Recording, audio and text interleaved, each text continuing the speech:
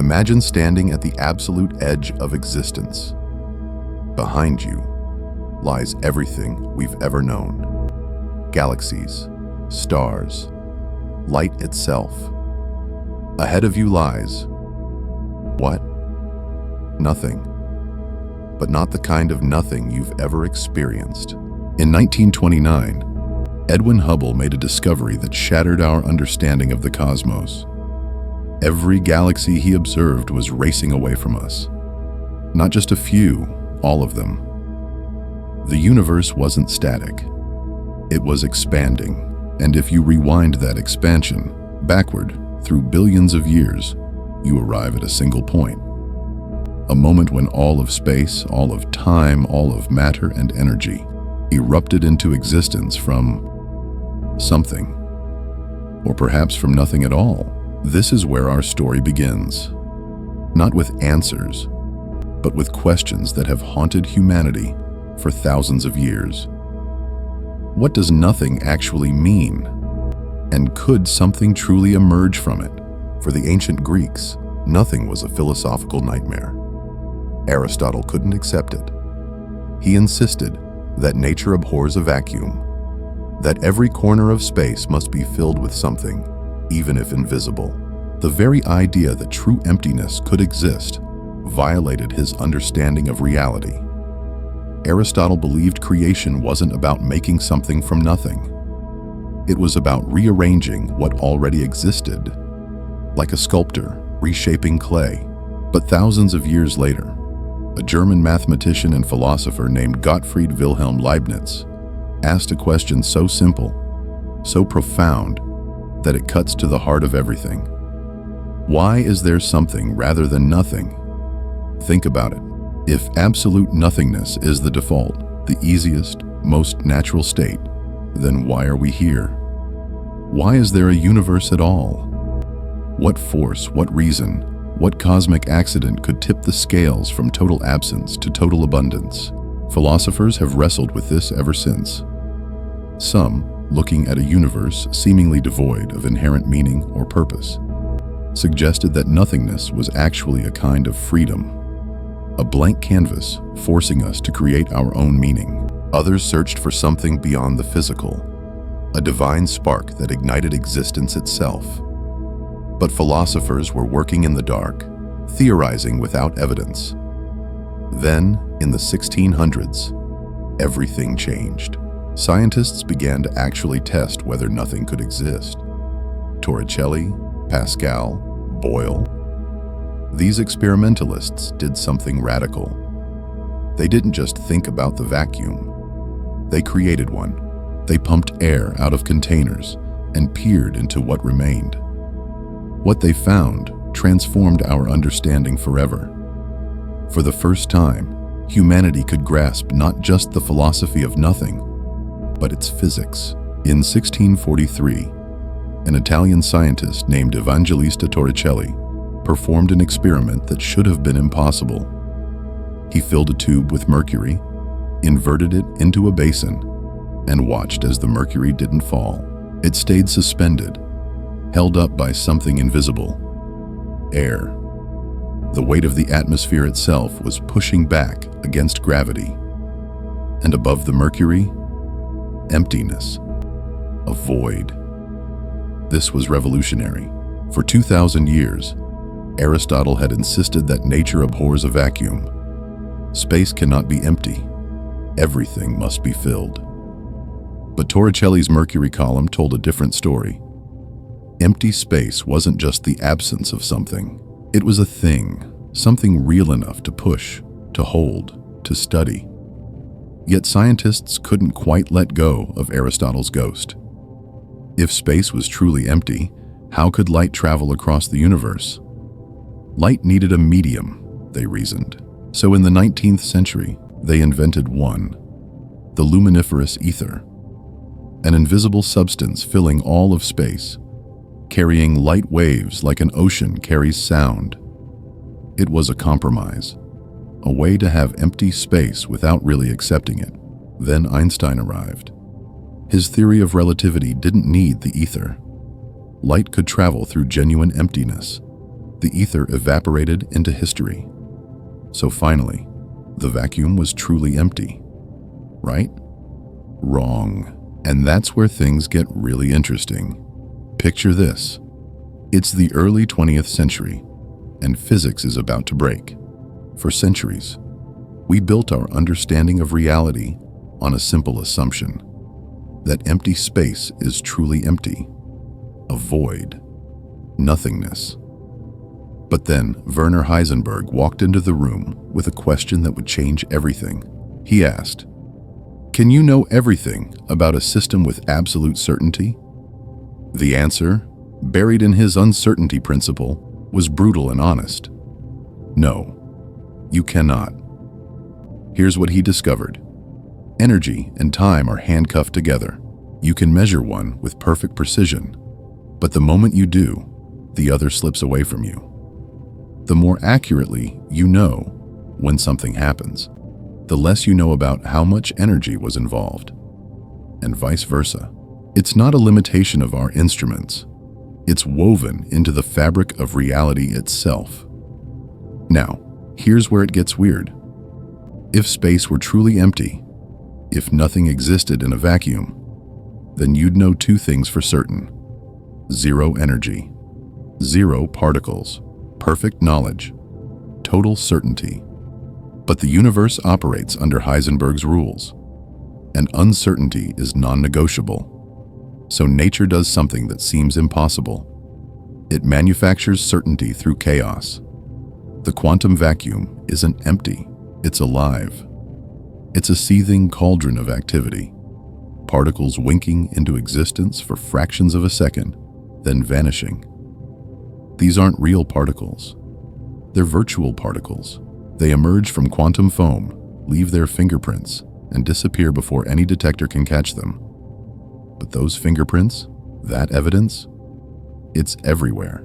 In 1948, a Dutch physicist named Hendrik Casimir made a prediction that sounded like pure science fiction. Take two uncharged metal plates, push them incredibly close together in a vacuum. They will attract. They will press together, not because of gravity or magnetism in any way we understand, but because of the quantum vacuum itself. Here's the stunning mechanism. Between those plates, the space is too tight. Only certain virtual particles can squeeze in. The larger quantum fluctuations that rage outside, they can't fit. So inside the gap, there's less quantum activity than outside, less energy. And here's the critical part. Energy creates pressure. The violent quantum activity outside the plates pushes inward. The calmer vacuum inside pushes outward. The outside wins. The plates slam together. Physicists tested Casimir's crazy prediction. The plates moved. The quantum vacuum wasn't empty. It wasn't nothing. It was something. It possessed energy, even at absolute zero, the coldest temperature imaginable. Scientists named it zero-point energy, the lowest possible energy state of reality itself. Even nothingness hums with power, but the mystery deepens. Modern quantum field theory revealed something even more profound. Particles aren't tiny balls. They're not little billiard balls bouncing through space. They're ripples, vibrations, excitations in quantum fields that stretch across the entire universe. An electron isn't a particle. It's a vibration in the electron field. A photon is a vibration in the photon field. A quark ripples through the quark field.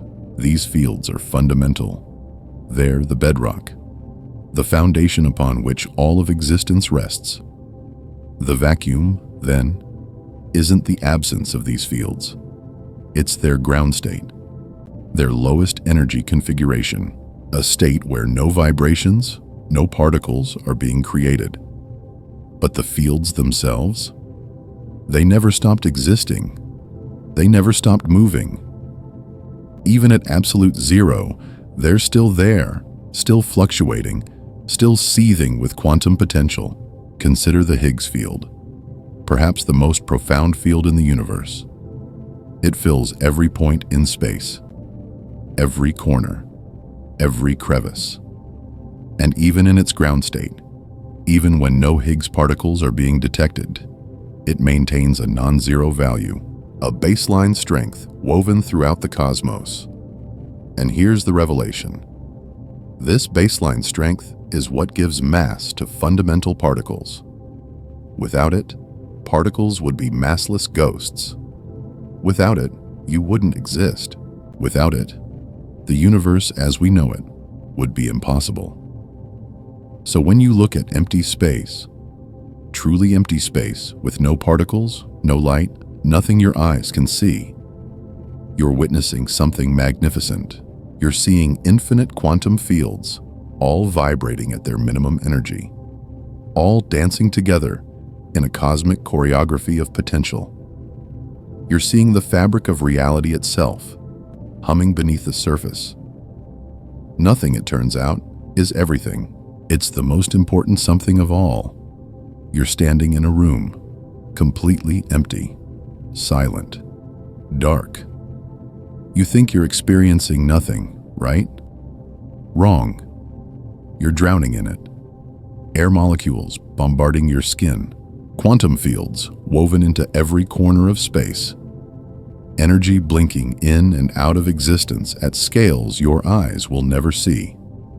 What physicists call empty space, the scientific vacuum, isn't empty at all. It's alive.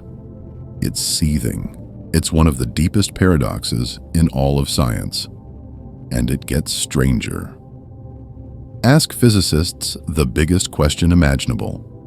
What came before the Big Bang? And watch them wrestle with an answer that seems to break reality itself. Our best model tells us that everything, the entire universe, exploded into existence from something impossibly hot and impossibly dense. Imagine compressing every star, every planet, every atom of matter and energy in existence down to something infinitely small, infinitely dense. That's a singularity. That's where everything started, according to our equations. But here's where it falls apart. At a singularity, the laws of physics don't just bend. They break completely. They fail. And that terrifies physicists. Because if space and time themselves were born at the Big Bang, then what does before even mean? Think about it carefully. You can't have a before without time. You can't point to a location without space. So when we ask what existed before the Big Bang, we might be asking a question that's fundamentally nonsensical. It's like asking what's north of the North Pole. For decades, this puzzle has haunted cosmologists, but instead of accepting the mystery, they fought back. They proposed something radical. Some scientists suggest our Big Bang was never a true beginning at all. They imagine an endless cosmic dance, universes being born, expanding, dying, and being born again. In these cyclic models, nothing before the Big Bang isn't actually nothing. It's the ultra-compressed remnants of a previous universe, or it's the void between cosmic cycles. Something has always existed. It simply transformed from one state into another. Then came inflation theory. In the first fraction of a second after the Big Bang, the universe didn't just expand. It exploded. It inflated faster than light could travel. And what powered this cosmic runaway? A quantum field. Something physicists call the inflaton field. This field was trapped in an extremely unstable, high-energy state. And then, in an instant, it decayed. It collapsed. And from that catastrophic release of energy came all the matter and radiation filling our universe today. Here's the revolutionary part. This inflaton field didn't emerge from absolute nothingness. It came from a pre-existing quantum vacuum. But a quantum vacuum isn't empty. It's the complete opposite. It's a churning sea of possibility. It's governed by the strange rules of quantum mechanics, where particles constantly spring into existence and vanish moments later, leaving only a whisper of energy behind. Physicists call them virtual particles. They're real enough to affect the universe around them, yet fleeting enough to slip away undetected. In this view, nothing transforms into something radically different. It's not a void. It's fertile ground. It's pregnant with potential. And perhaps, just perhaps, this quantum vacuum isn't the bottom layer either. Perhaps it's nested within something even larger, a meta-vacuum, a cosmic ecosystem that spawns countless universes, infinite universes, each born from quantum fluctuations, each with its own physics. To truly grasp what nothing means at the deepest level, physicists face one final, monumental challenge. They must unite two frameworks that seem fundamentally incompatible. General relativity, which explains gravity and the cosmos at massive scales, and quantum mechanics, which explains how matter behaves at the smallest scales imaginable. This merger, this holy grail, is called quantum gravity. And physicists have proposed candidates that sound less like science and more like philosophy, taken to its absolute extreme. Before time itself existed, before space unfolded, before the first atom flickered into being, there was nothing. Or was there? This question has haunted humanity for millennia. Philosophers have wrestled with it. Theologians have debated it. And now, physicists are discovering that nothing might be the most misleading word in the entire universe. Because here's the thing. The nothing from which our cosmos may have emerged is not empty. It's not silent. It's not absent. It's a seething, quantum cauldron of possibility. It's a state so alien to our everyday experience that our minds struggle to grasp it. Imagine a realm that exists before space and time themselves fully crystallize. Picture a landscape made of quantum foam, a bubbling substrate where virtual particles flash in and out of existence, where dimensions we can't perceive fold and unfold. This is what physicists mean when they talk about the origin of everything. It's not absolute void. It's not philosophical nothingness. It's something far stranger, a pre-geometric realm where the very rules of reality hadn't yet settled into place. Scientists don't claim that something created itself from total non-existence. That question belongs to philosophy and metaphysics, beyond what our tools can measure. Instead, they describe a scientific vacuum, a state of minimum energy in quantum fields, a place where space and time as we understand them hadn't yet emerged. The scientific nothing is always something. It has properties. It has potential. It has rules. So what could this something look like? Loop quantum gravity offers a breathtaking answer. Space and time aren't continuous. They're not smooth like a sheet of rubber. They're woven from discrete loops, tiny quantized chunks of space-time itself. If this is true, then the Big Bang singularity dissolves. It becomes a quantum bounce. The universe didn't collapse into infinite density. Instead, it compressed to a minimum size and then rebounded, like a ball dropped from infinite height, bouncing at a quantum floor. In this scenario, there was no true nothing, no absolute non-existence, just a transition, a quantum rebound. Then there's string theory, an audacious attempt to explain all of reality through vibrating strings of energy. In string theory, fundamental particles aren't point-like specks. They're infinitesimal, vibrating strings. And reality contains more dimensions than we can perceive. Extra dimensions curled up so tightly, we can't detect them. Some string theorists have proposed an even wilder origin story. Our universe was born from a cosmic collision. Two higher dimensional structures, called brains, smashed together in a space we can barely imagine. The collision ignited creation. Our Big Bang wasn't the universe's birth from nothing. It was the collision of two cosmic structures in a vaster, hidden realm. Every one of these theories rewrites the meaning of nothing. None of them accept the simple answer that before the Big Bang, there was absolute nothingness, a complete void of existence. Because the more we probe, the more we realize that nothing might be the most complex concept in all of physics. It's not the absence of everything. It's the presence of everything's potential. It's a quantum vacuum teeming with energy. It's a cyclic cosmos, eternally recycling itself. It's colliding brains and bouncing universes and loops of space-time itself. The question, what came before, might transform into something stranger and more profound.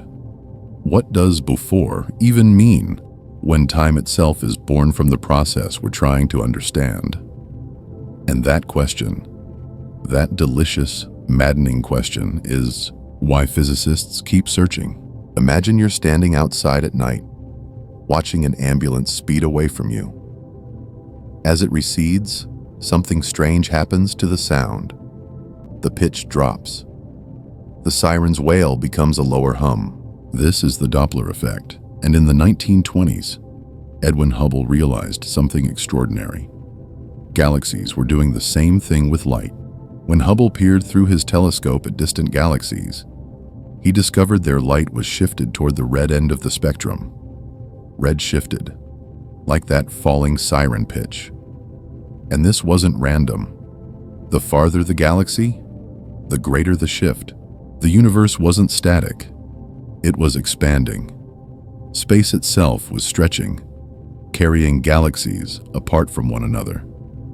But here's where the story gets really interesting. Hubble didn't know it at the time, but he was about to prove a priest right. Decades earlier, in the 1920s, a Belgian priest named Georges Lemaitre had asked a question that made most scientists of his era deeply uncomfortable. What if the universe had a beginning? The scientific establishment dismissed him. The universe was eternal. It was static. It simply was. But Lemaitre refused to accept that dogma. He proposed something radical. The universe had been born from a single, impossibly dense point, what he called the primordial atom. From this seed of matter and energy, everything had expanded outward. Space itself had unfurled. His idea was brilliant. It was also nearly forgotten for decades, until Hubble's telescope proved him right. If galaxies are moving apart today, then rewind the cosmic film. Play it backward, and you'd find them closer together in the past. Keep rewinding far enough, and you arrive at a single point, a beginning. But when the theory finally gained traction in the mid-20th century, something odd happened. An astronomer named Fred Hoyle, a fierce defender of a rival idea called steady-state theory, decided to mock Lemaitre's model publicly.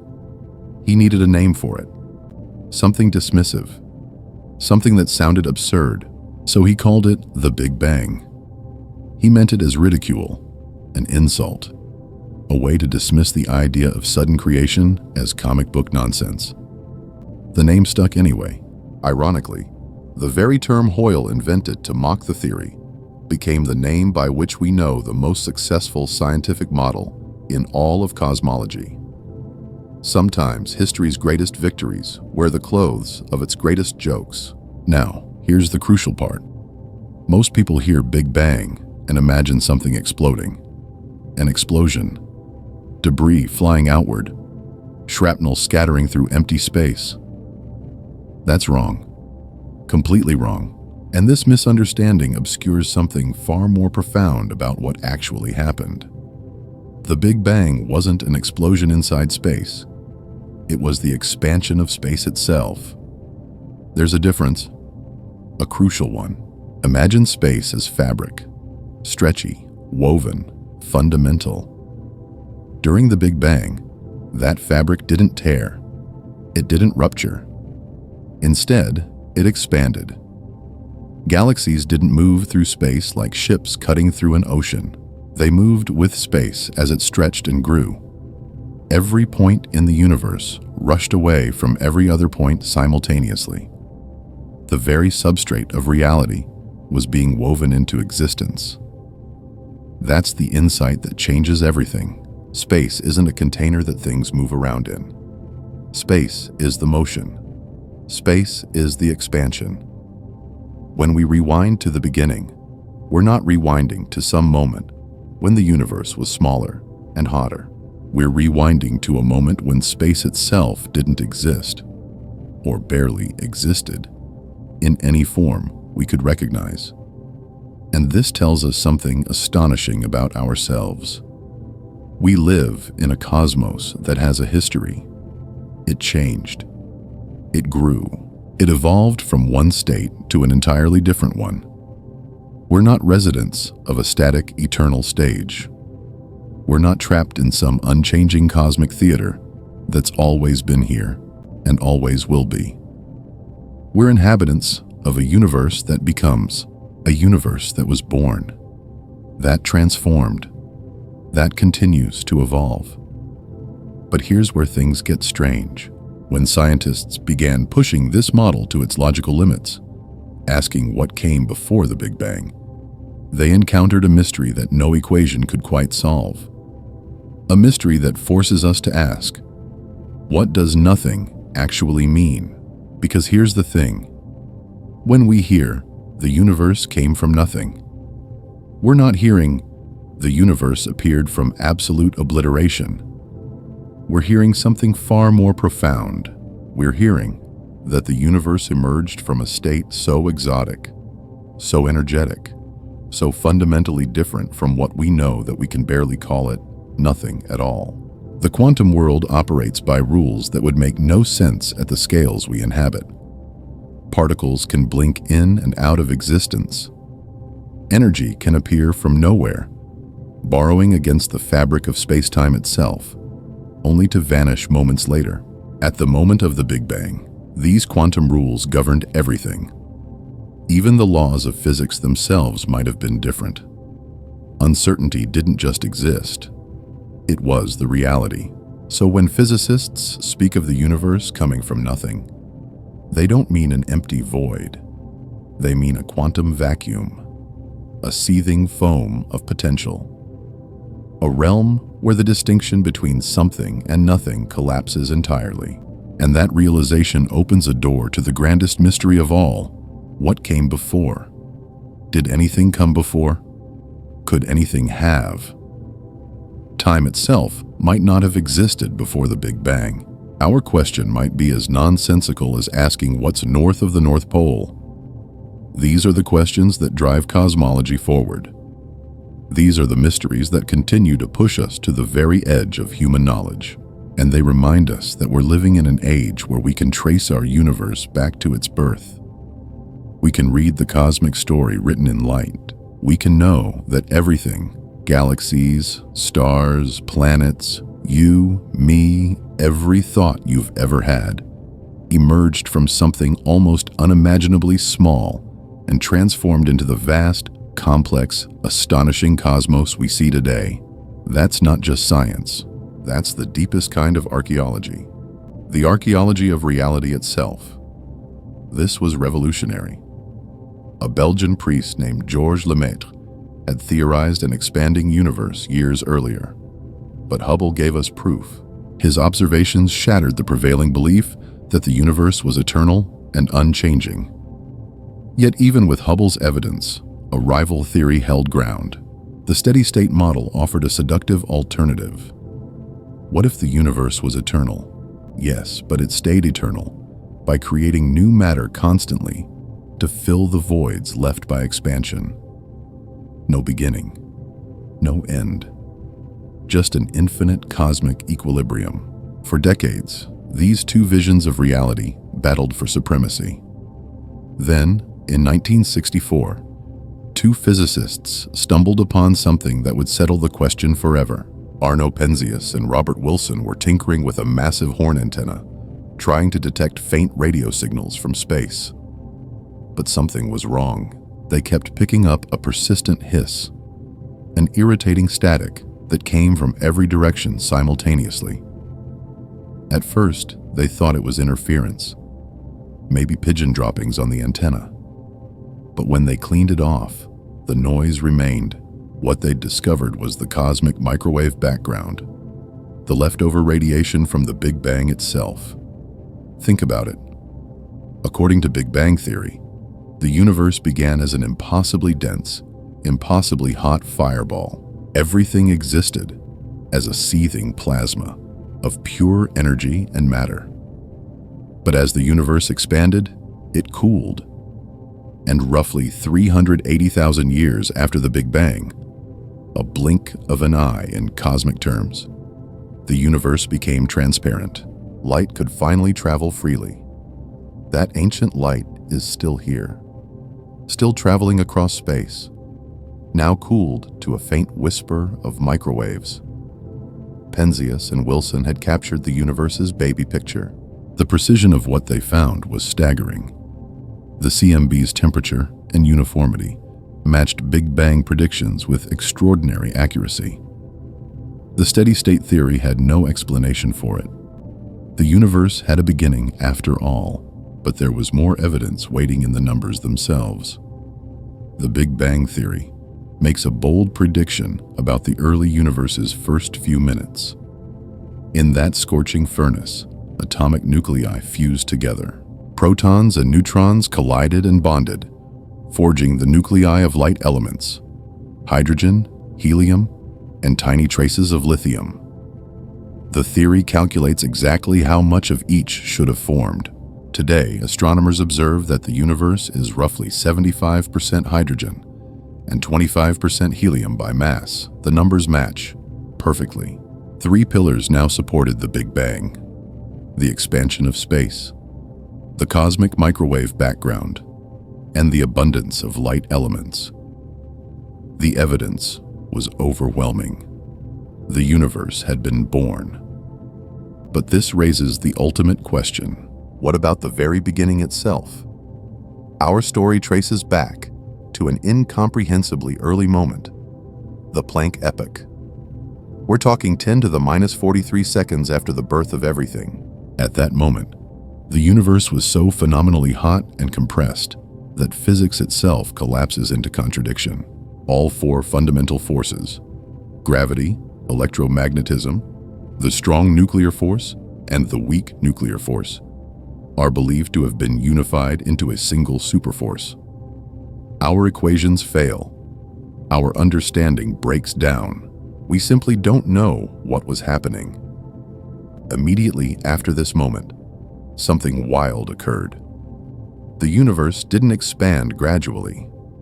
It exploded into exponential expansion, an event so rapid and so extreme that physicists named it inflation.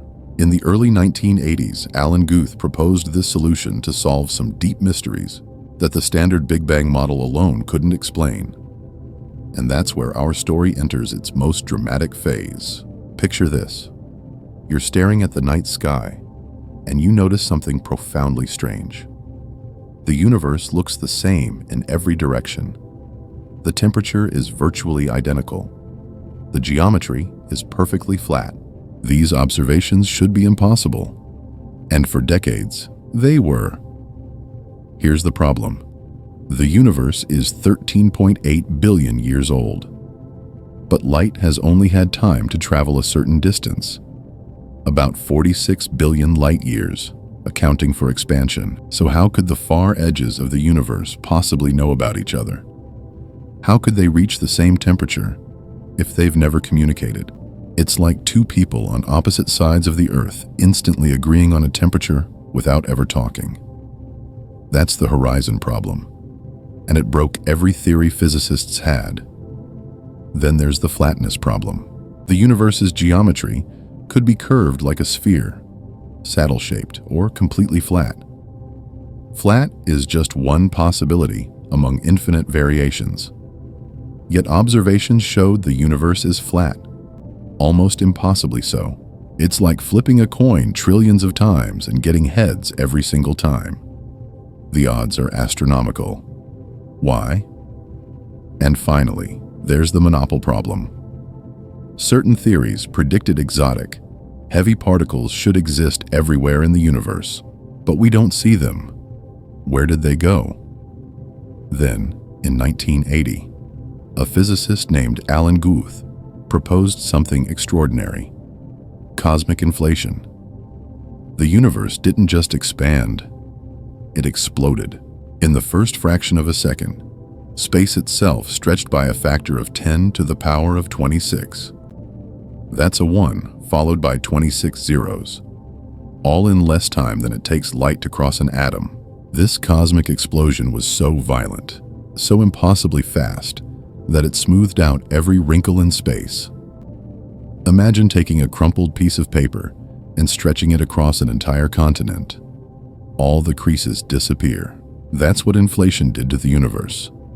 It flattened the geometry. It erased the initial irregularities. And it diluted away those unwanted exotic particles into near total non-existence. 3 impossibilities solved with one idea. But inflation does something even more profound. It took quantum fluctuations, tiny, unavoidable wobbles in the fabric of reality, and stretched them to cosmic scales. These microscopic ripples became the seeds of everything: galaxies, stars, you and me. All of it traces back to quantum static blown up to universe-sized proportions. After inflation ended, the universe kept expanding, but far more slowly. The incomprehensible energy packed into that inflationary moment transformed into something else. A scorching soup of elementary particles and their antimatter twins. Quarks and antiquarks. Electrons and positrons, all slamming together at unimaginable temperatures. But the universe was cooling. As it did, something remarkable happened. The strong nuclear force, the power that glues quarks together, became strong enough to do its job. Quarks fused into protons and neutrons. This era is called the Hadron Epoch, and it's where things get even stranger. Here's the thing about matter and antimatter. When they meet, they annihilate. They obliterate each other in a flash of pure energy. If the Big Bang had created equal amounts of both, everything would have vanished. We wouldn't exist. The universe would be a wasteland of radiation, but it wasn't equal. For every billion antiquarks, there were 1,000,000,001 quarks, 1 extra quark per billion. That infinitesimal asymmetry, that barely there difference, changed everything. As the universe cooled and matter collided with antimatter, they annihilated in pairs, leaving behind a tiny surplus, a rounding error. And from that rounding error came all the matter in the universe. Every atom in your body exists because of this 1 part in a billion difference. Picture this. The universe is 3 minutes old, not 3 billion years. 3 minutes, and already something extraordinary is happening in this cosmic furnace. The temperature has plummeted to about 1 billion degrees Celsius. That's still incomprehensibly hot. Hot enough to vaporize anything we've ever built in seconds. But it's cool enough for something remarkable to begin. Protons and neutrons, which until now have been flying apart in the chaos, suddenly start sticking together. Nuclear fusion ignites, and for the first time in existence, atomic nuclei form. For 20 minutes, just 20 minutes, the universe becomes a weapon of creation. Deuterium, helium-3, helium-4, trace amounts of lithium. These light elements are being forged in an inferno so intense it will never be replicated again. But then, as the universe expands, the temperature drops below the threshold needed to sustain fusion. The reactions stop. The window closes. And that's it. That's where every light element in the universe comes from. Not from stars, not from the violent death of supernovas, from the first 20 minutes after the Big Bang. Now here's where things get truly remarkable. Astronomers looked out at ancient gas clouds, pristine samples of matter untouched since the dawn of time, and measured the ratios of these light elements. The numbers they found matched the predictions of Big Bang nucleosynthesis, not approximately, not roughly, but precisely. It's one of the most powerful confirmations in all of science. The universe really was born in an inconceivably hot, dense state. But the universe kept expanding, and for the next several 100,000 years, it remained invisible to us. A roiling prison of plasma. Hydrogen and helium nuclei mixed with free electrons, all jostling in the cosmic chaos. Light couldn't escape. Photons bounced off charged particles, scattered in every direction, traveling only fractions of an inch before being swallowed by the darkness. The universe was wrapped in an impenetrable fog. Then something changed. About 380,000 years after the Big Bang, the temperature dropped to roughly 3,000 Kelvin. At that critical moment, a threshold as important as any in cosmic history, electrons finally could bind to nuclei. Hydrogen atoms formed. Helium atoms formed. For the first time in existence, the universe was filled with stable, neutral atoms. Scientists call this moment recombination, and it changed everything. Once electrons locked themselves inside atoms, there were no more free charges for photons to scatter against. The universe became transparent. Light was finally free. Photons that had been imprisoned since the Big Bang could now travel across vast distances, carrying with them a message from that ancient time. Some of those photons, the oldest light in the universe, are still traveling today. We detect them as the cosmic microwave background, a faint glow of radiation coming from every direction in space.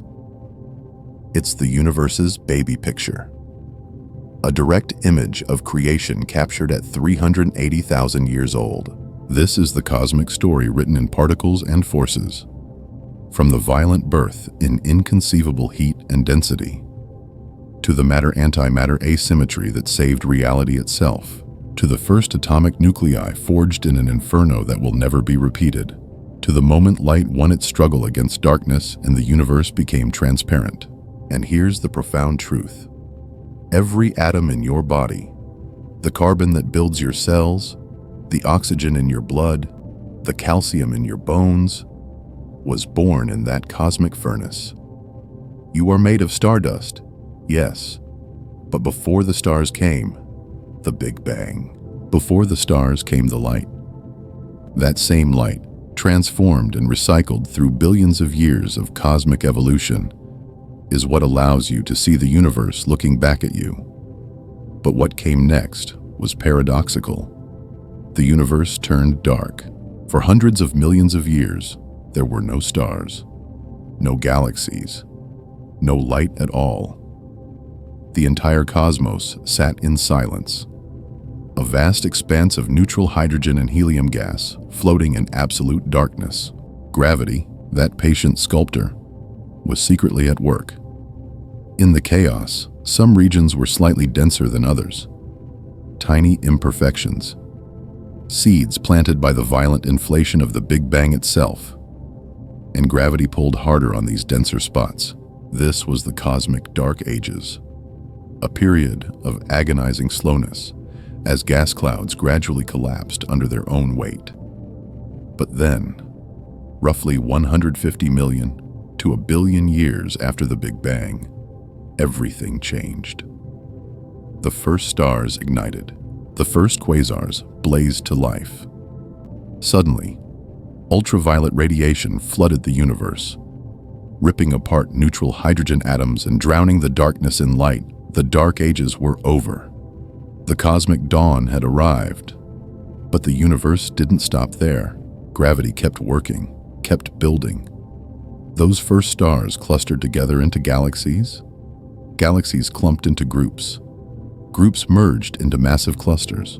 And those clusters arranged themselves into even vaster superclusters, separated by cosmic voids, millions of light years across. The result was something extraordinary.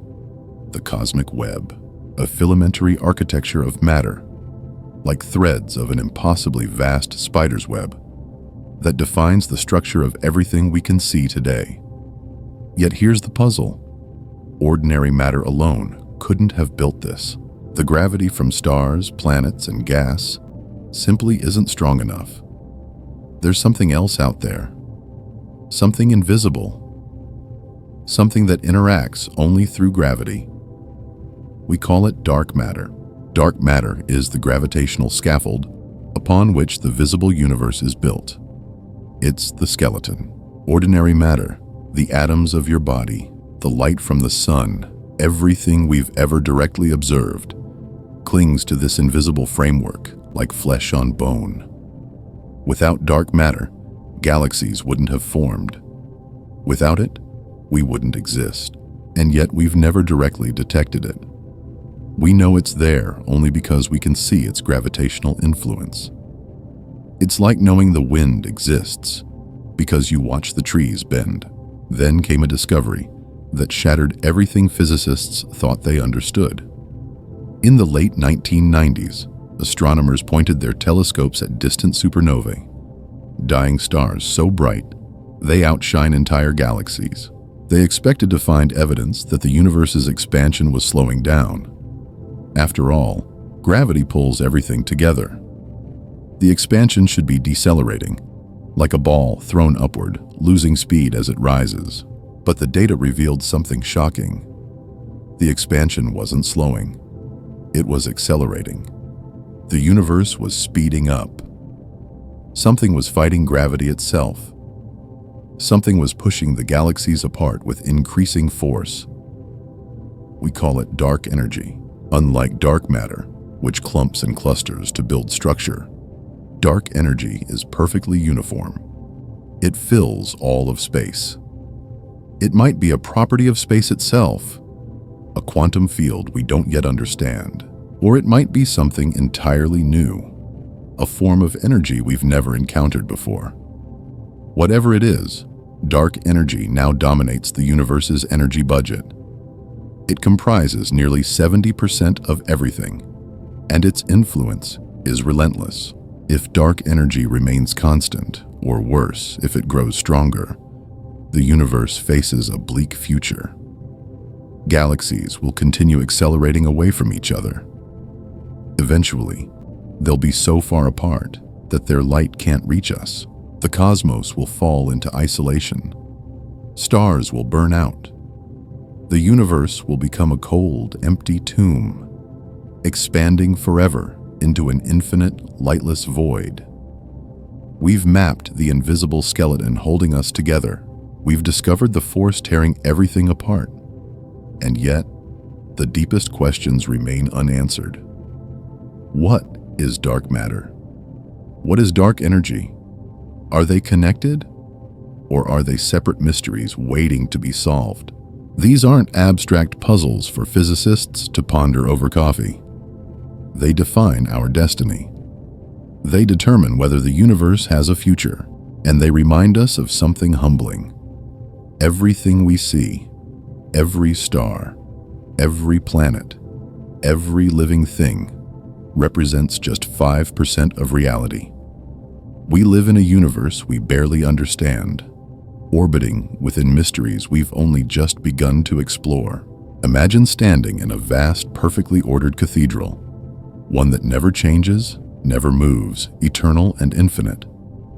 This was the universe as humanity understood it for millennia. The cosmos was fixed, unchanging, a stage set in stone. Then, in the span of a single century, everything we thought we knew shattered. The universe isn't static. It's alive. It's expanding.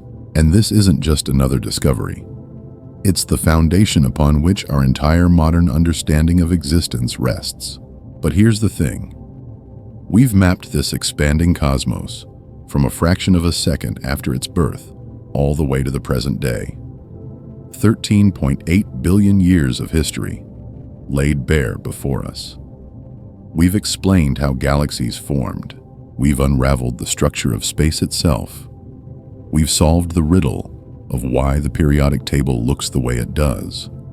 why carbon and oxygen and iron exist in the abundances we find them. It's extraordinary. It's almost complete. And yet we remain haunted by questions that sit at the very edge of everything we can possibly know. What happened before the Big Bang? The theory doesn't answer this.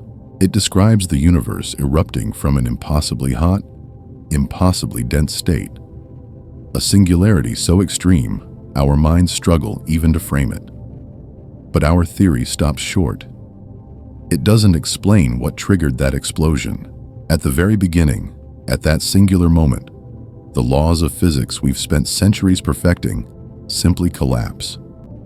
The mathematics fails. We hit a wall we cannot penetrate. Then there's the deepest mystery of all: what dark matter and dark energy actually are. Picture this. Imagine astronomers observing galaxies spin. They measure how fast. They calculate the gravity needed to hold them together. The numbers don't add up. Galaxies rotate too quickly. By all rights, they should fly apart. So physicists concluded something profound. The universe is filled with invisible matter, dark matter, surrounding every galaxy like a halo of ghost stuff we cannot see. And dark energy? It's even stranger. Decades ago, we discovered the universe isn't just expanding, it's accelerating. Expanding faster and faster, as if some mysterious repulsive force is shoving galaxies apart from within. We see their effects everywhere. We measure their influence with precision. But their fundamental nature?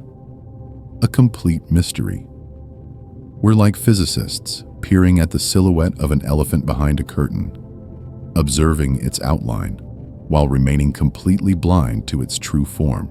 We know something is there. We know it's massive, powerful, fundamental to everything. But what it is, we have no idea. And then there's cosmic inflation itself, that violent, instantaneous expansion that set everything in motion. In the first fraction of a microsecond after the Big Bang, the universe didn't just expand, it exploded exponentially. It grew faster than light itself could travel. Space itself was stretching so violently that the observable universe grew from something subatomic to something cosmic in a blink of an eye. We know inflation happened. It solves too many problems to be wrong. The universe is too uniform. Its geometry is too flat. Inflation explains these mysteries perfectly.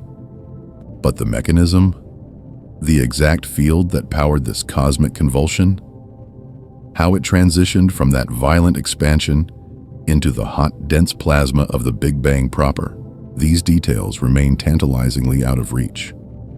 The universe, it seems, guards its deepest secrets carefully.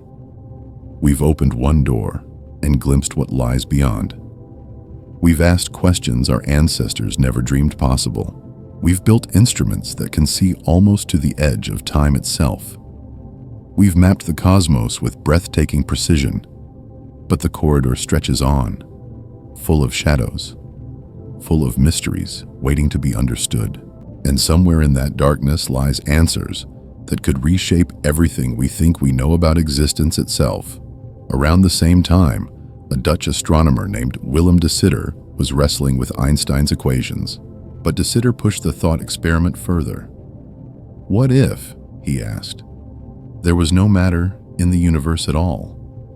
What if everything just vanished? Even then, his mathematics revealed something astonishing. Space-time itself would still expand. The universe wasn't static. It was alive, inherently dynamic, written into the fabric of reality itself. But brilliant equations mean nothing without proof. And proof, as it turned out, was about to arrive from the most unexpected direction. In 1912, an American astronomer named Vesto Slipher pointed his telescope at the night sky and fixed his gaze on fuzzy patches of light. Astronomers called them nebulae, mysterious clouds of gas floating somewhere within our own galaxy, or so they thought. But Slipher wasn't interested in what they looked like. He wanted to know what their light could tell him. Light from distant objects carries a fingerprint. Split it through a prism, and you see thin, precise lines, each one revealing a chemical signature. Slipher analyzed nebula after nebula, and then he noticed something that shouldn't have been there. The lines were shifting. Here's the physics. When an object barrels toward you, the light it gives off gets squeezed into shorter, bluer wavelengths. When it races away, the light stretches, bending toward the red end of the spectrum. You've heard this before. It's why an ambulance siren sounds different as it rushes past you. That's the Doppler effect, and Slipher was seeing it written across the cosmos. Most nebulae showed redshift. They were moving away, not slowly, phenomenally fast. By 1917, he'd measured 25 of these objects. Nearly all of them were receding from Earth at velocities that seemed impossible. But Slipher stopped there. He didn't make the leap. He didn't declare that the universe was expanding. He simply laid out the facts. These things were leaving us behind. The bigger interpretation would have to wait, because the world didn't yet understand what these nebulae truly were. Were they nearby clouds, trapped within our galaxy, or something far more profound? The answer arrived at Mount Wilson Observatory in California. There, Edwin Hubble was staring through the most powerful telescope on Earth, the 100-inch Hooker reflector, and he had a radical idea. Zoom in close enough on one of these nebulae, and maybe, just maybe, you could pick out individual stars. He aimed at Andromeda, and there they were, scattered across its face like diamonds on black velvet. Stars, real stars, distinct, separate. One type immediately captured his attention: stars that pulsed. Their brightness danced up and down in a rhythmic pattern, like heartbeats echoing across light years. Cepheid variable stars. They were key. Years earlier, astronomers had uncovered a cosmic secret hidden inside these pulsing stars. There's a mathematical relationship between how long it takes them to brighten and fade, their period, and how intrinsically luminous they actually are. A longer pulse means a brighter star. This was a cosmic measuring stick. If you knew a Cepheid's true brightness and measured how bright it appeared from Earth, you could calculate its distance with absolute precision. Hubble measured Andromeda's Cepheids. He ran the numbers, and what he found shattered everything. Andromeda wasn't a cloud of gas within our galaxy. It was an island universe, millions of light years away, a completely separate galaxy. We weren't alone. The universe wasn't just bigger than we thought. It was incomprehensibly vaster, and Hubble was just getting started. Imagine standing at a cosmic observation point with two crucial pieces of information. One tells you how bright a distant star should truly be. The other tells you how bright it actually appears from where you're standing. The gap between those two numbers, that's your ruler. That's how you measure the universe itself. This simple idea reshuffled everything we thought we knew about reality. In the 1920s, Edwin Hubble pointed his telescope at a mystery. Astronomers had spent decades arguing about an object called Andromeda. Was it a nearby cloud of gas, or something far stranger? Hubble decided to settle the debate using a clever trick. He found certain stars called Cepheids, stars that pulse with predictable brightness, and compared how luminous they truly were with how luminous they appeared from Earth. The numbers didn't lie. Andromeda wasn't close. It wasn't nestled in our galactic neighborhood. It was impossibly, incomprehensibly far away. So distant that it could only be one thing: an entirely separate galaxy. A vast island of stars beyond our own Milky Way. The universe just doubled in size, then tripled, then became unimaginably larger. But Hubble wasn't done rewriting our cosmic address. He took his distance measurements and merged them with data from another astronomer named Vesto Slipher, who had been tracking how fast galaxies were moving. And this is where everything changed. In 1929, Hubble made a discovery so profound it would reshape our understanding of reality itself.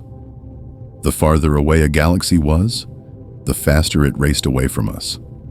Not randomly, not chaotically, but in a perfect mathematical relationship. Velocity equaled a constant, we call it the Hubble constant, multiplied by the distance.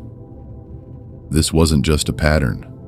This was proof that the universe itself was alive, expanding, growing, breathing. Now here's where most people stumble. You might imagine galaxies simply fleeing from us through space like cars on a highway. But something stranger is happening. When we observe distant galaxies, they look redder than they should. We call this redshift. Your first instinct? The Doppler effect. The same reason an ambulance siren sounds higher pitched as it rushes toward you and lower pitched as it speeds away. Sound waves compress ahead of a moving source and stretch behind it. Light should work the same way, right? For nearby galaxies, it does. But for the truly distant ones, reality gets weird. Space itself is stretching. Imagine a balloon with dots scattered across its rubber surface. You inflate it. Those dots move apart. They're not crawling across the rubber. The rubber itself is expanding. Now replace the balloon with the universe and the dots with galaxies. Light traveling across the cosmos gets stretched as the fabric of space expands around it. The waves grow longer. The light shifts toward red. The more the universe inflates between where that light was born and where we detect it, the more redshifted it becomes. This is cosmological redshift, and it's fundamentally different from simple motion through space. When we observe the most intensely redshifted light from the most distant galaxies, we're not just looking far away, we're looking backward in time. That light has been journeying for billions of years, while space itself stretched around it. We're witnessing the universe as it was when it was younger, smaller, denser. We're reading the biography of cosmic expansion written in waves of light. For decades, astronomers confirmed this expansion through increasingly precise observations.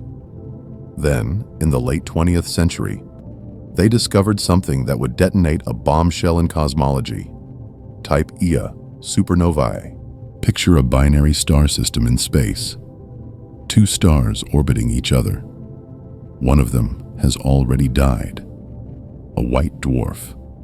An impossibly dense remnant, barely larger than Earth.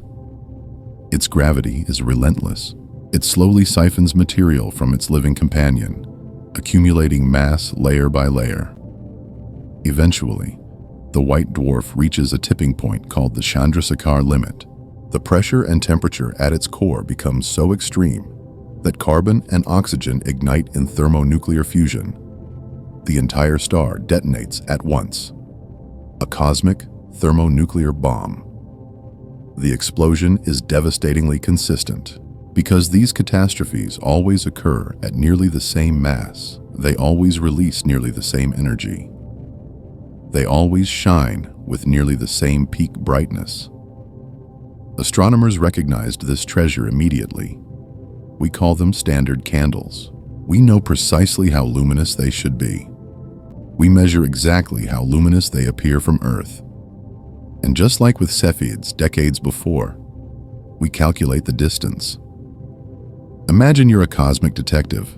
You spot a distant explosion in the night sky, a supernova, burning with the light of billions of suns.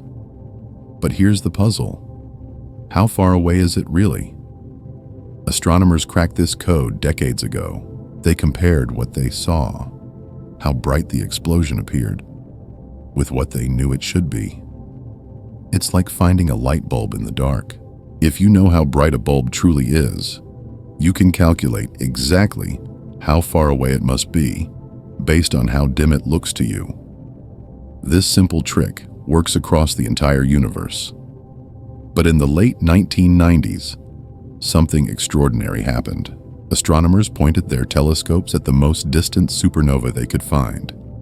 Explosions from billions of years ago, their light stretched and reddened by the expanding universe. They expected to confirm an old theory. Instead, they discovered something that shattered our understanding of reality itself. The universe wasn't just expanding, it was accelerating. Think about that for a moment. Imagine throwing a ball upward. Gravity pulls it back down, slowing it. Now imagine the opposite. The ball keeps speeding up as it rises. That's what's happening to the universe. Some invisible force, some cosmic push, is shoving galaxies apart faster and faster. We call it dark energy, and it exists everywhere, making up about 68% of everything that is. This wasn't just another discovery. This was a fundamental revelation about the nature of existence itself. Rewind the cosmic clock. If the universe is expanding right now, then galaxies were closer together yesterday, closer still the day before. Keep rewinding, past the age of dinosaurs, past the birth of Earth, past the formation of the sun itself.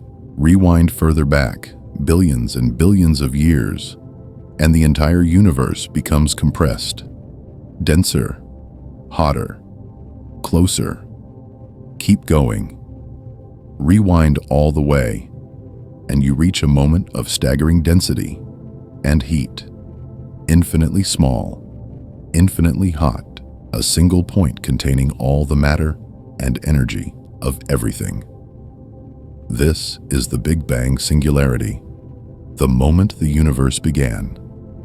The expansion we observe today is the echo of that primordial explosion.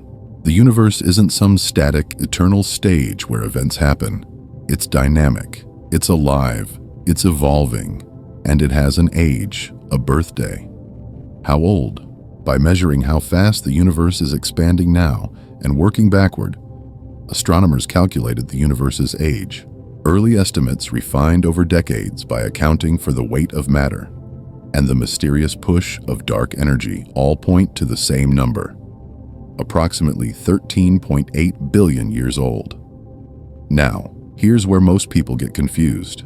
They think galaxies are flying apart like shrapnel from an explosion, zooming through empty space.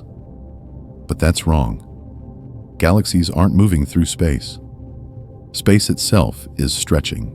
The fabric of space-time, the arena where all events occur, is expanding like the surface of an inflating balloon. The galaxies are painted on that balloon. As it inflates, they move apart. Not because they're racing away from each other, but because the canvas itself is growing. This distinction matters enormously. On small scales, gravity fights back. Our Andromeda galaxy is actually falling toward us, destined to collide with the Milky Way in about 4 billion years. Gravity wins on local scales, but zoom out. Look at galaxy clusters, separated by billions of light years. At those vast distances, the expansion of space dominates. Gravity can't hold them together.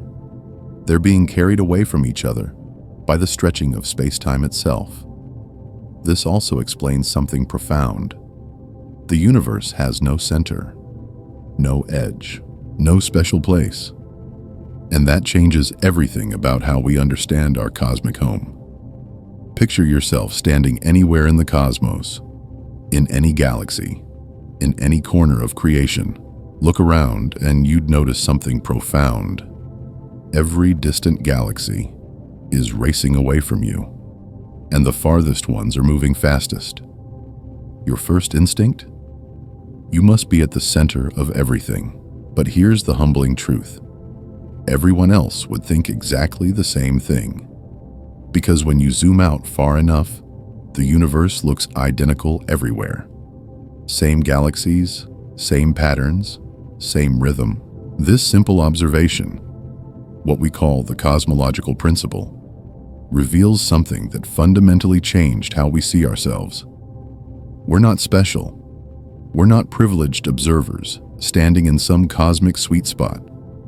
We're ordinary. We're central, and we're insignificant, just like everyone else. But there's evidence even more powerful than this. Evidence that stitches together the entire story of cosmic evolution. When astronomers look deep into space, they're actually looking backward through time. Light from distant galaxies takes millions, sometimes billions of years to reach us.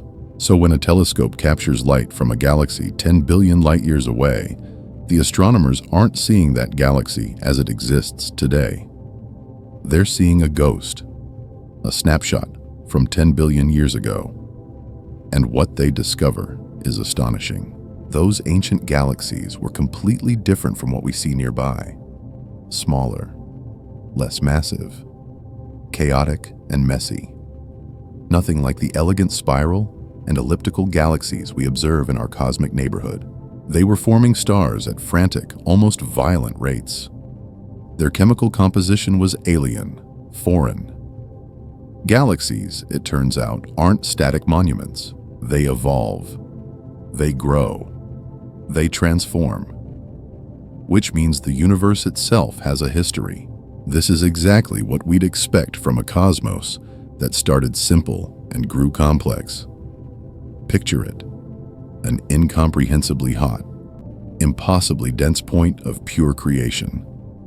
Then expansion, cooling, spreading.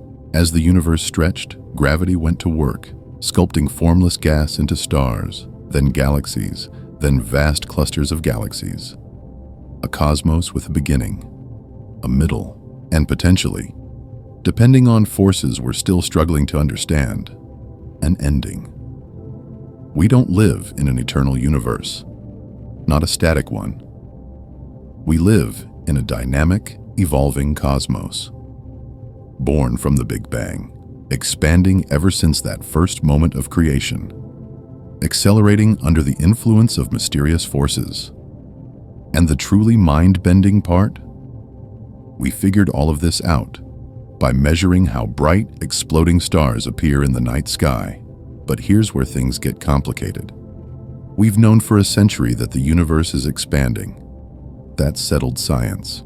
Yet when astronomers try to measure exactly how fast it's expanding, a number called the Hubble constant, they keep getting different answers. It's like measuring the same distance with different rulers and never quite matching up. One method says the universe is expanding at this speed. Another method insists it's faster or slower. They disagree. Fundamentally, this isn't a minor headache. This Hubble tension, as cosmologists call it, is a warning light flashing on the dashboard of our understanding. It's telling us that something might be deeply wrong with how we understand the cosmos, or it's telling us our measuring tools still have limitations we haven't overcome. The stakes couldn't be higher. This single number, the Hubble constant, determines how old the universe actually is. It determines how we understand the entire story of cosmic history. That's why astronomers have aimed humanity's most powerful telescopes at the sky, determined to solve this puzzle. But there's something even stranger driving all of this cosmic expansion. Something invisible. Something that makes up most of the universe. And something that contradicts everything our intuition tells us about how reality should work. We call it dark energy. Imagine a force pervading the entire cosmos, making up nearly 70% of everything that exists, that does the impossible. Instead of pulling galaxies together like gravity does, dark energy pushes them apart, faster and faster. It's an anti-gravity, repelling everything away from everything else on the grandest scales imaginable. We barely understand it. Yet this mysterious substance holds the answer to humanity's most profound question. What is the ultimate fate of everything? Will the universe expand forever, growing cold and dark and infinite? Will it collapse back onto itself in some unimaginable reversal? Or is something even stranger waiting for us in the deep future? The cosmic story we've uncovered, from the Big Bang to ancient chaotic galaxies to this accelerating expansion driven by an invisible force, reveals a universe far more strange, far more dynamic, and far more wonderful than our ancestors ever imagined. And we're only beginning to understand it. Will the universe expand forever, cooling into an infinite empty void? Will it eventually stop and collapse back on itself? Or will dark energy itself transform, reshaping cosmic destiny in ways we can't yet imagine? These aren't just abstract questions for physicists to debate over coffee. The answer determines everything. It tells us where we came from, where we are right now, and where every star, every planet, every atom, including the atoms that make up you, is ultimately heading. To understand this cosmic fate, we need to rewind the clock, not to yesterday, not to the dinosaurs. We need to go back to the very first fraction of a second after the Big Bang, because the universe's future is written in its past. Picture it. The universe is infinitesimally small and incomprehensibly hot. We're not talking about the surface of the sun. We're not even talking about the core of a star. Imagine a temperature so extreme, trillions upon trillions of degrees, that everything we call matter simply ceases to exist. Atoms? Obliterated. Molecules? Impossible. Even the nucleus itself, that tiny, dense heart of the atom, gets torn to shreds by the sheer force of the energy screaming around it. What existed instead was something utterly alien. Plasma. Think of the glowing gas inside a neon tube, but magnify it to infinity. Charge it with unimaginable energy. Now you're getting close. The early universe wasn't filled with objects or gas clouds. It was a seething soup of fundamental particles. Protons, neutrons, electrons, and antimatter. Add in billions of photons, particles of pure light, all colliding and transforming in a frenzy of creation and annihilation. Particles would appear, annihilate, reform, over and over, an endless cycle of destruction and birth. But here's the thing that makes this plasma truly strange. It was completely opaque. Light couldn't move through it. The instant a photon was born, it would slam into a charged particle and get absorbed. The universe was trapped in total darkness, not because there was no light, but because light couldn't escape. It was like being buried inside an infinitely thick fog where you can't see your hand in front of your face. Every atom in your body came from this furnace. Every star overhead, every galaxy stretching across billions of light years, everything emerged from this incomprehensible chaos. Less than a millionth of a second after it all began, the cosmos was utterly unrecognizable. Photons were so brutally powerful that atoms couldn't hold together. The moment electrons tried to attach to a nucleus, photons would rip them away, and the cycle would begin again.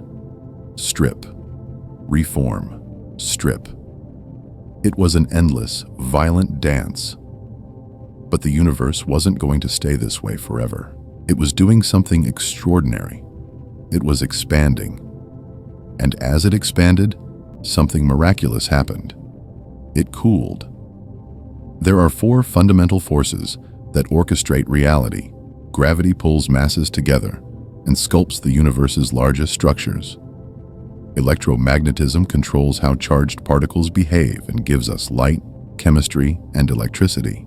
The strong nuclear force acts like cosmic glue, binding quarks into protons and neutrons, and holding atomic nuclei together against the explosive power of electromagnetic repulsion and the weak nuclear force, the architect of radioactive decay, and certain exotic particle interactions. But here's where it gets wild. In the extreme conditions of the very early universe, temperatures and densities so extreme they shatter our intuition. These four forces weren't separate. They were unified. Different faces of a single, all-powerful superforce. As the universe exploded outward and cooled, this unified force fractured. Like a frozen lake thawing and cracking apart, the forces separated one by one. Gravity broke away first, at the moment we call the Planck epoch. Then, the strong nuclear force decoupled. Finally, the electro-weak force, which was still holding together, split into electromagnetism and the weak force. Each separation was a turning point. Each one changed how particles could exist and interact in the cosmos that followed. Now, let's go deeper into the inferno. For the first few microseconds after the Big Bang, the universe was so catastrophically hot that even protons and neutrons couldn't survive. They were obliterated instantly. Instead, the cosmos was a superheated soup of the most fundamental building blocks we know: quarks and gluons. Quarks are the elementary particles that assemble into protons and neutrons. Gluons are the force carriers that bind them together through the strong nuclear force. In this state, called the quark-gluon plasma, quarks and gluons weren't trapped inside larger particles. They roamed free, colliding and interacting with ferocious intensity. It was the most primordial state of matter we can theoretically imagine. But then, as the universe expanded and cooled to about 1 trillion degrees, still incomprehensibly hot by any human standard, something transformative happened. The strong nuclear force became powerful enough to confine quarks. They were captured, locked together, and transformed into protons and neutrons. We call this hadronization. The universe was finally able to build something that could last. Yet there remained a profound cosmic mystery, one that almost prevented you, me, and everything we know from ever existing. In the early universe, particles and antiparticles were created in almost equal numbers. For every electron, there was a positron. For every quark, there was an antiquark. And whenever a particle and antiparticle collided, they annihilated each other completely. Their mass converted entirely into pure energy, brilliant flashes of photons. Think about this mathematically. If the universe had balanced perfectly, exactly equal amounts of matter and antimatter, they would have canceled each other out completely. Every single particle would have found its opposite, complete annihilation. The result? A universe of nothing but light. No atoms, no molecules, no chemistry, no stars, no planets, no life. But that's not what happened. Observations tell us something stunning. Our universe is overwhelmingly made of matter.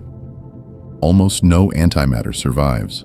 This means there had to be an asymmetry, a tiny, subtle imbalance in the early universe. For every billion antimatter particles, there was roughly 1,000,000,001 matter particles. A difference of just 1 particle per billion. That minuscule surplus, that impossibly small advantage, was enough. When the great annihilation swept through the universe, most of everything destroyed itself. But just enough matter remained. Enough to survive. Enough to cool. Enough to form protons and neutrons. Enough to eventually become you. 3 minutes after the Big Bang, the universe isn't a void. It's a roiling ocean of pure energy. Protons and neutrons are slamming together in a cosmic furnace so violent, so incomprehensibly hot, that nothing we know could survive for even a nanosecond.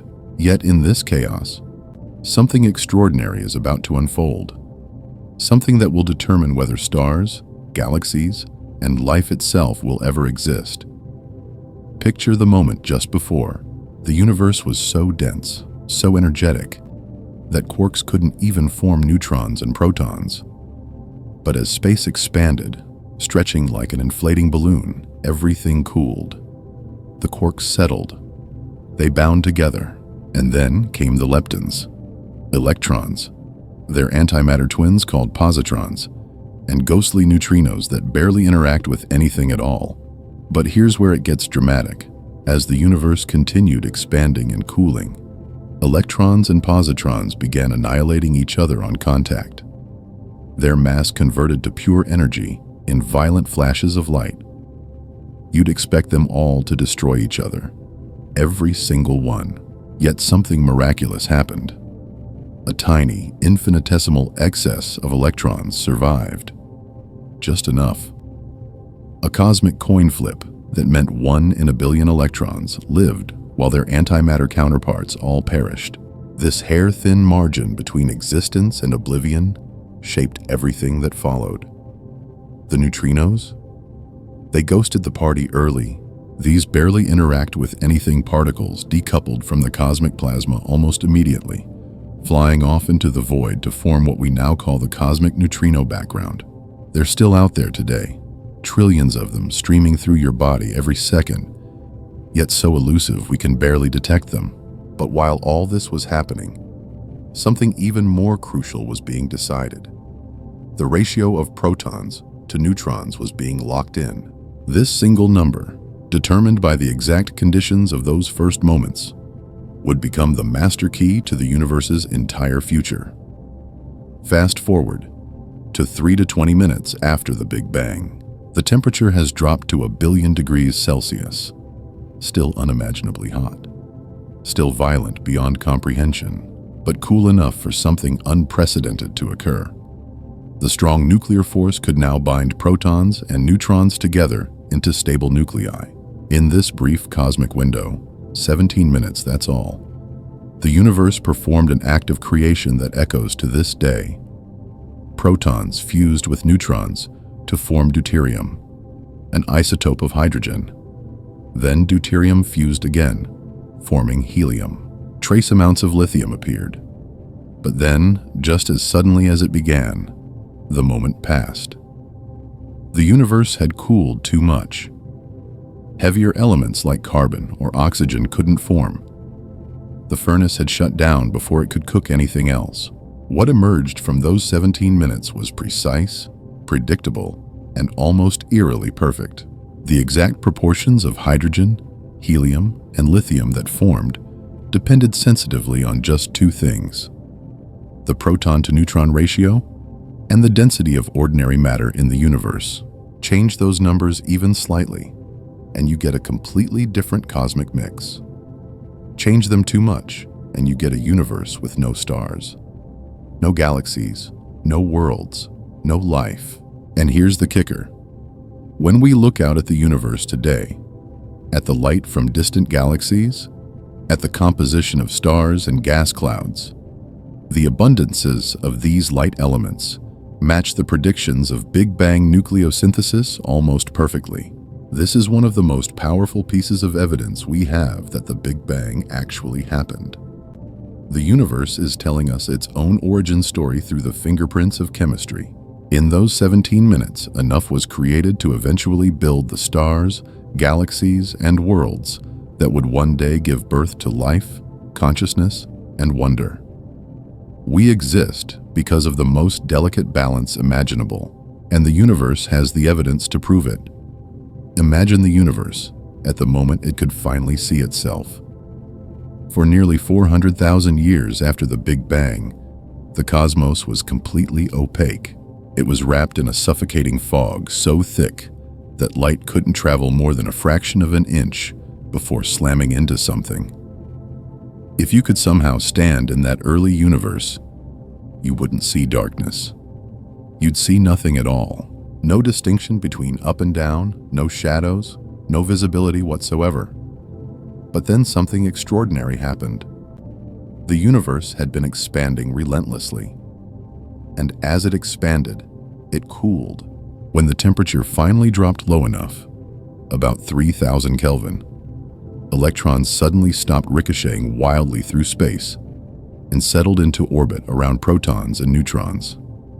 Neutral atoms formed. In an instant, the universe became transparent. Physicists call this moment recombination, even though it was technically the first time these particles combined. But what matters is what happened next. The photons, the particles of light that had been trapped, bouncing endlessly between charged particles, were suddenly freed. They raced across the expanding universe, unimpeded, traveling for 13.8 billion years until some of them reached us. That ancient light is what we call the cosmic microwave background radiation, or CMB, and it's one of the most profound discoveries in all of science. The real miracle of those early moments wasn't just that particles formed or that nuclei fused into being. It was that the universe created the conditions for something even more remarkable to eventually emerge. Stars, galaxies, planets, and the light-filled cosmos we see today. All it took was time, space, and the steady, relentless cooling of creation itself. Imagine standing at the edge of creation itself. The universe is less than a trillionth of a second old. The heat is so extreme that nothing, absolutely nothing, resembles the world we know. No atoms, no stars, no galaxies, just pure, chaotic energy. You're looking at a snapshot, frozen in time. The cosmic microwave background. It's the oldest light in the universe, and it's telling us an extraordinary story.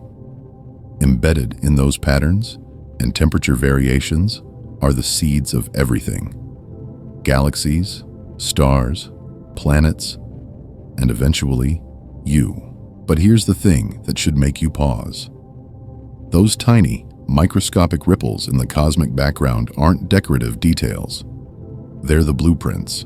They represent the initial density fluctuations that gravity would eventually amplify into the vast cosmic structures we see today. Every galaxy cluster, every supercluster spanning billions of light years, grew from imperfections smaller than a grain of sand on the cosmic scale. When that first light broke free, something profound shifted. For the next 100 million years, the universe entered what astronomers call the cosmic dark ages.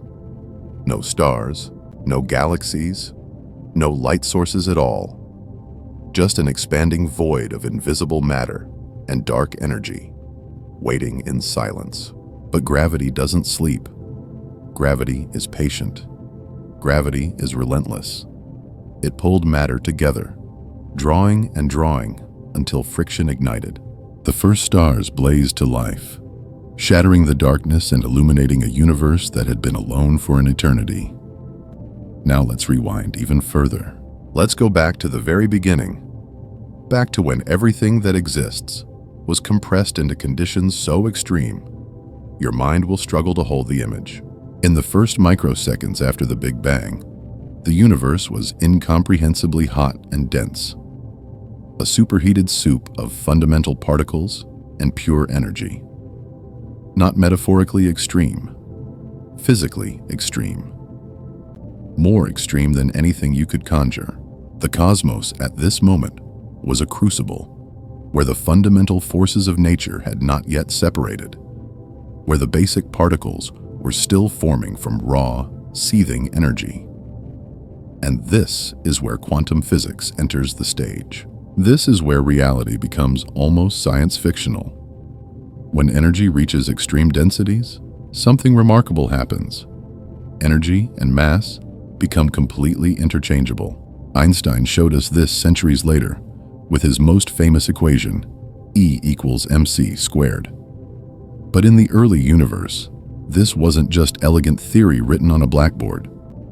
It was the dominant reality, moment by moment. Picture it this way. A high-energy photon, a particle of light, can spontaneously transform into an electron and a positron, its antimatter twin. The photon vanishes, two particles appear. Then, just as suddenly, those particles collide and annihilate each other, converting all their mass back into pure energy as new photons. Creation, destruction, creation again, an endless dance happening billions of times per second across the entire cosmos. But temperature was the choreographer of this cosmic dance. Only photons carrying enough energy could produce particle-antiparticle pairs in the first fraction of a second, when temperatures were unimaginably high. Even the most massive fundamental particles could be created constantly. But as the universe expanded and cooled, and it was expanding fast, something changed. The temperature dropped. Heavier particles vanished. Only lighter particles could be continuously produced. Here's what's astonishing. The universe wasn't random chaos. It was a perfect equilibrium. At every moment, the rate of particle creation precisely balanced the rate of annihilation. The cosmos maintained a delicate thermal balance, creating and destroying particles in perfect synchronization as it expanded and cooled. This wasn't just machinery grinding away invisibly. This process, this fundamental give and take between energy and matter, set the stage for everything that followed. It determined which particles would survive, which would vanish, and in what proportions. The universe was composing the recipe for all future complexity. And from that recipe emerged matter as we know it. From those first particles came atoms. From atoms came chemistry. From chemistry came stars and planets and life itself. The early universe was the crucible. Everything you are was forged in that first fraction of a second, written into existence by the laws of quantum mechanics and the relentless expansion of space-time. You are made of particles that danced at the edge of creation. You are the universe's way of looking back at itself, billions of years later, trying to understand how it came to be. Imagine standing at the edge of the universe's first instant. The laws of physics themselves are unrecognizable. They don't look like anything we know today. Here's what physicists discovered. At energies so extreme, our most powerful particle accelerators can't even come close. At the very birth of reality, the fundamental forces weren't separate. They were one, a single, unified superforce. This is what grand unified theories propose.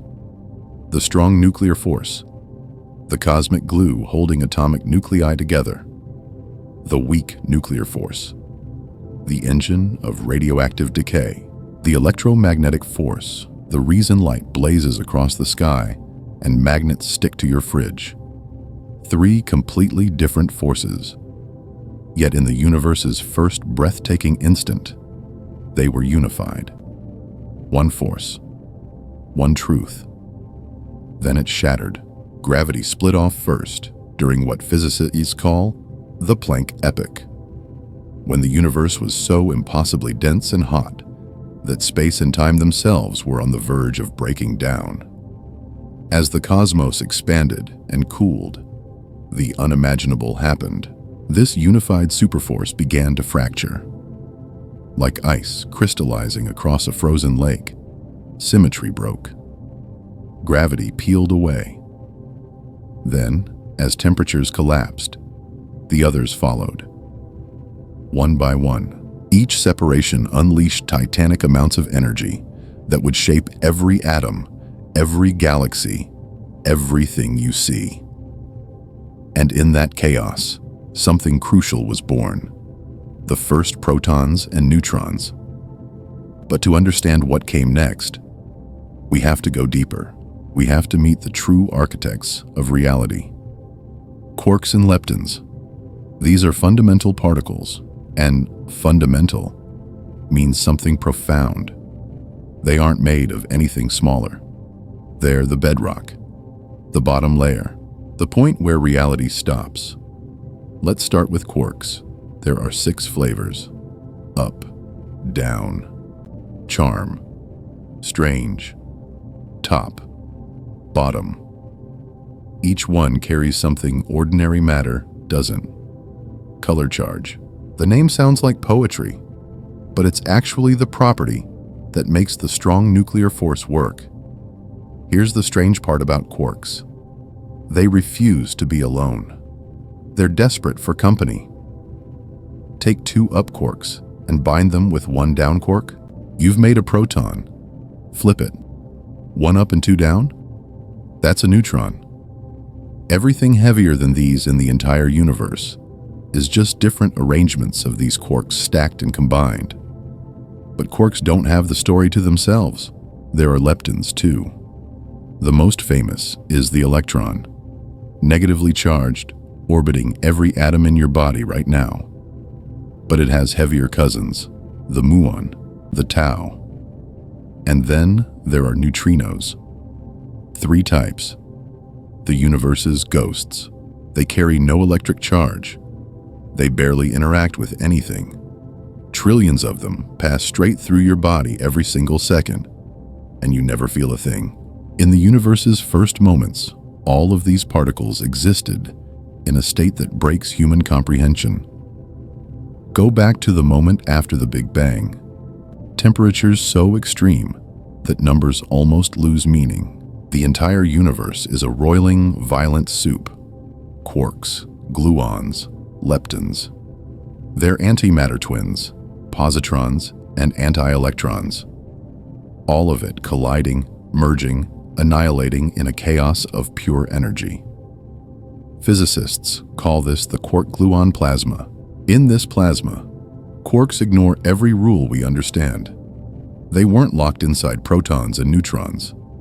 The strong nuclear force, the most powerful force in nature, wasn't strong enough. The kinetic energy was too violent. Quarks moved freely, bouncing off each other like cosmic pinballs, exchanging gluons in an endless subatomic dance. But this state was temporary. The universe kept expanding, and as it expanded, something miraculous unfolded. It began to cool. When the temperature crashed to about 1 trillion degrees Celsius, which sounds inconceivably hot, and it is, but compared to what came before, it's almost cold, everything changed. This was the critical threshold.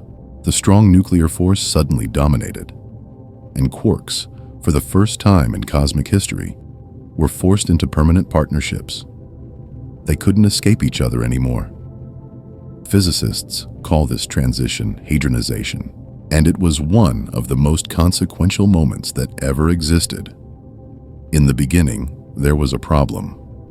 A cosmic contradiction so profound that it should have made existence itself impossible. Imagine 2 armies of equal size facing each other across a battlefield. Particle and antiparticle. Matter and antimatter. When they collide, they destroy each other completely, converting into pure energy, light.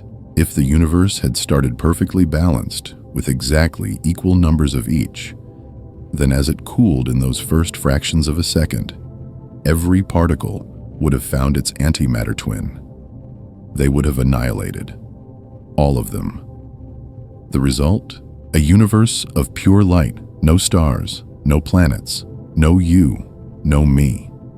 Just photons, forever, stretching across an empty void. Yet here we are. The universe is made of matter. We are made of matter.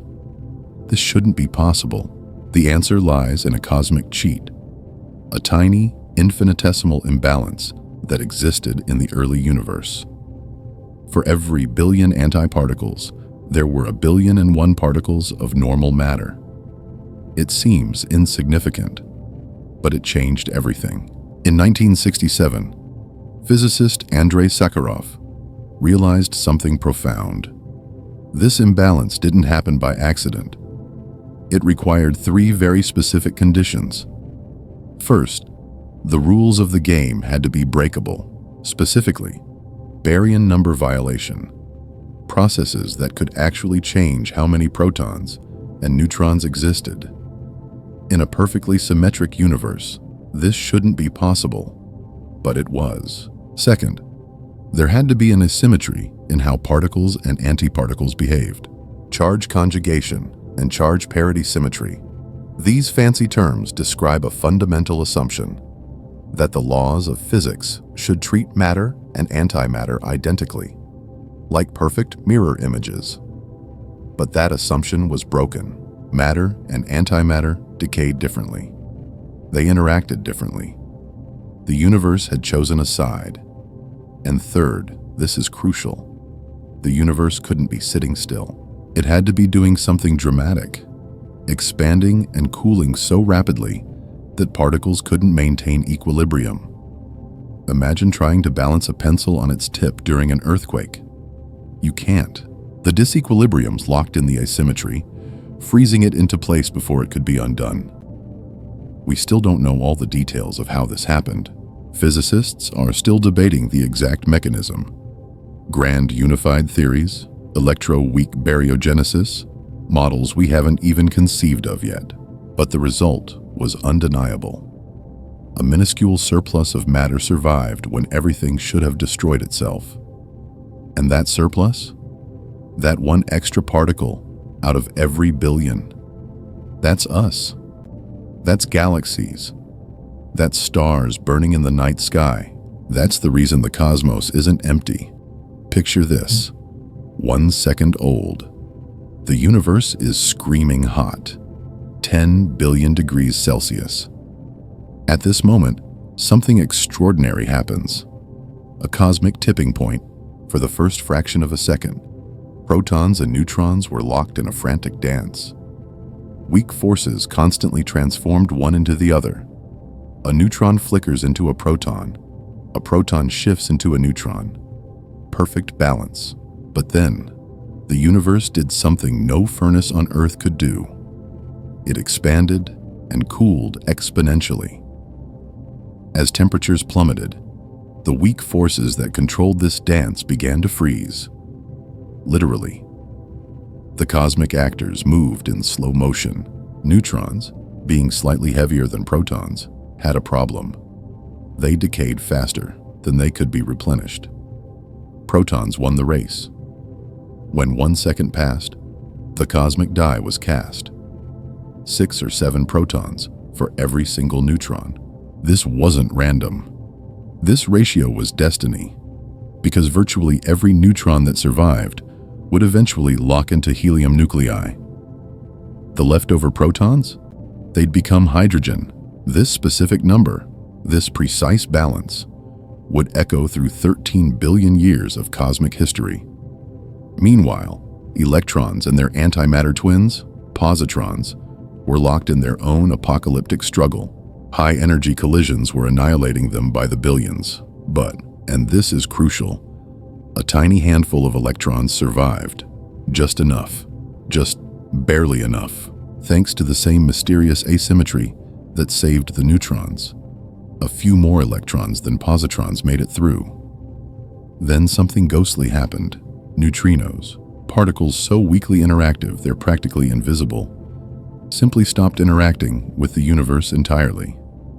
They decoupled. They vanished into the cosmic background, becoming a faint echo of the early universe that still surrounds us today, almost impossible to detect. Those surviving electrons? They were about to become the most important thing in creation. Picture the universe at this moment. A seething soup of free protons, free neutrons, free electrons, and photons blazing with tremendous energy. It looked like chaos, but it was actually something far more remarkable. A stage being set for the first act of creation.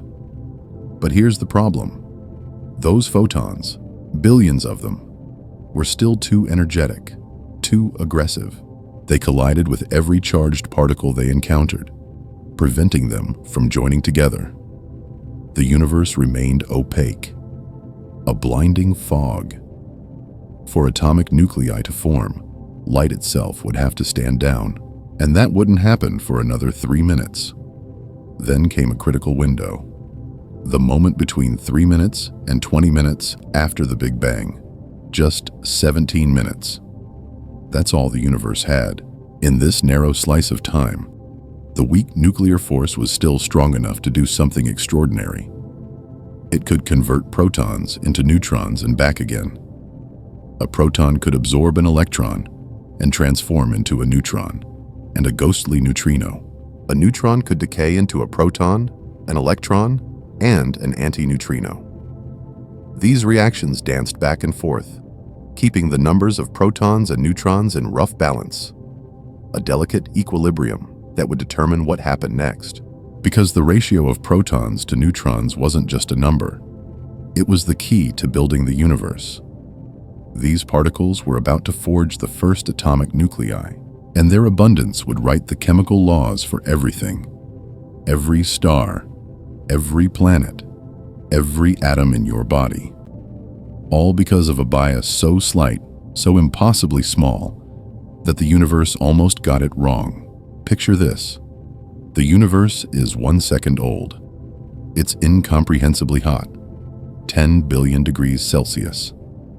At this moment, something extraordinary is happening in the quantum foam. Protons and neutrons are constantly transforming into each other, locked in a cosmic dance orchestrated by the weak nuclear force. They trade places. They swap identities. For every 1 neutron in existence, there are roughly 6 or 7 protons. Then the universe does something that will forever shape the cosmos. It cools down, and everything changes. You see, neutrons have a fatal flaw. They're slightly heavier than protons, and unlike their cousins, they can't exist alone for long. Left to themselves, a free neutron will spontaneously decay, splitting into a proton, an electron, and a ghostly particle called an antineutrino.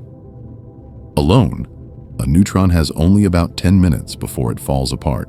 But as the universe expands and temperature plummets, something critical happens.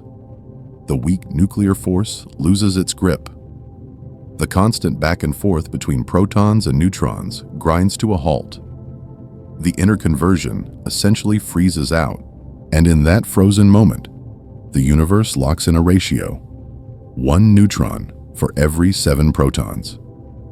This seems like a minor detail. It isn't. This precise ratio becomes the fundamental recipe for everything that comes next. It's the cosmic ingredient list, baked into the fabric of reality itself. If there had been more neutrons, the universe would have created more helium. If there had been fewer, if neutrons decayed faster, we'd have less. But this ratio, this specific balance, is what the universe has to work with. Then, the temperature plummets to 1 billion degrees Celsius.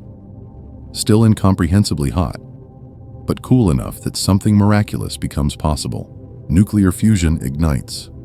Protons and neutrons crash together and stick, but only if conditions are exactly right. The universe must be hot enough to make fusion happen, but not so hot that newly born nuclei shatter instantly. It must be dense enough for particles to collide and fuse, but not so dense that all the neutrons vanish in an instant, creating an imbalance that would wreck everything. The universe is threading the needle, and it is working.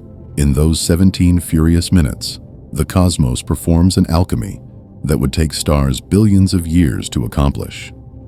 Protons and neutrons combine, forming the first atomic nuclei, helium and trace amounts of lithium. The universe becomes a nuclear forge, creating the raw materials for everything that will ever exist. But this cannot last. The expansion continues. Temperatures drop relentlessly. By 20 minutes, the nuclear reactions cease. The window slams shut. The universe's brief age of alchemy is over. What remains is remarkable. A universe no longer opaque, no longer a featureless soup, but populated by the first actual atomic nuclei floating in a sea of radiation. 92% hydrogen, 8% helium. A cosmic recipe written in the first minutes of existence. This wasn't just physics. This was the universe's opening move. Everything that followed, stars, galaxies, planets, life itself, emerged from this violent creation event. The Big Bang didn't just start time and space. It started with nuclear blueprints for the cosmos. And here's the most remarkable part. We can see the echo of this moment today, in the abundance of light elements scattered across every galaxy, every star. Big Bang nucleosynthesis left fingerprints on the universe, proof that our cosmos wasn't born static or mysterious, but was forged in moments of astonishing precision. The universe has just made a choice. The ratio of neutrons to protons is set. But here's the problem. The cosmos is still impossibly hot, around 1 billion degrees Celsius. Nothing survives this inferno. Not a single complex nucleus. Deuterium tries to form. The simplest nucleus you can make. Just one neutron and one proton stuck together. But the moment it appears, violent photons blast it apart. It's like building a sandcastle during a hurricane. The waves keep knocking it down faster than you can rebuild. We call this the deuterium bottleneck. And it holds the entire universe hostage for 3 minutes. Now, 3 minutes might sound trivial, but in the early universe, it's an eternity. The cosmos expands, the temperature plummets, and then, at exactly 3 minutes old, when the universe cools to about 1 billion degrees, something miraculous happens. Deuterium becomes stable, and suddenly, the floodgates of nuclear fusion burst wide open. Deuterium nuclei collide with protons. They fuse and create helium-3. Deuterium smashes into deuterium, spawning helium-3 and releasing a free neutron, or sometimes forging tritium, a heavier cousin of hydrogen. Then helium-3 and tritium combine. They fuse and lock together as helium-4. 2 protons, 2 neutrons. Stable. Incredibly, unbreakably stable. This is the crucial moment. Almost every neutron that has survived gets trapped inside a helium-4 nucleus. The reaction is so brutally efficient, so overwhelmingly favorable, that virtually all available neutrons vanish. They're locked away, frozen in place, forever. And this creates a prediction so precise, so elegant, that it fundamentally changed how we understand reality. The universe should have emerged from the Big Bang with a primordial composition of roughly 75% hydrogen and 25% helium-4 by mass. Not 74%, not 76%, but 75%. This number doesn't come from guesswork or approximation. It emerges directly from that 1:7 neutron to proton ratio established at the 1 second mark. 2 protons make hydrogen. 2 protons and 2 neutrons make helium-4. Work through the abundance of available protons and neutrons, and you arrive at this remarkable prediction. Then astronomers looked out into the universe. They studied the oldest, most distant light they could detect. Light that had been traveling for billions of years. And they found exactly this composition. Big Bang nucleosynthesis had spoken, and reality had answered. But here's where the story takes a turn. In those first few minutes, conditions seemed perfect for creating heavier elements. Helium-4 and tritium collided and fused.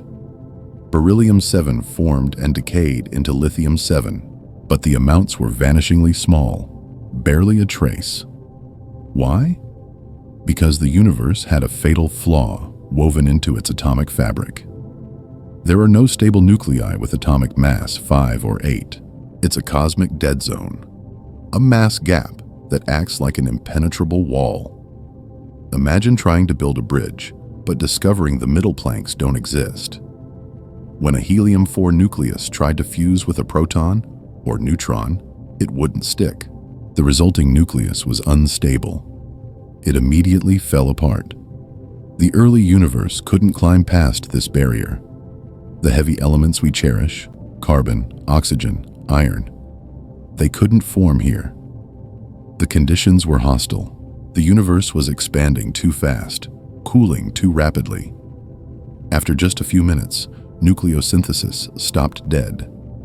The cosmic dice had been cast.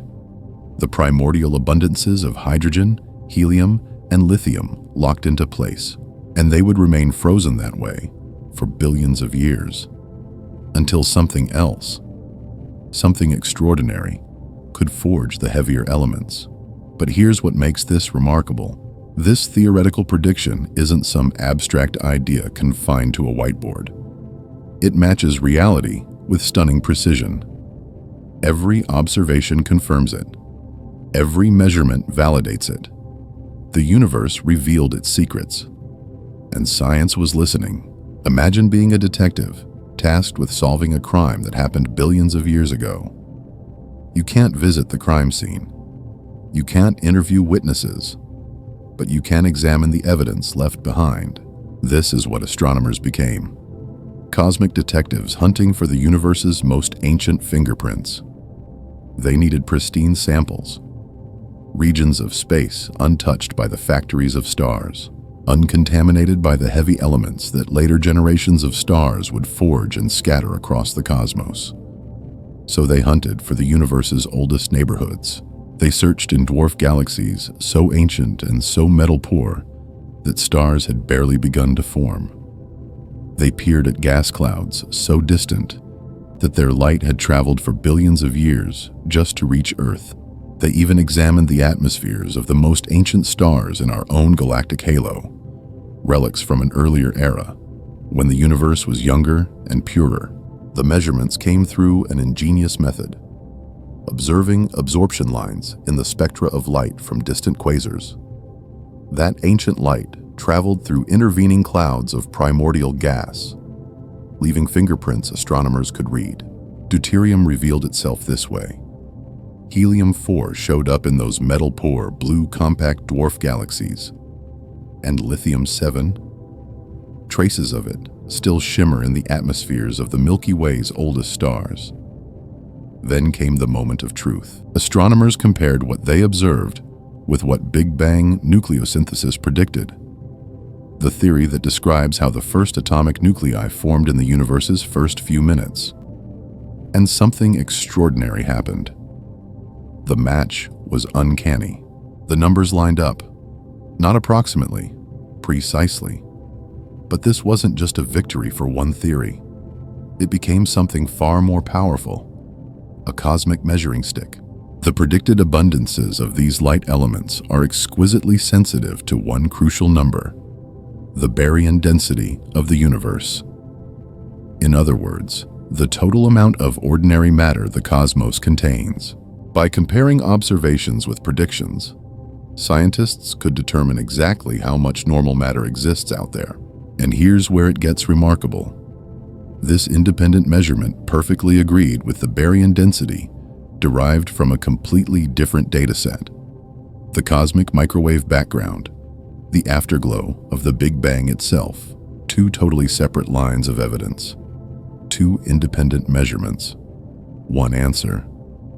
This convergence doesn't prove the Big Bang model. It surrounds it with confidence. Big Bang nucleosynthesis even made audacious predictions about physics that scientists couldn't directly test at the time.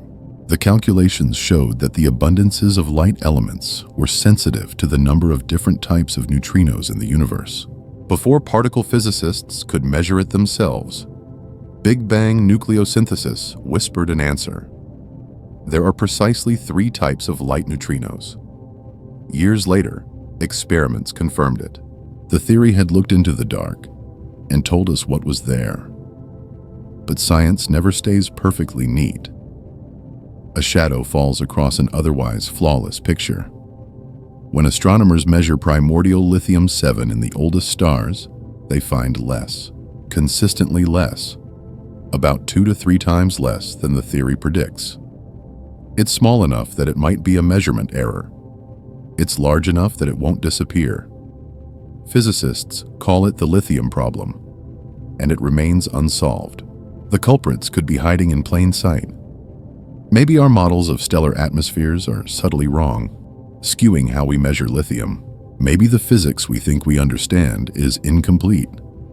New particles or forces operating in the early universe that altered how lithium was produced or destroyed. The puzzle remains open. The investigation continues. Because here's what this means. Somewhere, in the details we haven't quite grasped, the universe is keeping a secret, and scientists are determined to find out what it is. Those first nuclei, hydrogen and helium became the foundation for everything. All the stars, all the galaxies, every atom in your body. For the first few thousand years after the Big Bang, these nuclei couldn't exist as solid matter. They were trapped in a seething, ionized plasma so hot that electrons couldn't hold on to them. Then, slowly, the universe cooled. Electrons finally settled into orbit around nuclei, forming neutral atoms. And that's when the lights went out. The cosmic dark ages began, but it wouldn't last. Stars would ignite. Galaxies would spiral into being, all from these humble building blocks born in the universe's first moments. But here's the thing about the Big Bang. It happened so long ago that we can't just rewind time and watch it. We need evidence. We need proof.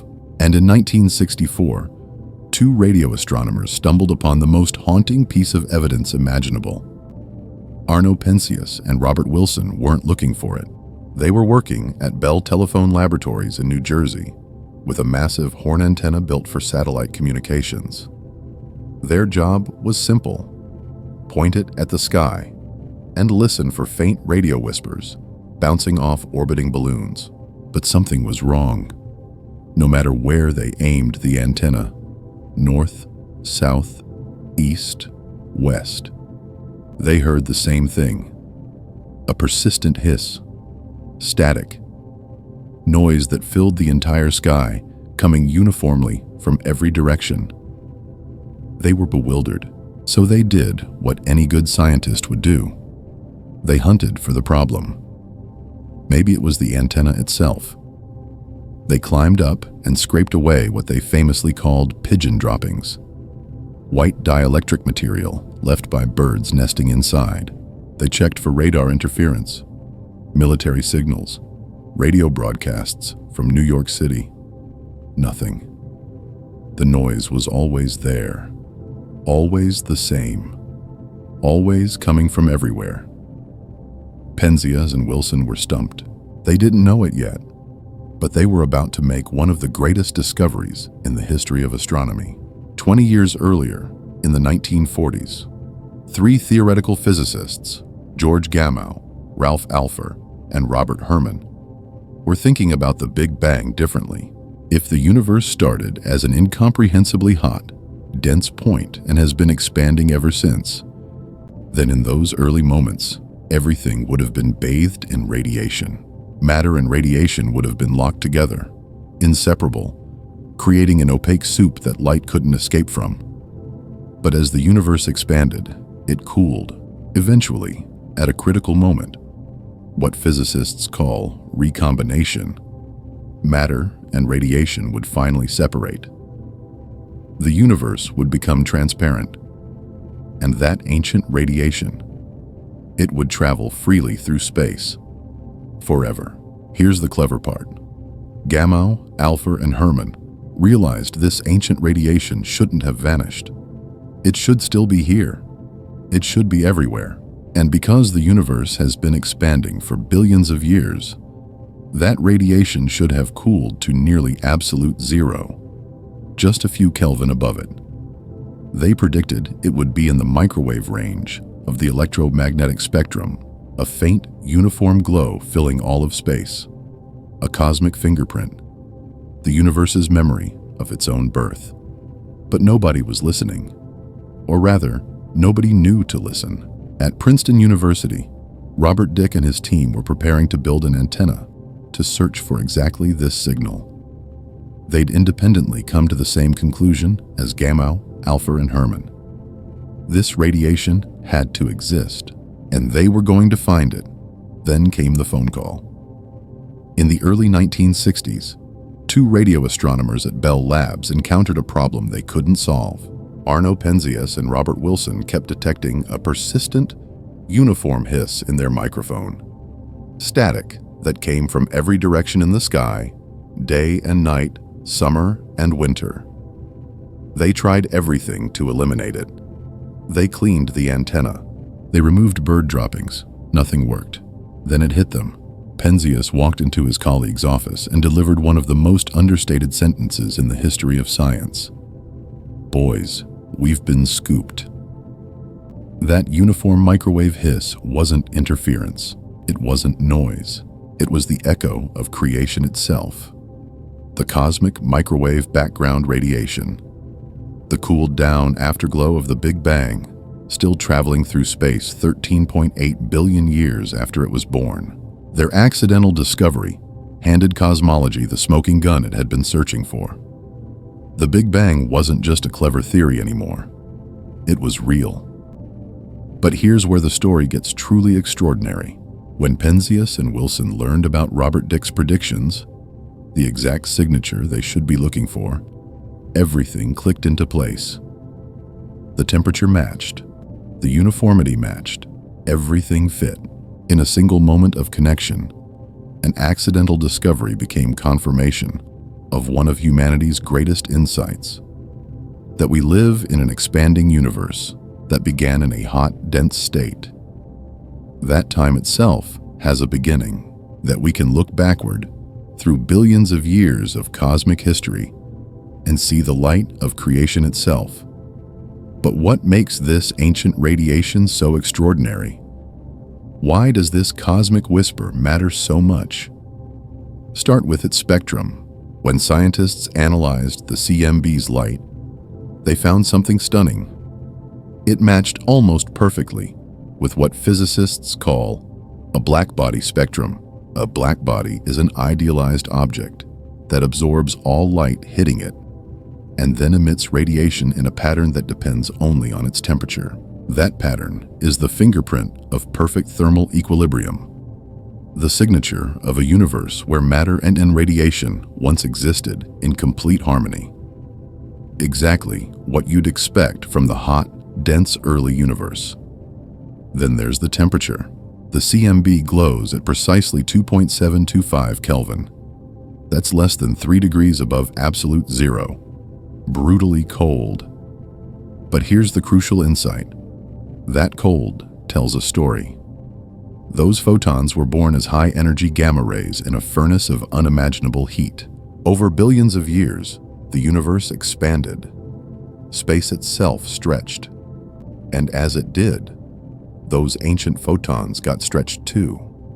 Their wavelengths grew longer, and their energy plummeted. What started as fierce radiation cooled into the gentle microwave glow we detect today. The universe itself is a cosmic refrigerator, and the CMB is its proof.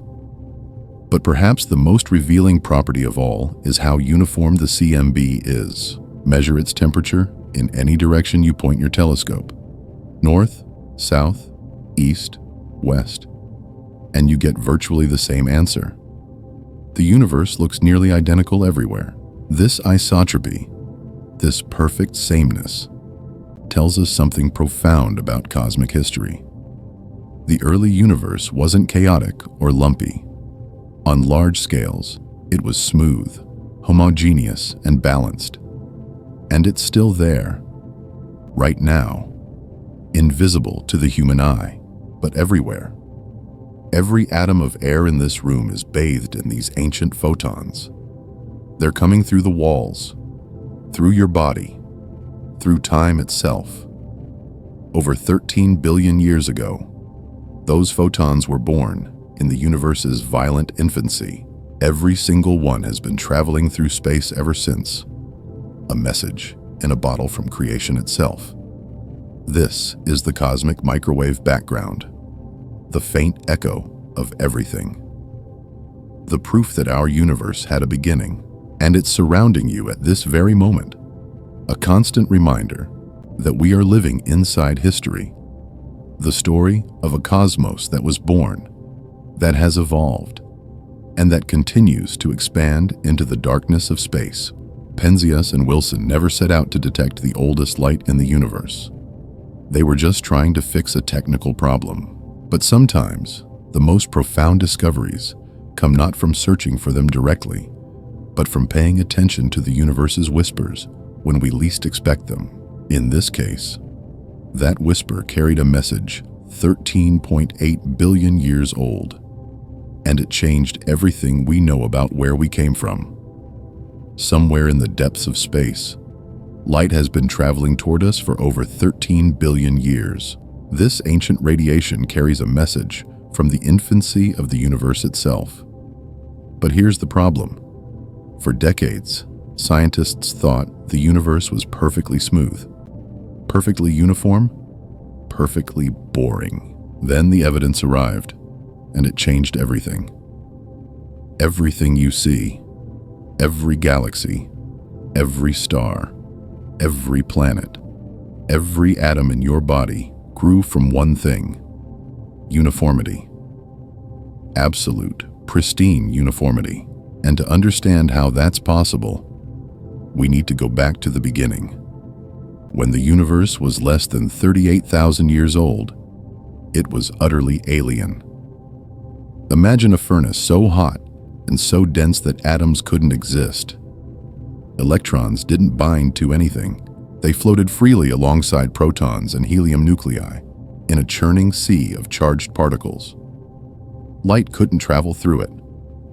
Every time a photon tried to move, it collided with an electron or nucleus and bounced backward.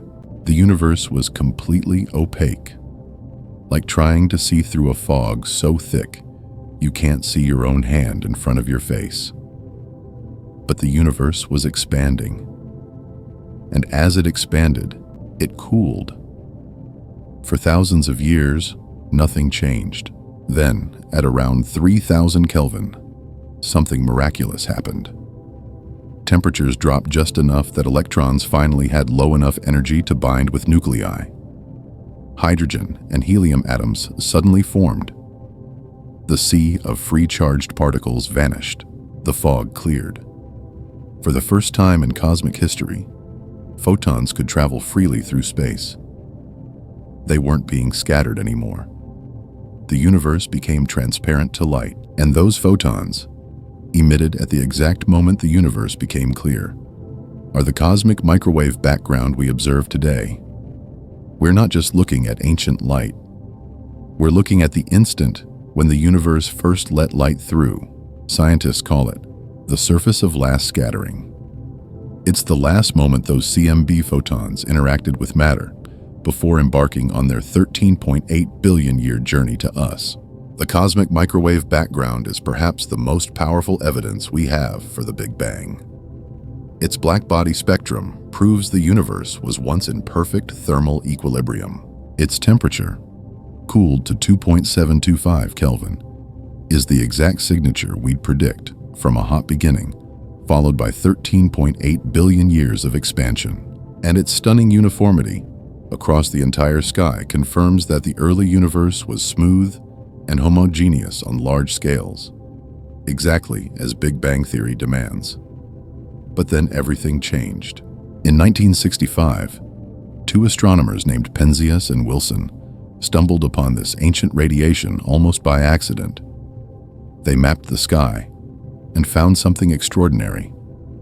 The CMB was almost perfectly smooth. Almost. And that word matters. You see, the cosmic microwave background didn't just confirm what we suspected about the universe. It executed a decisive blow against an entire theory. The steady-state model, a beautiful idea that the universe had always existed, always looked the same, constantly creating matter out of nothing, couldn't explain what we were observing. The CMB was the smoking gun. And with that single observation, cosmology entered a new era. But here's where it gets truly remarkable. The power of the CMB doesn't come from what makes it uniform. It comes from what makes it different. Theorists had been running calculations, modeling how the universe should evolve. And the math kept insisting on something radical. Tiny variations had to exist in the early universe. Without them, nothing would ever happen. The universe would remain a featureless void. Gravity would have nothing to grab onto. No slight bulges to pull on. No way for matter to clump together. Galaxies would never form. Stars would never ignite. You would never exist. The cosmic microwave background is a message from when the universe was newborn. It's still reaching us today, carrying secrets about our cosmic origins. Those microscopic imperfections, frozen into the light from the beginning of time, became the seeds of everything. They became us. Imagine holding a photograph of the universe when it was just 380,000 years old. Not a metaphor. We actually have one. It's called the cosmic microwave background, or CMB. Ancient light, the oldest light we can possibly see. This light carries a message encoded in its very fabric. When cosmologists analyze it, they're reading the universe's birth certificate, and what they discovered is astounding. For decades, physicists made a bold prediction. They said the early universe wasn't perfectly uniform. It had to have tiny wrinkles, microscopic variations in density and temperature. If it didn't, we wouldn't exist. Galaxies wouldn't exist. Stars, planets, life itself, all impossible. So cosmologists held their breath and waited for better instruments. In 1992, they got their answer. The COBE satellite, the Cosmic Background Explorer, finished its meticulous survey of the entire sky. The data arrived, and there it was. Those predicted variations were real, impossibly subtle. We're talking about temperature differences of just 1 part in 100,000. To put that in perspective, imagine the entire ocean and detecting a single drop that's 1 degree warmer than the rest. That's how precise these measurements were. Those tiny variations weren't random noise. They were the universe's fingerprints. They revealed exactly what the early cosmos looked like. Regions slightly denser than average. Regions slightly less dense. In the denser spots, the radiation burned fractionally hotter. In the emptier spots, fractionally cooler. Microscopic differences. But gravity doesn't ignore microscopic differences. Here's the crucial part. Gravity always pulls stronger where there's more mass. So these dense regions grew denser over billions of years, pulling in more and more matter from their surroundings. The less dense regions grew emptier. This feedback loop, triggered by variations smaller than a snowflake, sculpted the entire cosmic web. Galaxies, galaxy clusters, the architecture of reality itself. And there's more. These fluctuations handed cosmologists something they desperately needed: evidence for cosmic inflation. In the universe's first fractions of a second, space expanded so violently that tiny quantum jitters, subatomic wiggling, got stretched to cosmic sizes. The CMB variations matched this prediction perfectly. The wrinkles were there. The theory was right. But COBE was just the beginning. In 2001, the Wilkinson Microwave Anisotropy Probe, WMAP, launched into orbit and looked deeper. It mapped the CMB with far greater precision, 30 times more detail than COBE. Every peak and valley confirmed what came before. But now we could see the fine print. Then in 2009, the European Space Agency unleashed Planck, the most sensitive CMB detector ever built. Planck didn't just refine the map, it revolutionized it. Its precision was so extraordinary that cosmologists could finally read the universe's instruction manual with genuine clarity. And here's where it gets beautiful. Those temperature variations hide a symphony. The early universe wasn't silent. Before it became transparent, photons and matter were locked in an intimate dance.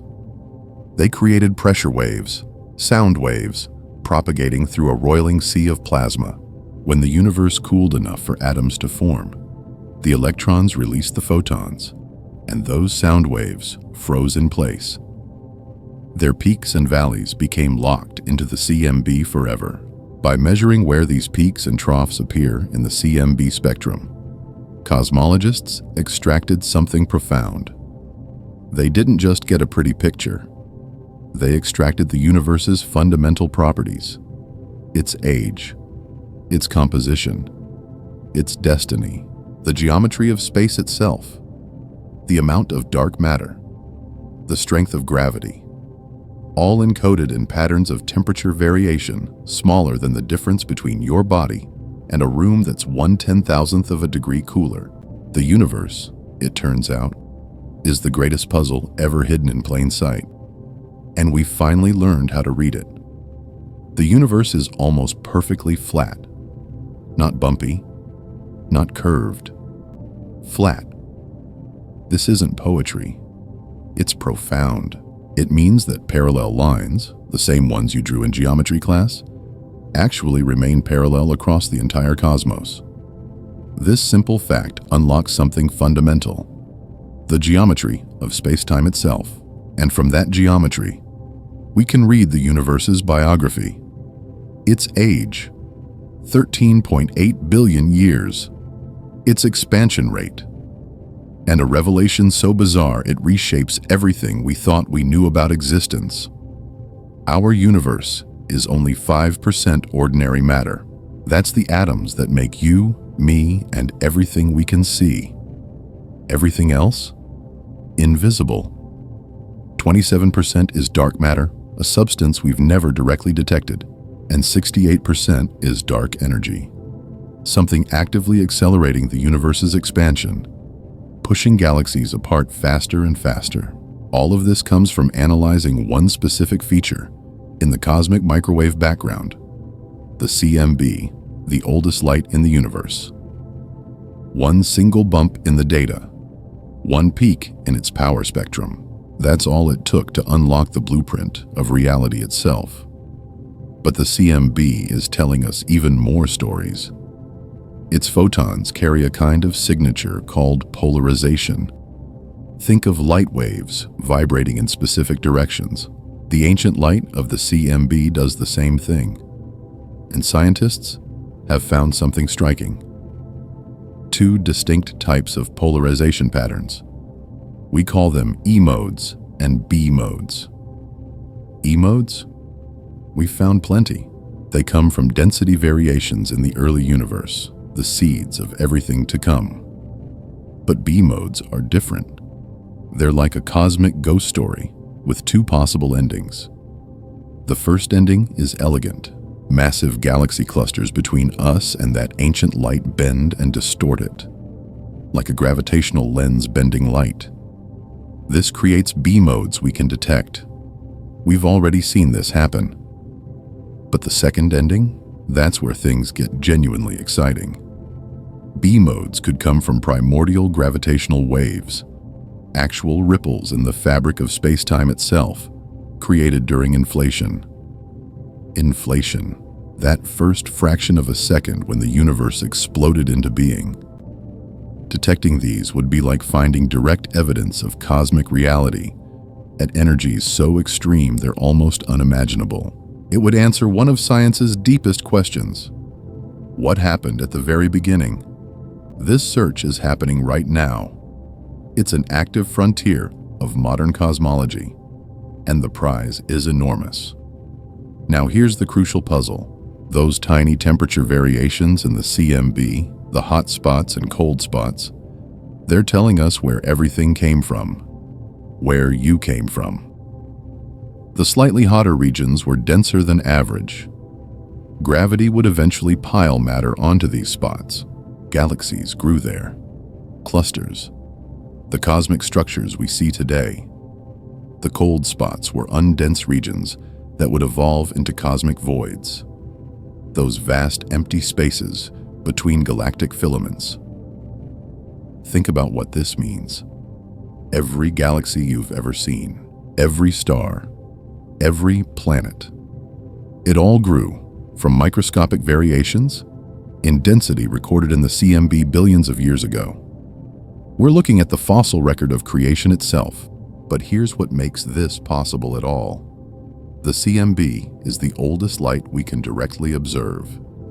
It's the surface of last scattering, the moment when the universe finally cooled enough for electrons and protons to combine into hydrogen atoms. Before that, the universe was a dense, opaque plasma. Light couldn't travel freely. It would scatter instantly. We're literally staring at the edge of visibility, the cosmic horizon of our own past. Yet there's a paradox that haunted cosmologists for decades. The universe today is wildly uneven. Stars cluster into galaxies. Galaxies cluster into superclusters. Cosmic filaments stretch across billions of light years, separated by voids containing almost nothing. It's magnificently complex architecture. The cosmos is a tapestry of structure, but the CMB shows us something shocking. The early universe was almost perfectly smooth, almost perfectly uniform, like untouched snow. So how did we get here? How did such a bland, featureless early cosmos become the intricate, richly structured universe we inhabit today? That's the question that will drive cosmology forward. And the CMB holds the answer. Picture this. 13 billion years ago, the universe was nearly perfect. Smooth, uniform, almost boring. And yet, here we are, surrounded by galaxies. Billions upon billions of them, clustered together in the vast cosmic web. Stars, planets, us. So where did all this complexity come from? How did the universe go from featureless smoothness to this spectacular architecture of galaxies and galaxy clusters? The answer is hidden in something so subtle, so impossibly faint, that we almost missed it entirely. Astronomers discovered it encoded in the cosmic microwave background, that ancient light left over from the Big Bang itself, and what they found was remarkable. Tiny temperature variations, minuscule fluctuations. We're talking about differences of just a few parts in 100,000. These weren't errors in the data. These were fingerprints of the very seeds that grew into everything we see today. Now here's the devastating problem cosmologists faced. If the universe had been perfectly uniform, when that ancient light was released, gravity would have had absolutely nothing to work with. A perfectly smooth distribution of matter expanding through space stays perfectly smooth forever.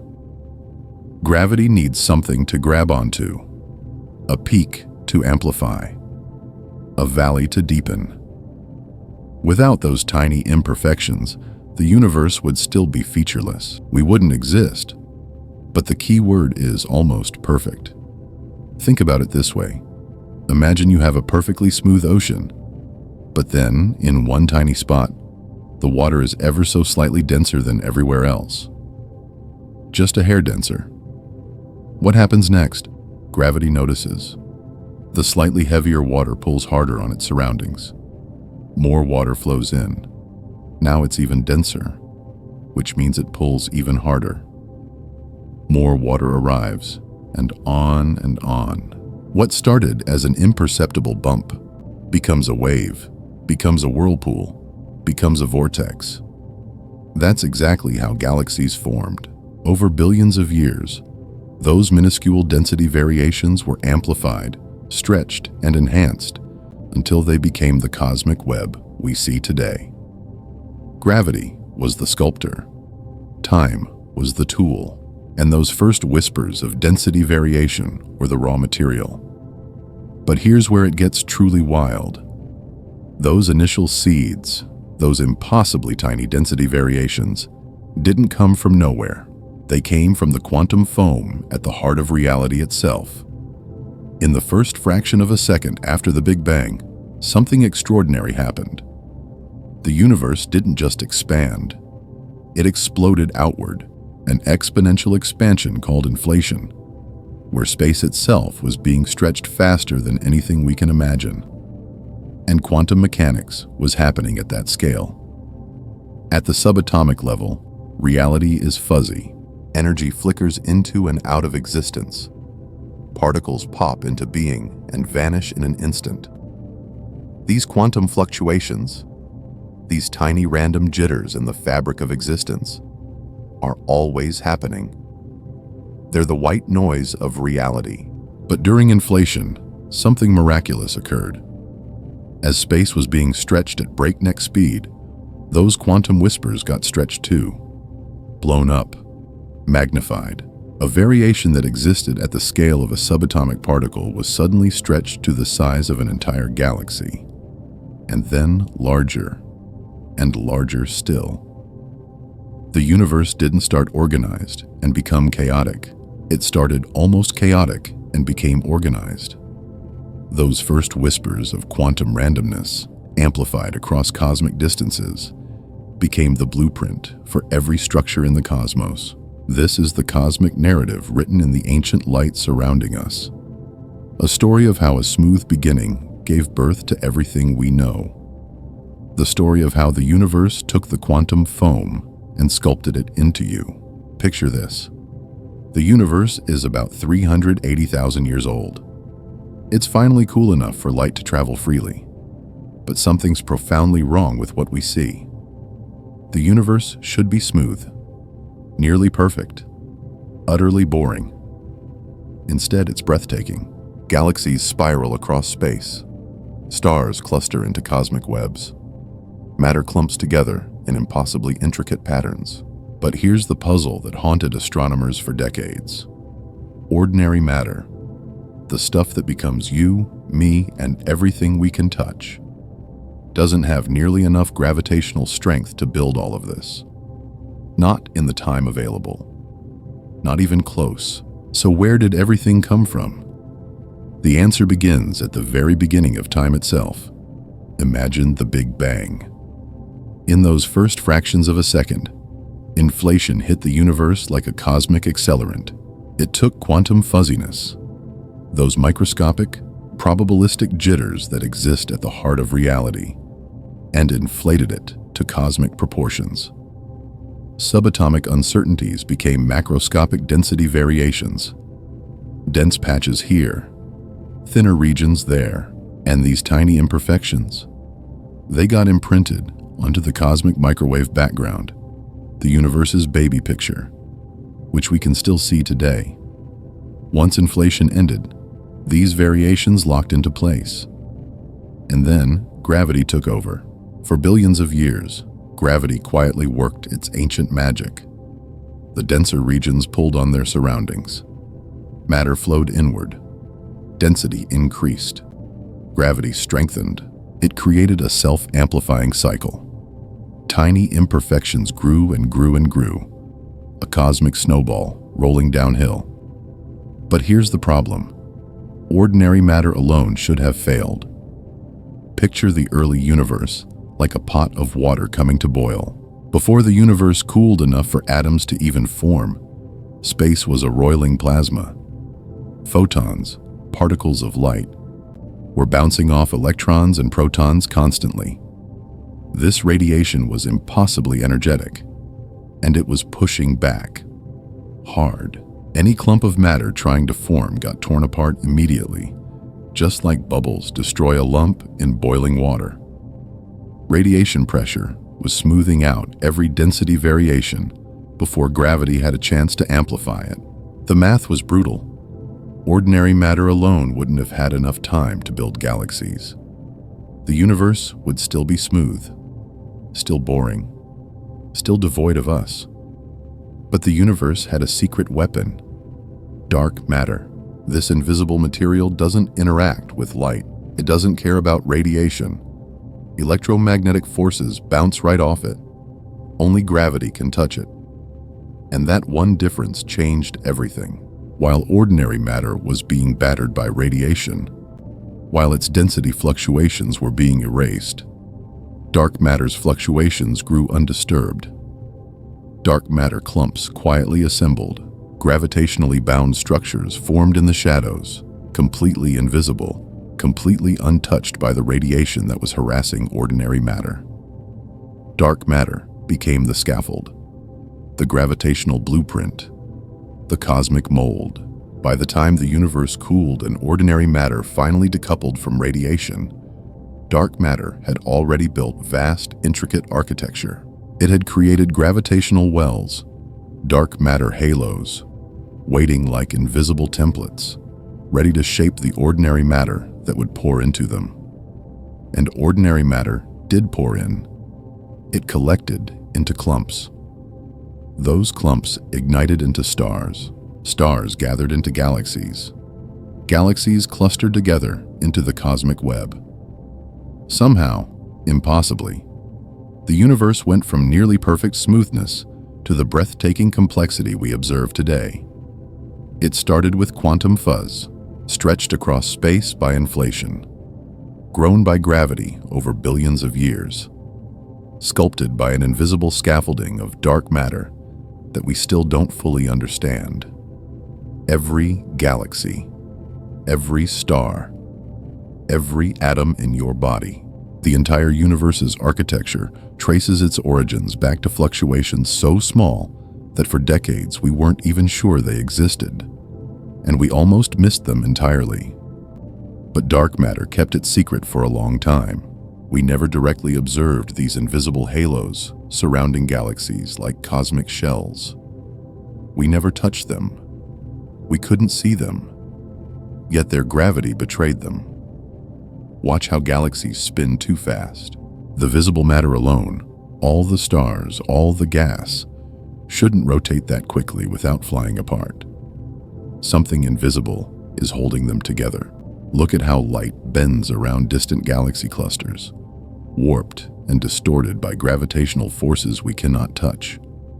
This phenomenon, gravitational lensing, is our smoking gun. The dark matter is there, and it always was. Imagine the universe had a blueprint, not written on paper, not designed by any mind, but carved into the very fabric of space itself by gravity. Dark matter halos weren't built after galaxies formed. They came first, long before the first star ignited, long before the first galaxy took shape. These dark matter halos were the cosmic nurseries, invisible gravitational blueprints waiting patiently for ordinary matter to arrive. Here's how it actually happened.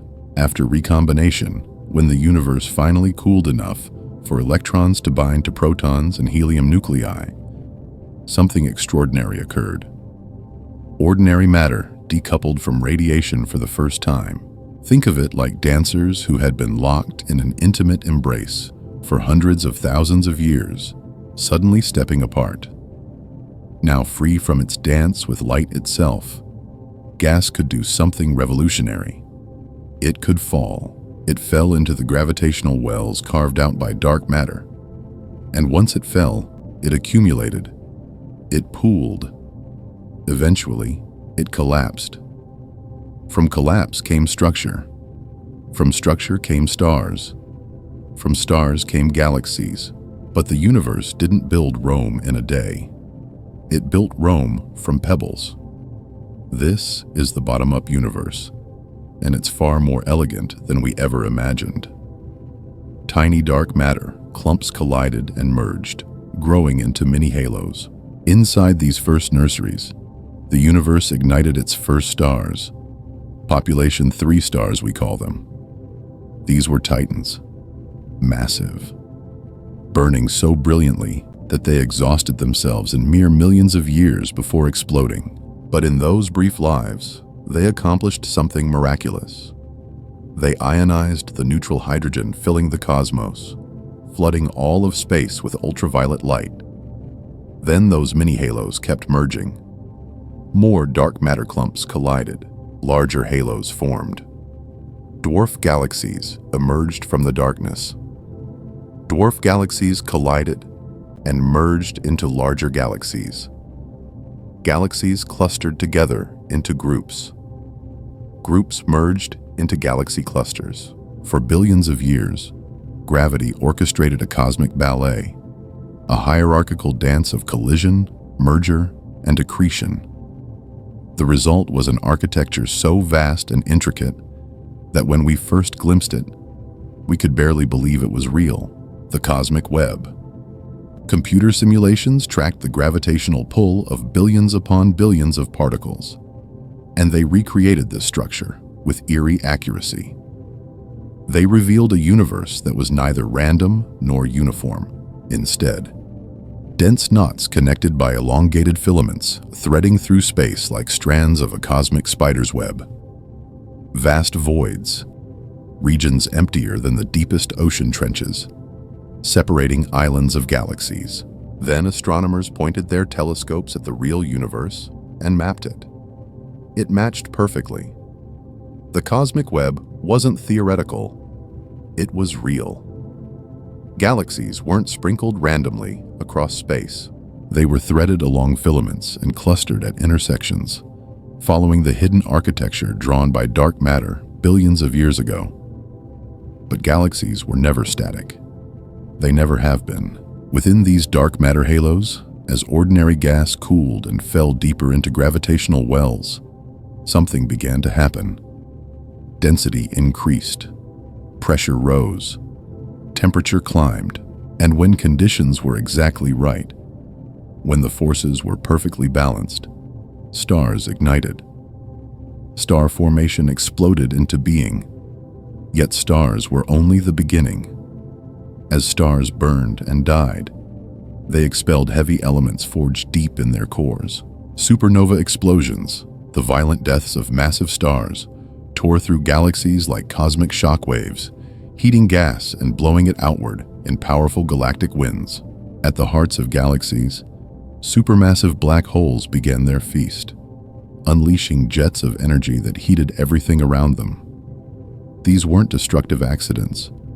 They were evolution's tools, a small, chaotic, chemically primitive galaxy from the early universe.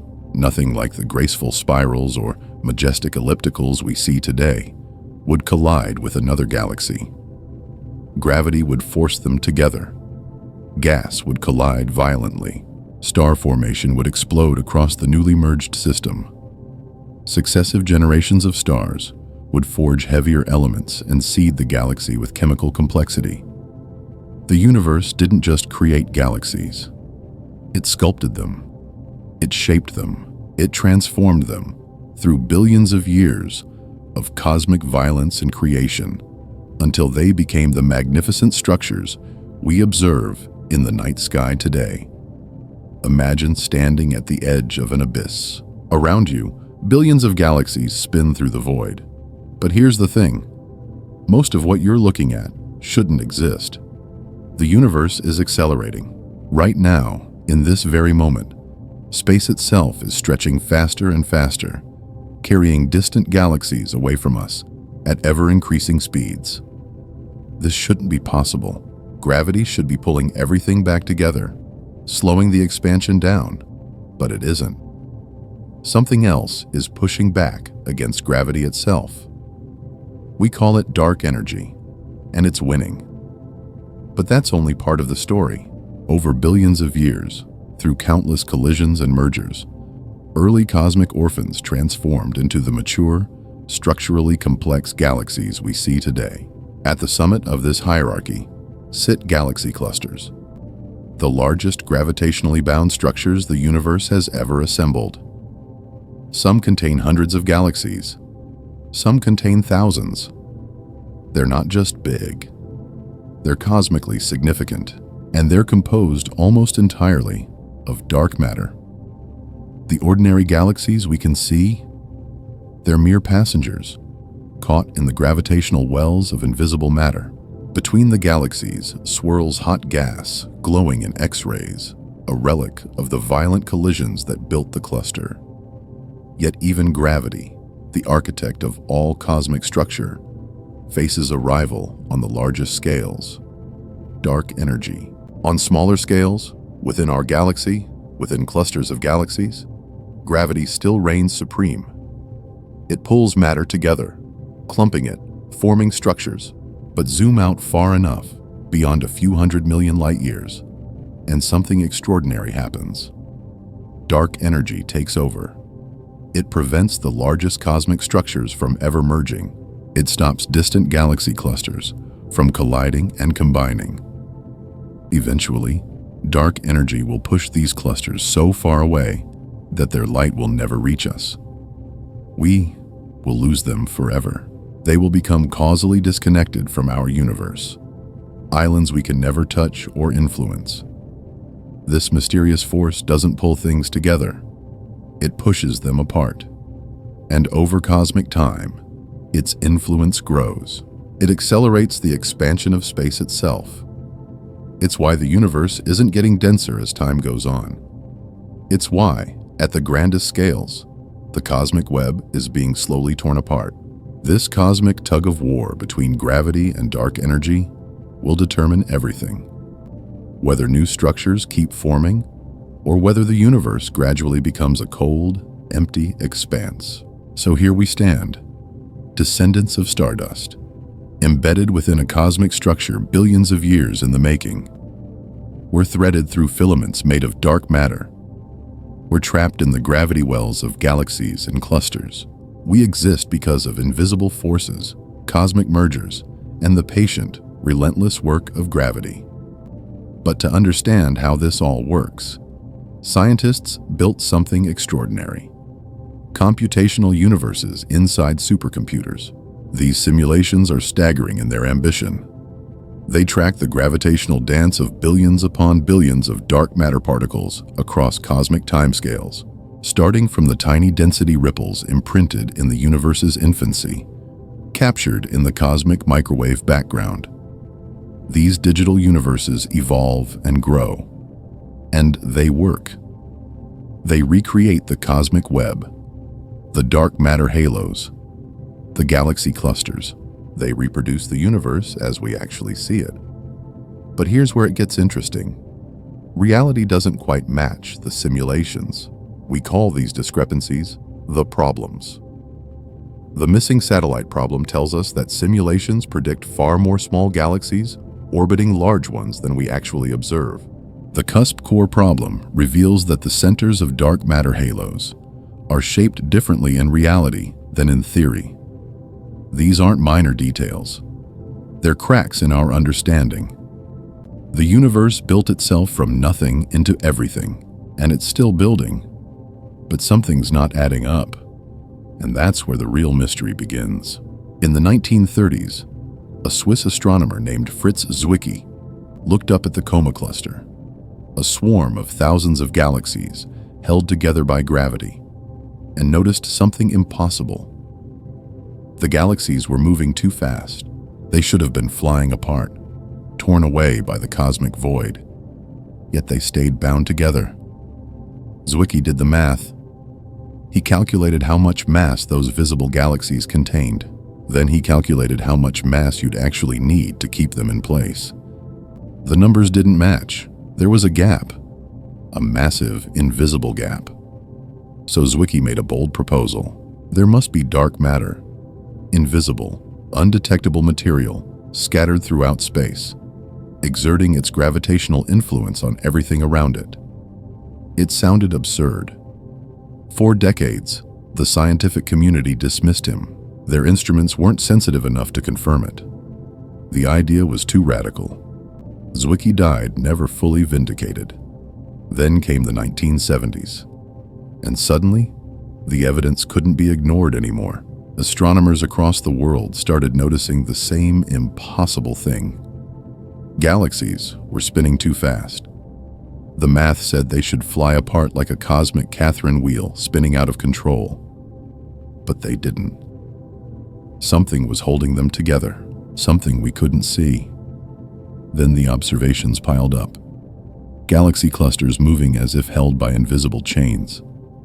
Light bending and warping around massive structures, distorted by mass that refused to reveal itself. Weak gravitational lensing experiments mapped the invisible scaffolding underlying cosmic architecture.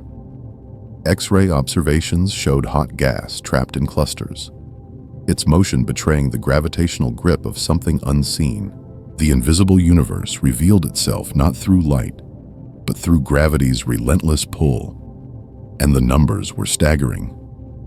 Dark matter makes up roughly 27% of everything that exists, nearly 6 times more abundant than all the atoms, stars, and planets combined. Think about that. Everything you can see, every star, every galaxy, every planet. This entire world, beneath your feet, amounts to just 5% of the universe. The other 95%? Mostly dark matter and dark energy. We are not made of the stuff the cosmos is primarily made of. We are the exception, the rare cosmic anomaly. Dark matter is the gravitational glue holding the universe together. Without it, galaxies wouldn't exist. The universe as we know it would collapse into chaos. Yet here's where the mystery deepens. Despite decades of searching, we still don't know what dark matter actually is. Scientists have built experiments buried deep underground, shielded from cosmic rays, hunting for particles that barely interact with ordinary matter. Sensitive detectors waiting in the darkness, listening, watching. So far, nothing. The particles remain silent, if they exist at all, and the puzzles keep multiplying. Our simulations suggest our theories are incomplete. Something fundamental about how cosmic structure forms still eludes us. The universe, it seems, still has secrets to tell. We're only just beginning to listen. In the 1970s, an American astronomer named Vera Rubin did something that should have been routine. She pointed her telescope at spiral galaxies and watched how stars move. The question was simple. How fast do they orbit around their galactic center? The answer should have been simpler still. We know the rules. Gravity weakens with distance. Planets far from the sun move slower than planets close to it. It's basic physics. Rubin expected to find the same pattern in galaxies. Stars near the center spinning fast. Stars at the edge spinning slow. But something was profoundly wrong. The outer stars weren't slowing down. They were moving just as fast, sometimes faster, than stars closer to the galactic core. It defied everything physics taught us. It was as if an invisible hand was reaching across the entire galaxy, pulling those distant stars along for the ride. Rubin had stumbled onto one of the universe's greatest mysteries. There was only one explanation: a massive halo of unseen matter surrounding every galaxy. Dark matter. Not just a little bit. We're talking about enormous amounts. Everything we could see, all the stars, all the gas, all the dust, made up maybe 15 or 20% of what was actually there. The rest remained invisible, gone, undetectable, yet undeniably real. Other astronomers picked up the thread. They pointed their telescopes at entire galaxy clusters and discovered something even more profound. When light from distant galaxies passed through these clusters, something strange happened. Space itself bent. Einstein had predicted this. Massive objects warp reality like a bowling ball sinking into a trampoline. Light gets bent. Galaxies shimmer and distort. Some stretch across the sky. Others appear multiple times in the same image. Ghosts of light bending around a gravitational trap. By carefully measuring these cosmic illusions, astronomers could map the invisible architecture holding these clusters together. And every single time, the story was identical. The visible matter, the galaxies and glowing gas, accounted for maybe 10% of the total mass. Everything else was dark matter, unseen, unmeasured, yet absolutely essential to holding the universe together. But there's more. Galaxy clusters aren't just filled with galaxies. They're packed with plasma so scorching hot it screams X-rays into the void of space. This gas shouldn't stick around. It should dissipate into nothingness. Instead, something holds it in place with an iron grip. That something is dark matter, an invisible cage made of gravity itself. What is this dark matter? We still don't know. It doesn't emit light. It doesn't absorb it. It barely interacts with normal matter at all. It's the universe's best-kept secret. But you can't ignore its effects. Dark matter is everywhere. It binds galaxies together. It shapes the entire cosmic web. Without it, everything we see, every star, every planet, every atom in your body would cease to exist. Now imagine you're an astronomer, witnessing the most violent collision in the universe. Two galaxy clusters are hurtling toward each other at millions of miles per hour. What you're about to see will shatter everything you thought you knew about reality itself. When these colossal structures collide, something extraordinary unfolds. The ordinary matter, that scorching gas blazing with X-rays, crashes together and slows down.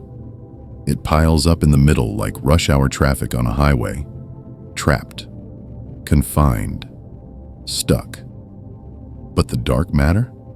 It passes straight through, unimpeded, unstoppable, as if the collision barely touched it. This is the bullet cluster, and it gives us something we've never had before: direct proof that dark matter is real. Here's what makes it so stunning. X-ray telescopes show us exactly where all that hot gas ended up, caught in the center, trapped between the two colliding clusters. But then we use a different tool. We map how gravity bends light itself. We measure where all the mass actually is, and the results don't match. The gas is in one place. The gravity is in another. Separated. Distinct. Impossible to explain unless dark matter exists as its own entity, passing through ordinary matter like a ghost through a wall. The universe just revealed one of its deepest secrets, and the revelation was unmistakable. The vast majority of the universe's mass isn't sitting where we can see it. It's out there on the outskirts, exactly where the galaxies are, exactly where dark matter should exist. Invisible, untouchable, bending space and time around it. We can see the separation with our own eyes.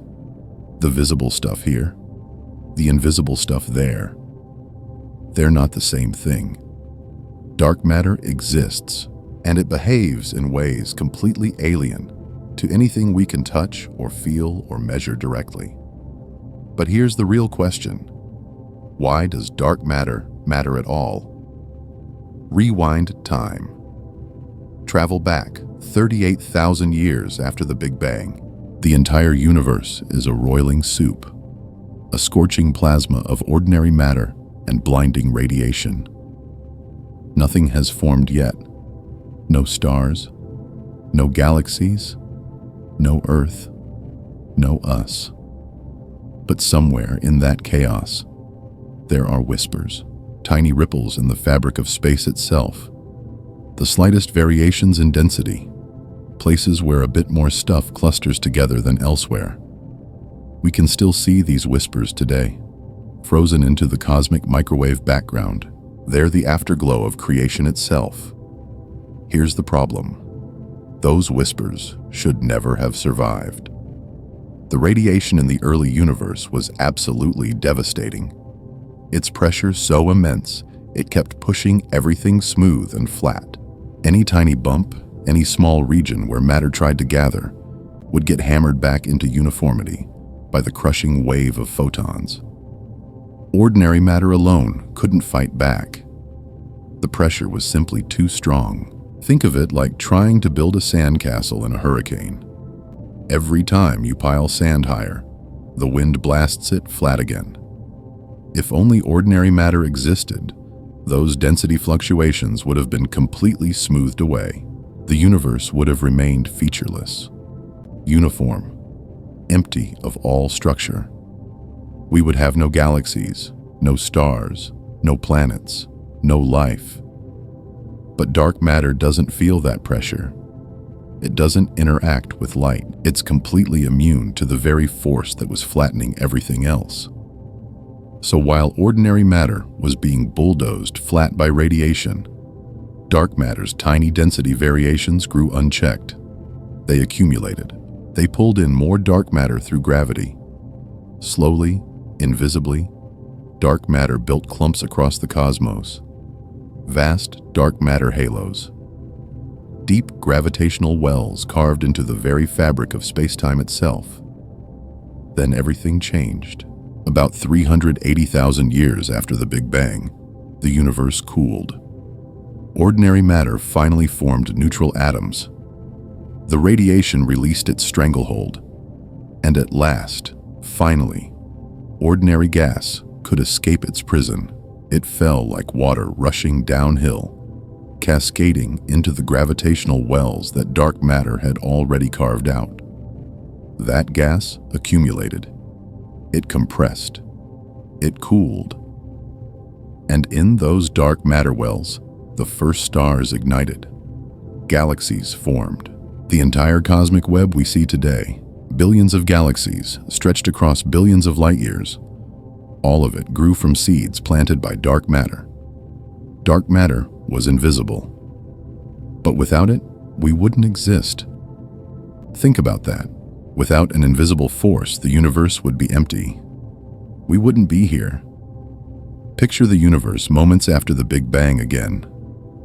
Everything is almost perfectly smooth. A cosmic soup of nearly identical density everywhere.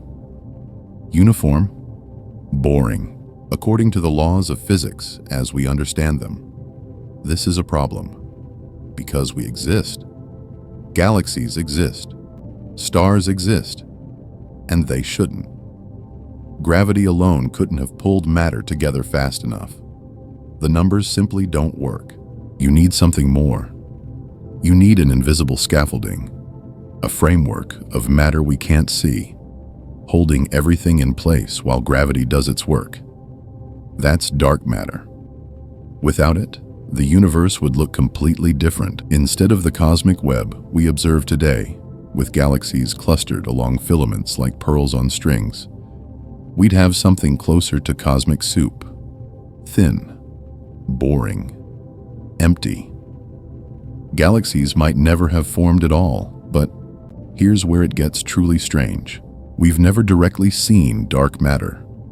We don't know what it's made of.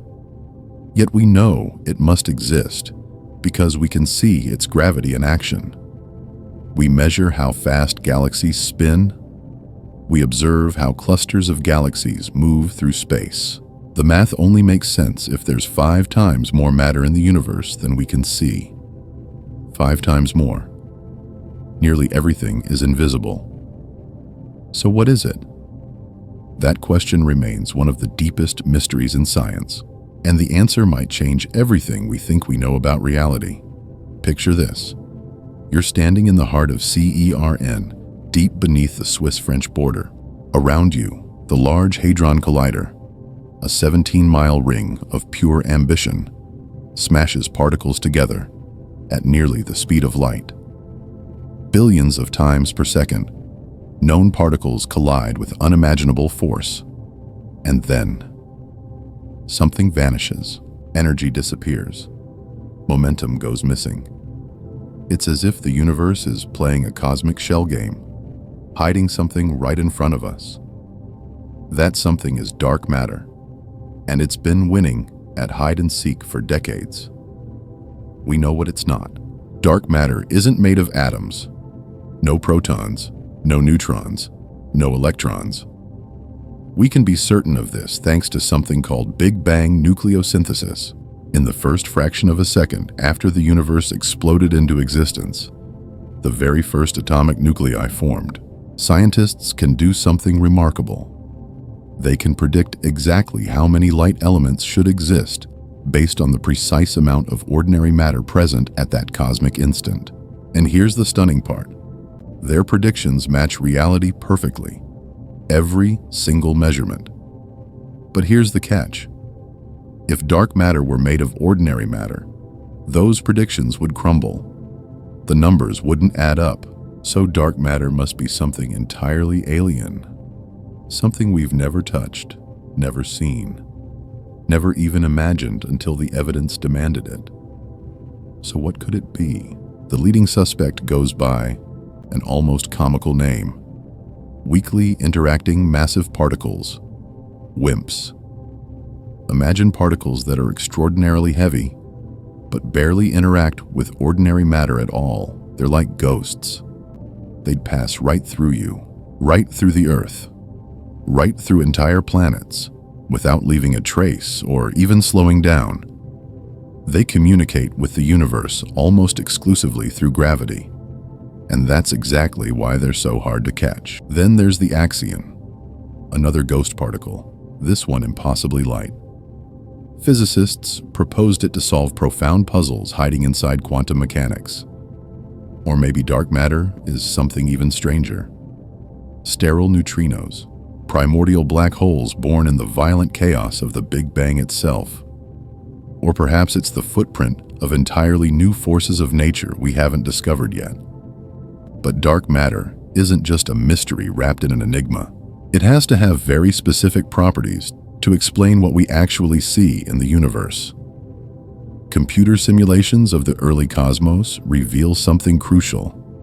Dark matter had to be cold. Not cold like ice. Cold meaning its particles were moving slowly, not zipping around at nearly the speed of light. This distinction matters enormously. If dark matter particles were moving fast, what physicists call hot, they'd smooth out the tiny ripples and bumps in density that gravity needs to build structures. Small galaxies couldn't form. The intricate scaffolding of the cosmos would never assemble. The universe would look completely wrong. But the observations confirm it. We see dwarf galaxies scattered everywhere across the cosmos. We see the intricate structure nested inside large galaxies, the spiral arms, the bars, the rings, and all of it matches the predictions made with cold dark matter. This cold dark matter, combined with something called dark energy, creates what cosmologists call lambda CDM, the current best description of how the universe actually works. It works. It explains nearly everything we observe, but we still haven't caught dark matter red-handed. Scientists are hunting it now with desperate ingenuity. They've descended a kilometer beneath mountains. They've tunneled into abandoned mines, and there, in the deepest darkness, they've built extraordinarily sensitive detectors designed to catch the ghost in the act. When a dark matter particle collides with an atomic nucleus, it causes a tiny recoil, just a microscopic jolt, a nudge so small it would make an ant look massive. These detectors are so sensitive they might feel it. Lux LZ, Xenon, Panda X. They're watching, waiting, hoping that one dark matter particle will stumble into their trap. Others hunt differently. They search for the afterglow.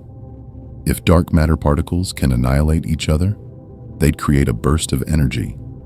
Gamma rays, cosmic rays, neutrinos, telescopes like Fermi sweep the galaxy, searching for these signals coming from the galactic center, from dwarf galaxies, from anywhere dark matter congregates in large numbers. We're looking, we're listening, and somewhere out there, in the darkness that fills the universe, the answer is waiting to be found. We've deployed every weapon in science's arsenal. We've built detectors so sensitive they can sense a single atom vibrating. We've analyzed the universe's oldest light. We've tracked galaxies across billions of years. And yet, dark matter particles remain invisible, untouchable, elusive. They slip through our detectors without leaving a trace. Only their gravitational fingerprints remain. But don't mistake their invisibility for insignificance. Dark matter is the universe's invisible skeleton. Without it, galaxies would tear themselves apart. Spiral galaxies like our Milky Way spin too fast. Their outer edges move as if they're orbiting at the same speed as the inner regions. By all laws of physics, they should fly apart like a spinning top, losing its grip. But they don't. Why? Because dark matter wraps around them like an invisible web. It's gravity holding everything together. And it's not just individual galaxies, galaxy clusters, cosmic cities of hundreds or thousands of galaxies bound by gravity owe their very existence to dark matter.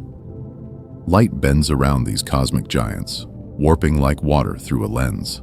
That gravitational lensing effect is one of our strongest proofs that something massive lurks unseen. Now go back further. Go back to the universe's first moments. Our models show that tiny ripples in the early universe, quantum fluctuations smaller than atoms, somehow grew into the cosmic web. The vast filaments and clusters that structure everything we see today. But here's the problem. Gravity acting on ordinary matter alone couldn't have built this cosmic architecture fast enough. The universe's matter would have needed help. Dark matter provided that help. It was the gravitational scaffolding upon which everything else was built. Remove dark matter from the equation, and our entire understanding of the cosmos crumbles. But there's more to this cosmic mystery, and it gets stranger. In 1929, Edwin Hubble made an observation that shook astronomy to its core. The universe is expanding. It's moving outward in all directions, like raisins rising in baking bread. For generations, cosmologists thought they understood what would happen next. Gravity would win. It always wins. Eventually, gravity would slow the expansion, then reverse it, pulling everything back together. It made sense. It matched intuition. A ball thrown upward slows as it climbs, stops, and falls back down. The universe would do the same. Except it wouldn't. In 1998, two competing teams of astronomers, the Supernova Cosmology Project and the High Z Supernova Search Team, were racing to solve this problem. They used Type 1a supernova as cosmic measuring sticks. These explosions occur when a dead star called a white dwarf orbits a companion star and slowly pulls material from it. The stolen gas spirals down, heating up, compressing, until finally it can't take anymore. Pressure and temperature reach a critical threshold called the Chandrasekhar limit. The entire star detonates. These supernovae are bright, they're reliable. They're far enough away to help us measure the universe's true scale. Both teams were mapping the universe's expansion history, measuring how fast it was moving at different points in cosmic time. What they found made no sense. The universe wasn't slowing down. It was speeding up. The expansion was accelerating. This wasn't just surprising. This was revolutionary. Gravity, the force that shapes every planet, star, and galaxy, wasn't winning. Something else was pushing back. Something was actively driving the universe apart. That something is dark energy, and here's what makes it truly mind-bending. Dark energy makes up 68% of the entire universe. Everything you can see, every star, every galaxy, every speck of dust, accounts for only 5%. Dark matter makes up another 27%, but dark energy? It dominates. It's the universe's true master. Imagine standing in the darkness holding a candle. You know how bright that flame is up close. Now imagine seeing that same flame flickering in the distance. By measuring how dim it appears, you can calculate exactly how far away it is. This simple idea, comparing how bright something actually is with how bright it looks, became the key to unlocking one of the universe's most profound secrets. Type Ia supernovae are cosmic explosions of incredible precision. When a white dwarf, a dead star the size of Earth, but as massive as our sun, tears material from a companion star, it accumulates until reaching a critical threshold. At that exact moment, the whole star detonates. And here's what's remarkable. They all explode at nearly the same mass, which means they all reach nearly the same peak brightness. It's like the universe built identical light bulbs scattered throughout the cosmos. Astronomers realized they had found a cosmic measuring stick. Measure how bright a distant supernova appears. Compare it to how bright it truly is, and you can determine its distance with stunning precision. In the 1990s, Two independent teams of astronomers, one led by Saul Perlmutter, another by Brian Schmidt and Adam Rees, pointed their telescopes at some of the most distant supernovae ever observed. They were hunting for a simple answer to a profound question. Is the universe's expansion slowing down? Everyone expected it to slow. Gravity, after all, pulls everything together. The universe's expansion should be like a ball thrown upward, gradually losing speed as it climbs against gravity's grip. But when the teams compared their observations, they found something impossible. The distant supernovae were dimmer than they should have been, significantly dimmer. There was only one explanation. Those ancient explosions were farther away than expected, which meant the universe hadn't been slowing down. It had been speeding up. The implications were staggering. Everything astronomers thought they knew about the cosmos was wrong. Back in 1917, Einstein had been wrestling with his own equations. General relativity showed him something troubling. The universe couldn't stand still. It should either expand or collapse. But the prevailing wisdom said the cosmos was eternal and unchanging. So Einstein introduced something artificial, a cosmological constant, a repulsive force built into space itself. It was a mathematical patch, a way to force the universe into stability. Then Edwin Hubble looked through his telescope and saw the truth. Galaxies were rushing away from us. The universe was expanding. Einstein's constant wasn't needed. He'd invented a solution to a problem that didn't exist. Decades later, he called it his greatest blunder. But Einstein was premature in his regret. He was about 70 years too early. Because those supernovae observations in the 1990s revealed something astonishing. The universe wasn't just expanding, it was accelerating. The expansion was speeding up, driven by some mysterious force that grew stronger as space itself grew larger. There was only one way to explain this. Einstein's cosmological constant, the thing he'd abandoned, had to come back, or something very much like it. A mysterious energy woven into the fabric of space itself, a property of the vacuum. Scientists called it dark energy, and here's the truly unsettling part. We still don't know what it is. Dark energy isn't something we can see or touch or hold in our hands. We can't study it in a laboratory or examine it under a microscope. We only know it exists because of its effects. We know it's real. We know it's everywhere. We know it's stronger than gravity on cosmic scales, and we know it will ultimately determine the fate of everything. The story of the universe reads like an epic journey. It began nearly 14 billion years ago in a state of incomprehensible density and heat. It expanded. It cooled. Gravity wove together the first galaxies. Stars ignited. Planets formed. For billions of years, everything proceeded according to the rules gravity had written. Then, about 6 billion years ago, something changed. Dark energy's influence became noticeable. The expansion didn't just continue. It accelerated. Gravity's grip weakened. Space itself began pulling away faster and faster, and that acceleration continues today. It will continue for trillions of years to come. Stretching, thinning, expanding. Stars will burn out one by one. Black holes will slowly evaporate. The universe will grow colder and darker and emptier.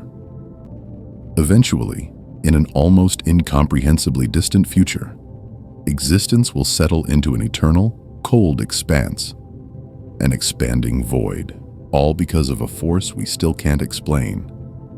The universe, it turns out, is far more mysterious than we ever imagined.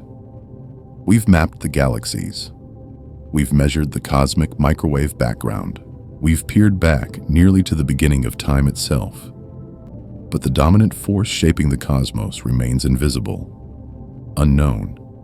profoundly mysterious. We sent our best minds to figure it out. We built the most powerful telescopes on Earth and launched them into space. We've filled equations with symbols, trying to capture its essence. And still, dark energy eludes us. It's the greatest puzzle in physics, a reminder that for all we've learned, the universe still has secrets to keep. Picture this. Astronomers point their telescopes at distant supernovae, the death screams of stars billions of light years away, and measure how far they are from us. They run the numbers. The math is clear, except the explosions are too faint. They're farther away than they should be. There's only one explanation that makes sense. The universe isn't slowing down. It's speeding up. The space between galaxies isn't just expanding, it's accelerating. As if some invisible force is pushing everything apart, harder and harder with each passing moment. Two completely independent teams discovered this. Same impossible result. The universe is accelerating. This wasn't just another discovery filed away in an academic journal. This was a fundamental revision of reality itself. In 2011, the Nobel Prize in Physics recognized the revolution. Perlmutter, Schmidt, and Rees had reshaped our understanding of the cosmos. But here's the thing about a discovery this strange. You can't just take one team's word for it. You need independent confirmation. You need different angles of attack. You need the universe to tell you the same story from multiple directions. And it does. Rewind 13.8 billion years.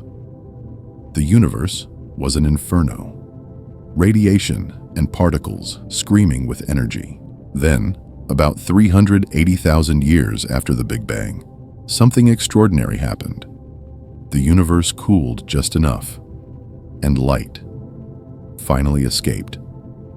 That ancient light has been traveling toward us ever since. We can still detect it today. We call it the cosmic microwave background, the CMB. It's a snapshot of the infant universe frozen in radiation, a message from the beginning of time. When satellites like WMAP and Planck mapped this ancient light, they discovered something unexpected. It wasn't a uniform glow. They found tiny temperature fluctuations scattered across the sky, hot spots and cold spots, each one a clue, each one telling a story about what the universe is made of and what shape it takes. Cosmologists analyzed these patterns with extraordinary precision, hunting for acoustic peaks, echoes of sound waves that rippled through the early universe. These waves compressed and rarefied matter in predictable ways. From the location and height of each peak, scientists could determine the universe's overall shape and calculate its complete energy budget. Here's where it gets astonishing. The CMB revealed that the universe is spatially flat. Take any two parallel lines on cosmic scales, and they stay parallel forever. For geometry to work out this way, for the universe to be perfectly flat, its total energy density must hit a very specific value, a cosmic Goldilocks moment. Not too much, not too little. Just right. So astronomers added it all up. Every star, every planet, every cloud of gas. They even factored in dark matter, the invisible stuff they know exists because they can see its gravitational effects. All of it combined accounts for about 32% of the energy that should be there. That leaves 68%, nearly 7/10 of all the energy in the universe, unaccounted for, invisible, unknown. There had to be something else, something massive, something pervasive, something hiding in plain sight, and it turns out to be the same force causing the cosmic acceleration, dark energy. But the evidence didn't stop with supernovae and ancient light. It kept mounting from multiple independent directions. Watch how galaxies cluster together, Watch how galaxy clusters form and evolve across cosmic time. If only gravity existed, if nothing else was at play, these structures should grow faster and faster as the universe aged. Gravity pulling everything together with increasing force. But that's not what astronomers observe. Structure growth is slowing. Gravity is being resisted. Something is holding it back. That something is dark energy, gently but persistently pushing back against gravity on the largest scales, a cosmic arm wrestle, and dark energy is winning. Then astronomers discovered another cosmic measuring stick, baryon acoustic oscillations, or BAOS. These are fossilized sound waves from the early universe, imprinted as a characteristic scale in how matter is distributed throughout space. By measuring this scale at different cosmic distances, at different points in time, scientists could trace the universe's expansion history across billions of years. Every measurement said the same thing. Every angle of attack confirmed it. The expansion was accelerating. The properties of this mysterious force, derived from supernovae, confirmed by ancient light, independently verified by sound wave fossils, all told a consistent story. Dark energy exists. It dominates the universe, and it's not behaving the way physics predicted. The cosmos has a secret, and we're only beginning to understand what it means. In general relativity, gravity isn't just about mass. Energy pushes on spacetime. Pressure warps it too. But here's where reality gets truly strange. Dark energy has negative pressure. It doesn't pull inward like normal matter. It pushes outward. It's a form of energy so bizarre that it defies everything we thought we knew about how the universe works. And we have no idea what it is, but we know exactly what it does. Dark energy is accelerating the universe's expansion. Right now, this very moment, galaxies are flying away from each other faster and faster. The distance between them grows, and as space itself stretches, most of the cosmos will eventually disappear beyond our cosmic horizon, separated from us by expanding space that we can never cross. The universe is tearing itself apart, not from some internal rupture, but from the fabric of reality itself. And the perpetrator? Empty space. This sounds like science fiction, but it's happening now, and we don't understand it. Here's the mind-bending part about pressure. When ordinary gas pushes outward, air inflating a balloon, it creates gravity. It pulls things together. But imagine something radically different. Imagine something that pushes outward with negative pressure, something that actively repels gravity itself, shoving space-time apart. That's exactly what dark energy does. The leading candidate for what it actually is might be the most counterintuitive concept in all of physics: the energy of nothingness itself. Think about it this way. What if empty space isn't truly empty? What if the vacuum between particles, that seeming void, actually carries energy built into it? A constant, unchanging energy density woven into the very fabric of existence itself. Now here's where it gets remarkable. As the universe expands and space stretches outward, new space is created continuously. Each new pocket of space arrives preloaded with the same energy density. The volume grows. The energy density remains constant, so the total amount of dark energy actually increases. The repulsive force gets stronger. The expansion accelerates faster.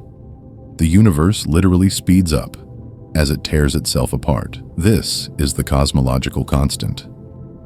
Einstein's ghost in the machine, the constant energy of the vacuum itself. But then physics gets weird. Quantum mechanics reveals that a vacuum is never truly empty. It's a churning foam of virtual particles, constantly blinking in and out of existence. These quantum fluctuations, ghostly whispers at the very edge of reality, should contribute to the vacuum's energy. Physicists did the math. The answer they got was so absurdly, catastrophically large that it borders on the humiliating. The theoretical prediction doesn't match reality by orders of magnitude. The gap between what the equations predict and what we actually observe is perhaps the most embarrassing failure in all of physics, a number so wildly wrong that it staggers the mind. This is the vacuum catastrophe. This is the cosmological constant problem. And it's screaming at us that our understanding of empty space is fundamentally broken. So maybe empty space isn't empty. Maybe dark energy isn't constant. Some physicists have proposed a radical alternative. What if dark energy is dynamic? What if it's a living, evolving field that changes across cosmic time? They call it quintessence, a new kind of scalar field, similar to the Higgs field, that spreads throughout the entire universe and shifts its energy density as the cosmos ages. In this picture, dark energy wasn't always dominant. It only recently took over, which would explain why the universe only started accelerating a few billion years ago. But this solution comes with problems of its own. It demands new physics we haven't confirmed. It requires properties we haven't observed. Mystery layered on top of mystery. Complexity piled on confusion. We stand at the edge of understanding, staring into the void, and the void stares back, silent, accelerating, unknowable. Picture this. The universe is accelerating, not slowing down as gravity pulls everything back together, but actually speeding up. Galaxies are racing away from each other faster and faster, and we have no idea why. This is the crisis at the heart of modern physics. We call it dark energy, a mysterious force that makes up 68% of everything that exists. And it's driving the cosmos toward one of several possible endings. But here's where it gets truly strange. What if the problem isn't dark energy at all? What if it's gravity itself? Einstein taught us something revolutionary. Gravity isn't a force pushing and pulling on matter. It's the curvature of space-time itself. But what if, on the grandest scales of the universe, gravity doesn't behave the way Einstein predicted? What if it becomes repulsive at cosmic distances? What if it fundamentally transforms in the vast emptiness between galaxies? Some physicists have chased this possibility. They've developed modified versions of gravity that could explain the universe's acceleration without invoking dark energy at all. It's a tantalizing alternative. But there's a catch. These theories must walk an impossibly tight rope. They have to match every single gravitational observation we've ever made, from planets orbiting our sun to the dynamics of entire galaxy clusters billions of light years away. One misstep, and the entire theory collapses. The reality is we're left with unknowns, a universe accelerating for reasons we don't yet grasp. But dark energy's fate is our fate. Because if the cosmological constant truly is constant, if dark energy really is the unchanging energy of empty space, then the universe's future is written, and it's bleak. The expansion continues. It accelerates.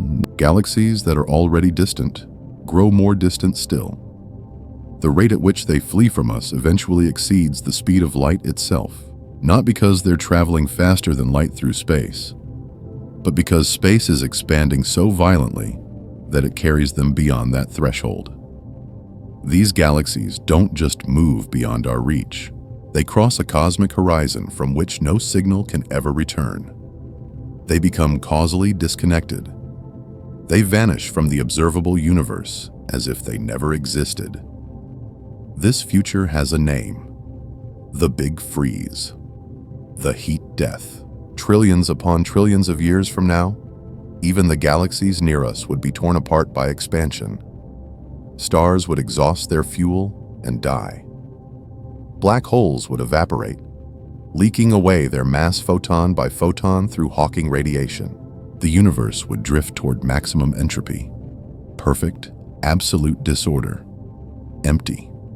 Cold. Dead. And there would be no one left to remember that anything ever existed.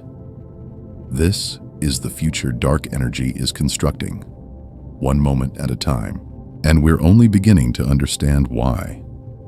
But here's where things get truly strange.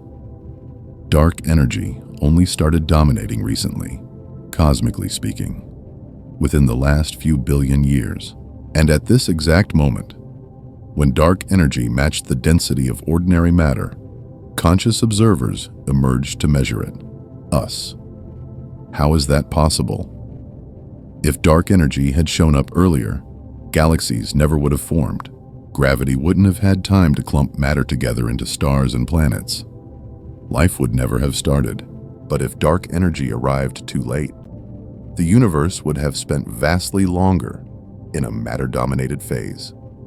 Completely different conditions, different possibilities. The timing is uncanny, almost too perfect. Why does dark energy become cosmically important right when we arrive to ask about it? Some call this the cosmic coincidence problem. Others see something more profound. Perhaps the universe's properties and the emergence of observers are connected in ways we don't yet understand.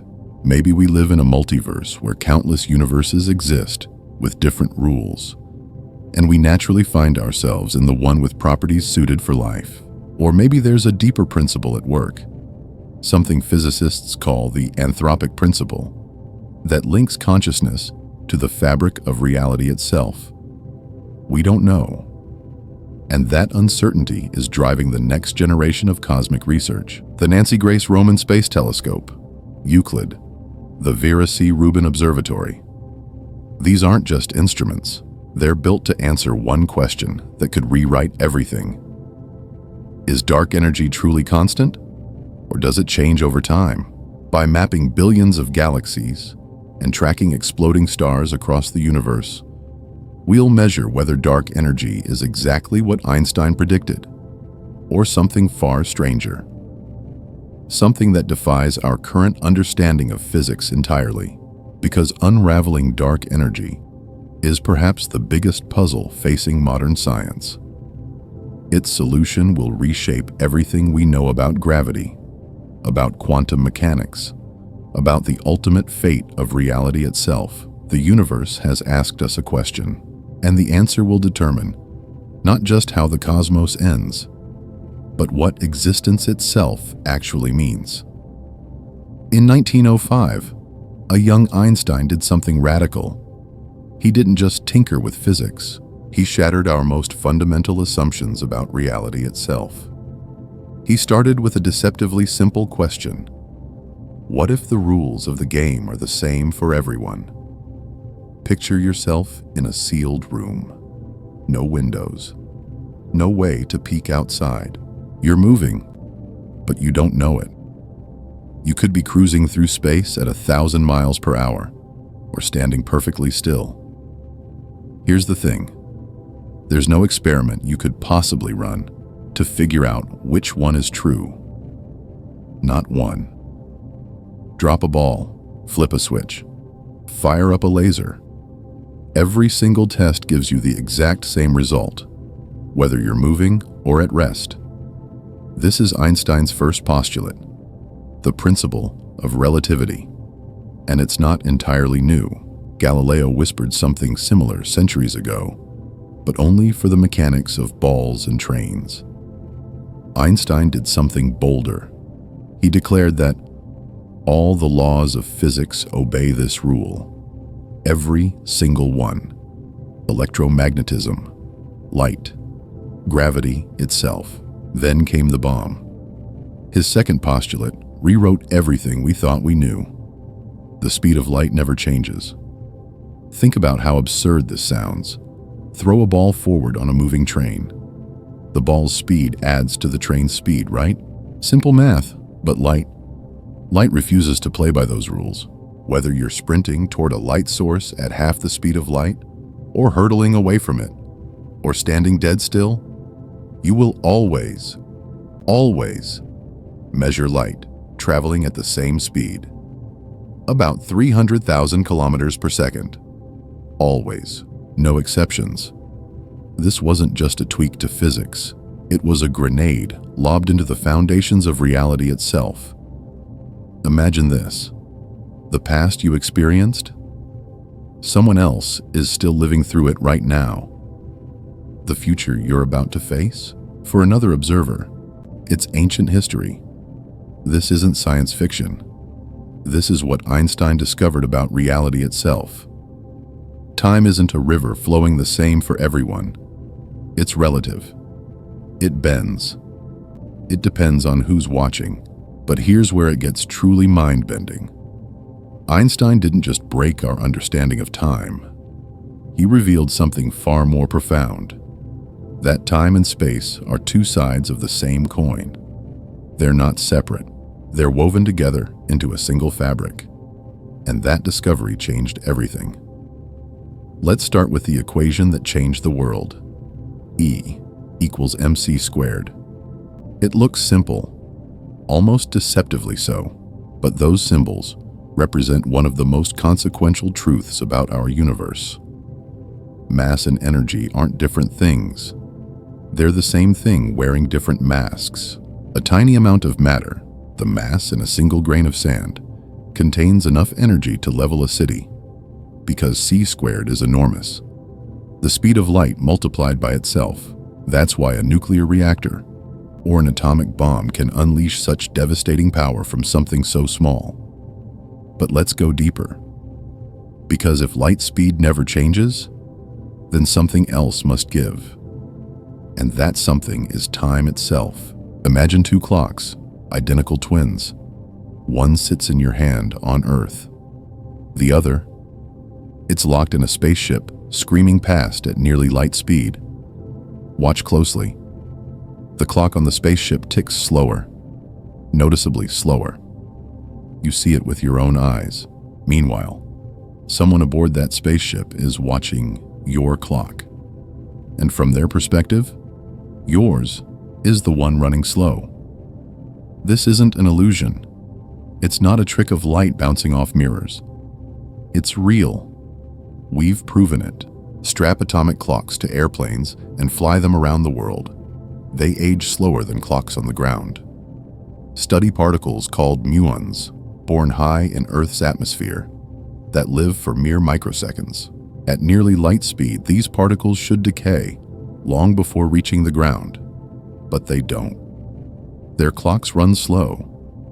From our perspective, they have enough time to make the journey. Time bends around velocity. Time is not the universal river we always imagined. It's personal, relative, tied to how fast you're moving. But it gets stranger. Space bends too.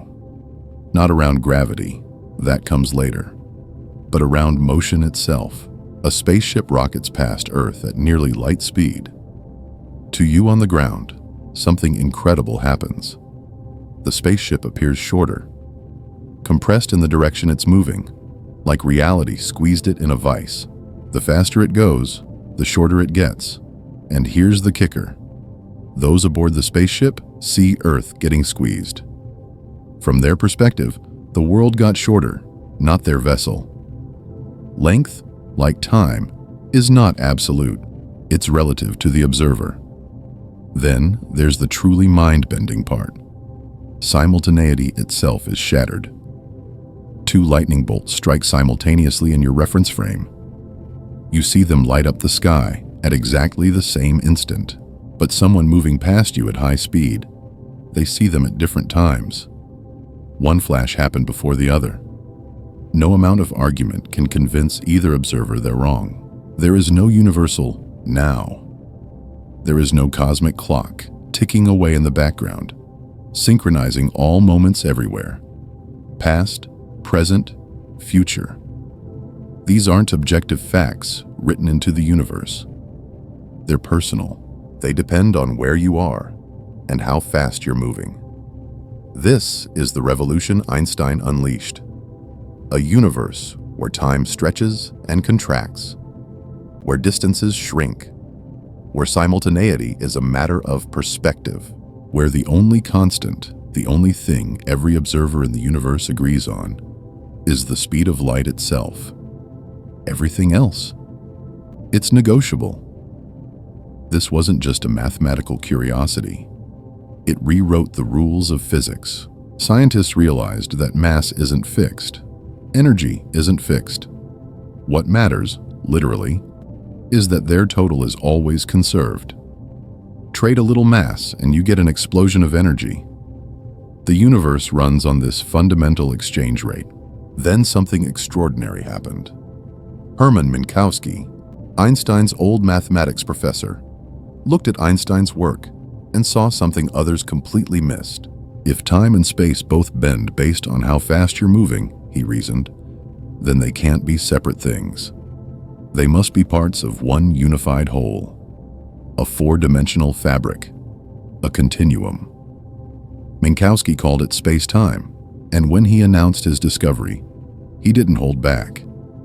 He declared that space by itself and time by itself are doomed to fade away into mere shadows. Only a union of the two will preserve an independent reality. In this four-dimensional space-time, events aren't scattered randomly across the cosmos. They're points in a vast geometric structure. When objects move through this fabric, they trace paths. The universe itself became a geometry problem, but there was a massive problem. Special relativity worked perfectly when gravity wasn't involved. But gravity is everywhere. Einstein knew he had to solve it. He spent a decade wrestling with one of the deepest questions in physics. What is gravity, really? Newton had an answer. Gravity is a force. It reaches across space instantaneously, pulling objects toward each other. But this idea had a fatal flaw. If gravity acts instantly across any distance, how could that be compatible with Einstein's discovery that nothing, not even information, travels faster than light? Newton's theory didn't just contradict relativity. It never actually explained how gravity worked. It just described what it did. Then, in 1915, Einstein had an insight that reshaped our understanding of reality itself. Gravity isn't a force. It's not some invisible hand pulling you down. Gravity is the curvature of space-time itself. Mass and energy warp the fabric of reality around them, and objects simply follow the curves. Think of it this way. Imagine a bowling ball placed on a stretched rubber sheet. The ball doesn't sit flat. It creates a dip. Now imagine a marble rolling across that sheet. It doesn't roll toward the ball because some mysterious force is pulling it. It rolls toward the ball because the sheet itself is curved. The marble is simply following the geometry of its world. That's gravity. That's what Einstein revealed. Now here's where it gets truly mind-bending. Einstein grounded this revolutionary idea in something so elegant, so intuitive, that it cuts straight to the heart of everything. Imagine you're inside a windowless elevator. No way to see outside, no windows, no instruments, nothing.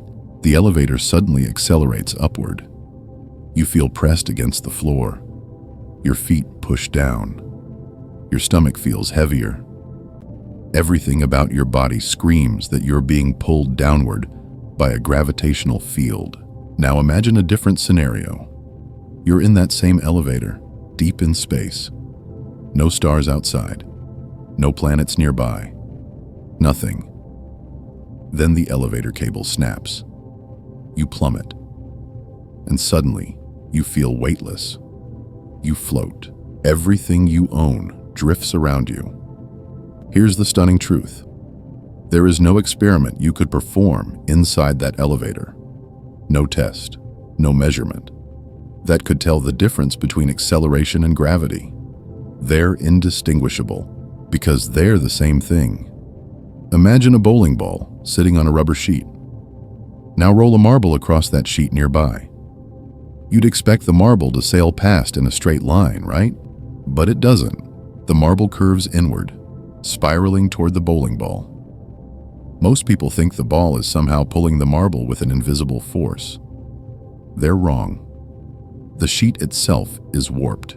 The marble isn't being yanked. It's simply following the landscape that's been reshaped beneath it. This is gravity. Not a force at all, but the shape of reality itself. For centuries, Isaac Newton convinced us that gravity was an invisible tug, a mysterious force reaching across empty space to pull objects together. It worked on paper.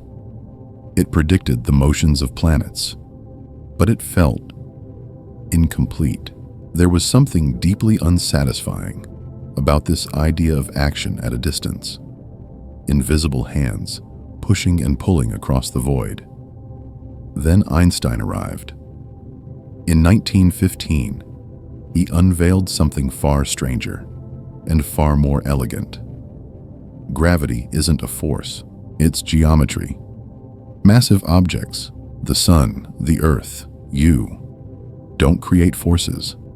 They warp the fabric of space-time itself, the very tissue that space and time are woven from. And planets? They're not being pulled by the sun. They're simply following the shortest path through this curved space-time, the same way a marble rolls along a warped sheet. The more massive an object is, the more dramatically it bends space-time around it. The more energy it contains, the greater the distortion. This wasn't just philosophy. Einstein made predictions, bold, testable predictions. And he was right.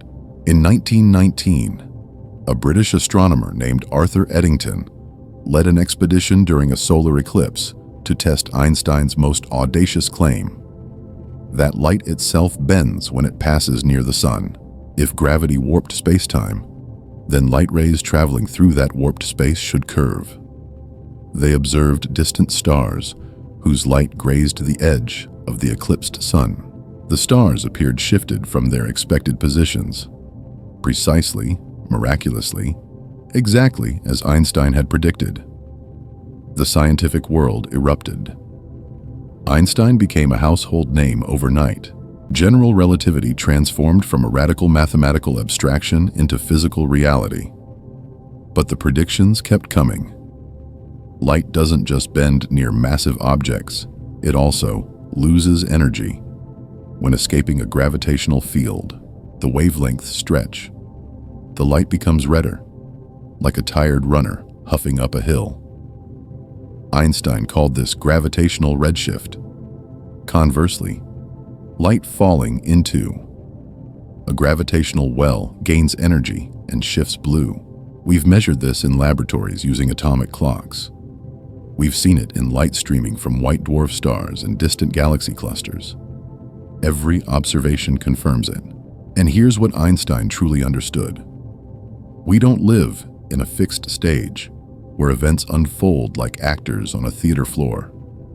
We live in something far more alive, a responsive, almost organic fabric. Space-time doesn't just exist as some inert backdrop. It bends, it shapes itself. It responds to every star, every planet, every particle of matter and energy within it. Matter tells space-time how to curve, and curved space-time tells matter how to move. The universe, it turns out, is a conversation between geometry and matter. A cosmic dance where shape and substance are inseparable.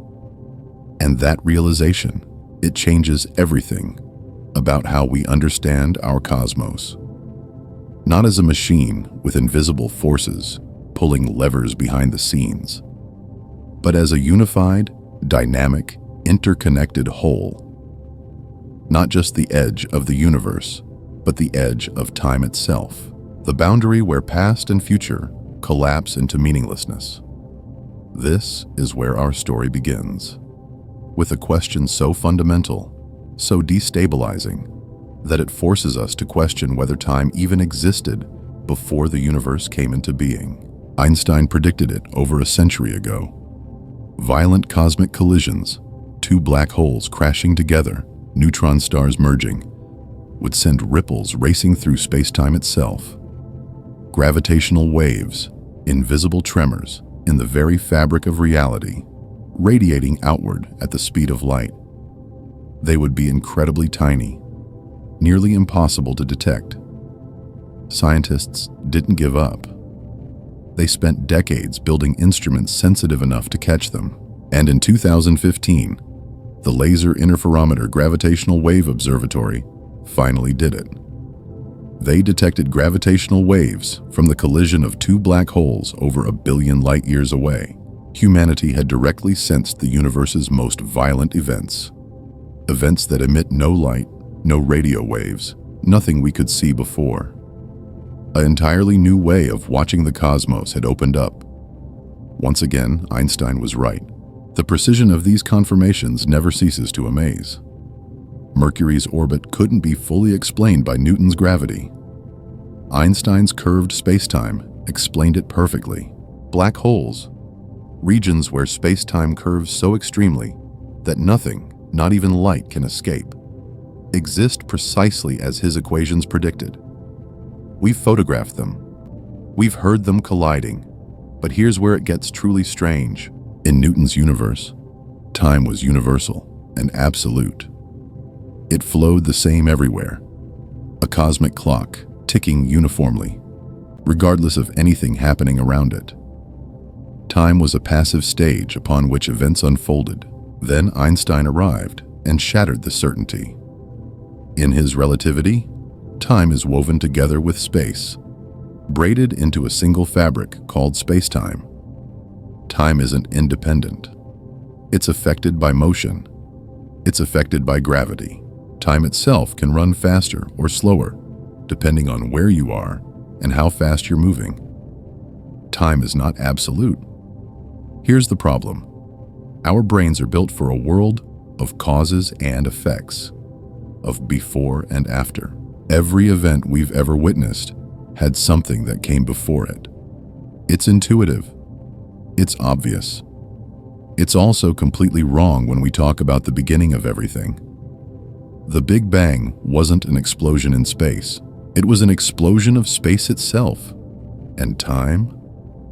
Time came along for the ride. Time, space, matter, energy, all of it burst into existence in that first instant. They didn't exist beforehand, waiting for the show to start. They are the show. This is the conceptual shift that rewires how we think about cosmic origins. If space-time itself has a beginning, if the Big Bang really marks the moment when the universe burst into existence, then time itself must have begun then too. The universe didn't appear in pre-existing time. Time itself was created. This isn't metaphorical. If space-time is the foundation of reality and spacetime had a beginning, then asking, what was before the Big Bang, becomes not just unknown, it becomes nonsensical. There was no before. Before was part of spacetime, and spacetime began. When physicists talk about before the Big Bang, they're not talking about earlier moments on a clock. They're not talking about anything at all. Because if space-time itself emerged from the Big Bang singularity, the word before stops making sense. It's like asking, what's north of the North Pole? The question sounds reasonable until you realize the framework it assumes doesn't exist at that location. North is a direction. It ceases to mean anything once you're at the pole. Einstein didn't just revolutionize physics, he rewrote the nature of reality itself. Imagine standing at the edge of absolute nothingness. No space, no time, no anything. And then, everything explodes into existence. But here's the question that breaks every physicist's brain. What caused that explosion? In everyday life, causality seems obvious. You strike a match. It ignites. Cause, then effect. One comes before the other. Simple. Except, what if there is no before? Here's the thing about the word before. It only makes sense inside time. Ask what happened before time began, and you've asked something that contradicts itself. You've used a temporal concept to describe a moment where time doesn't exist yet. It's like asking what's south of the South Pole. The question assumes a geography that stops existing.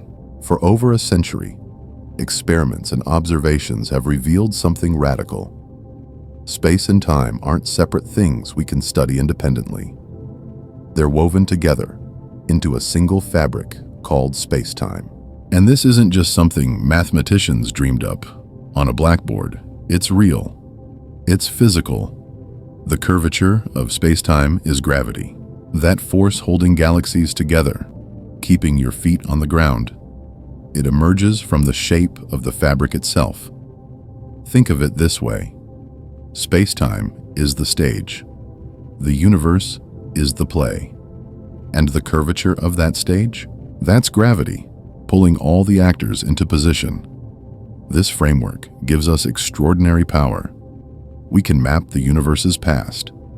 We can predict its future, but it also prepares us for something unsettling, something our equations aren't equipped to handle. The Big Bang's singularity, a point where everything breaks down.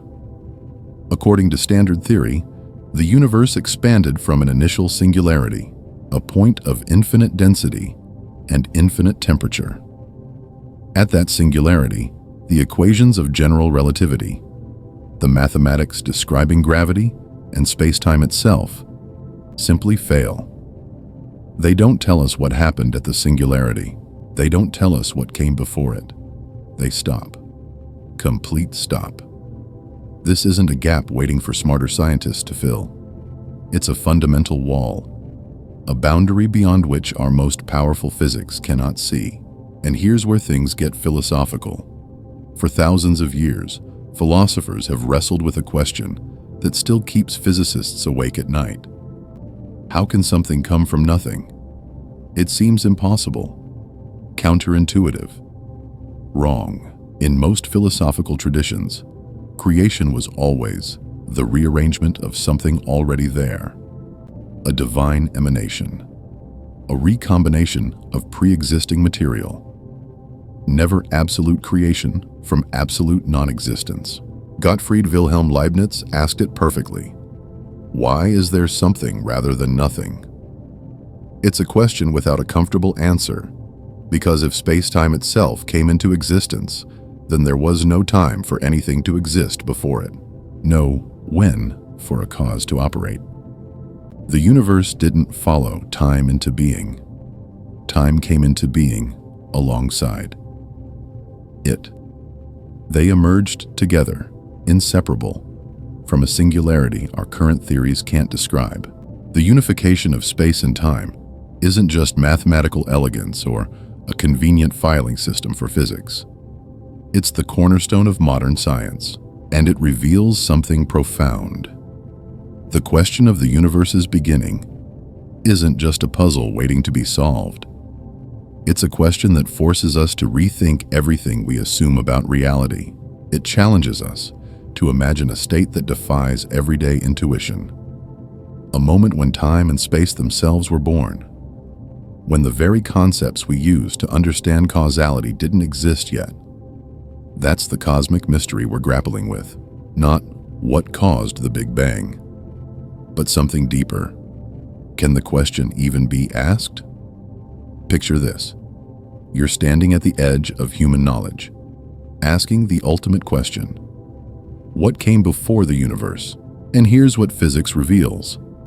The answer might destroy the question itself. Time didn't exist before the Big Bang.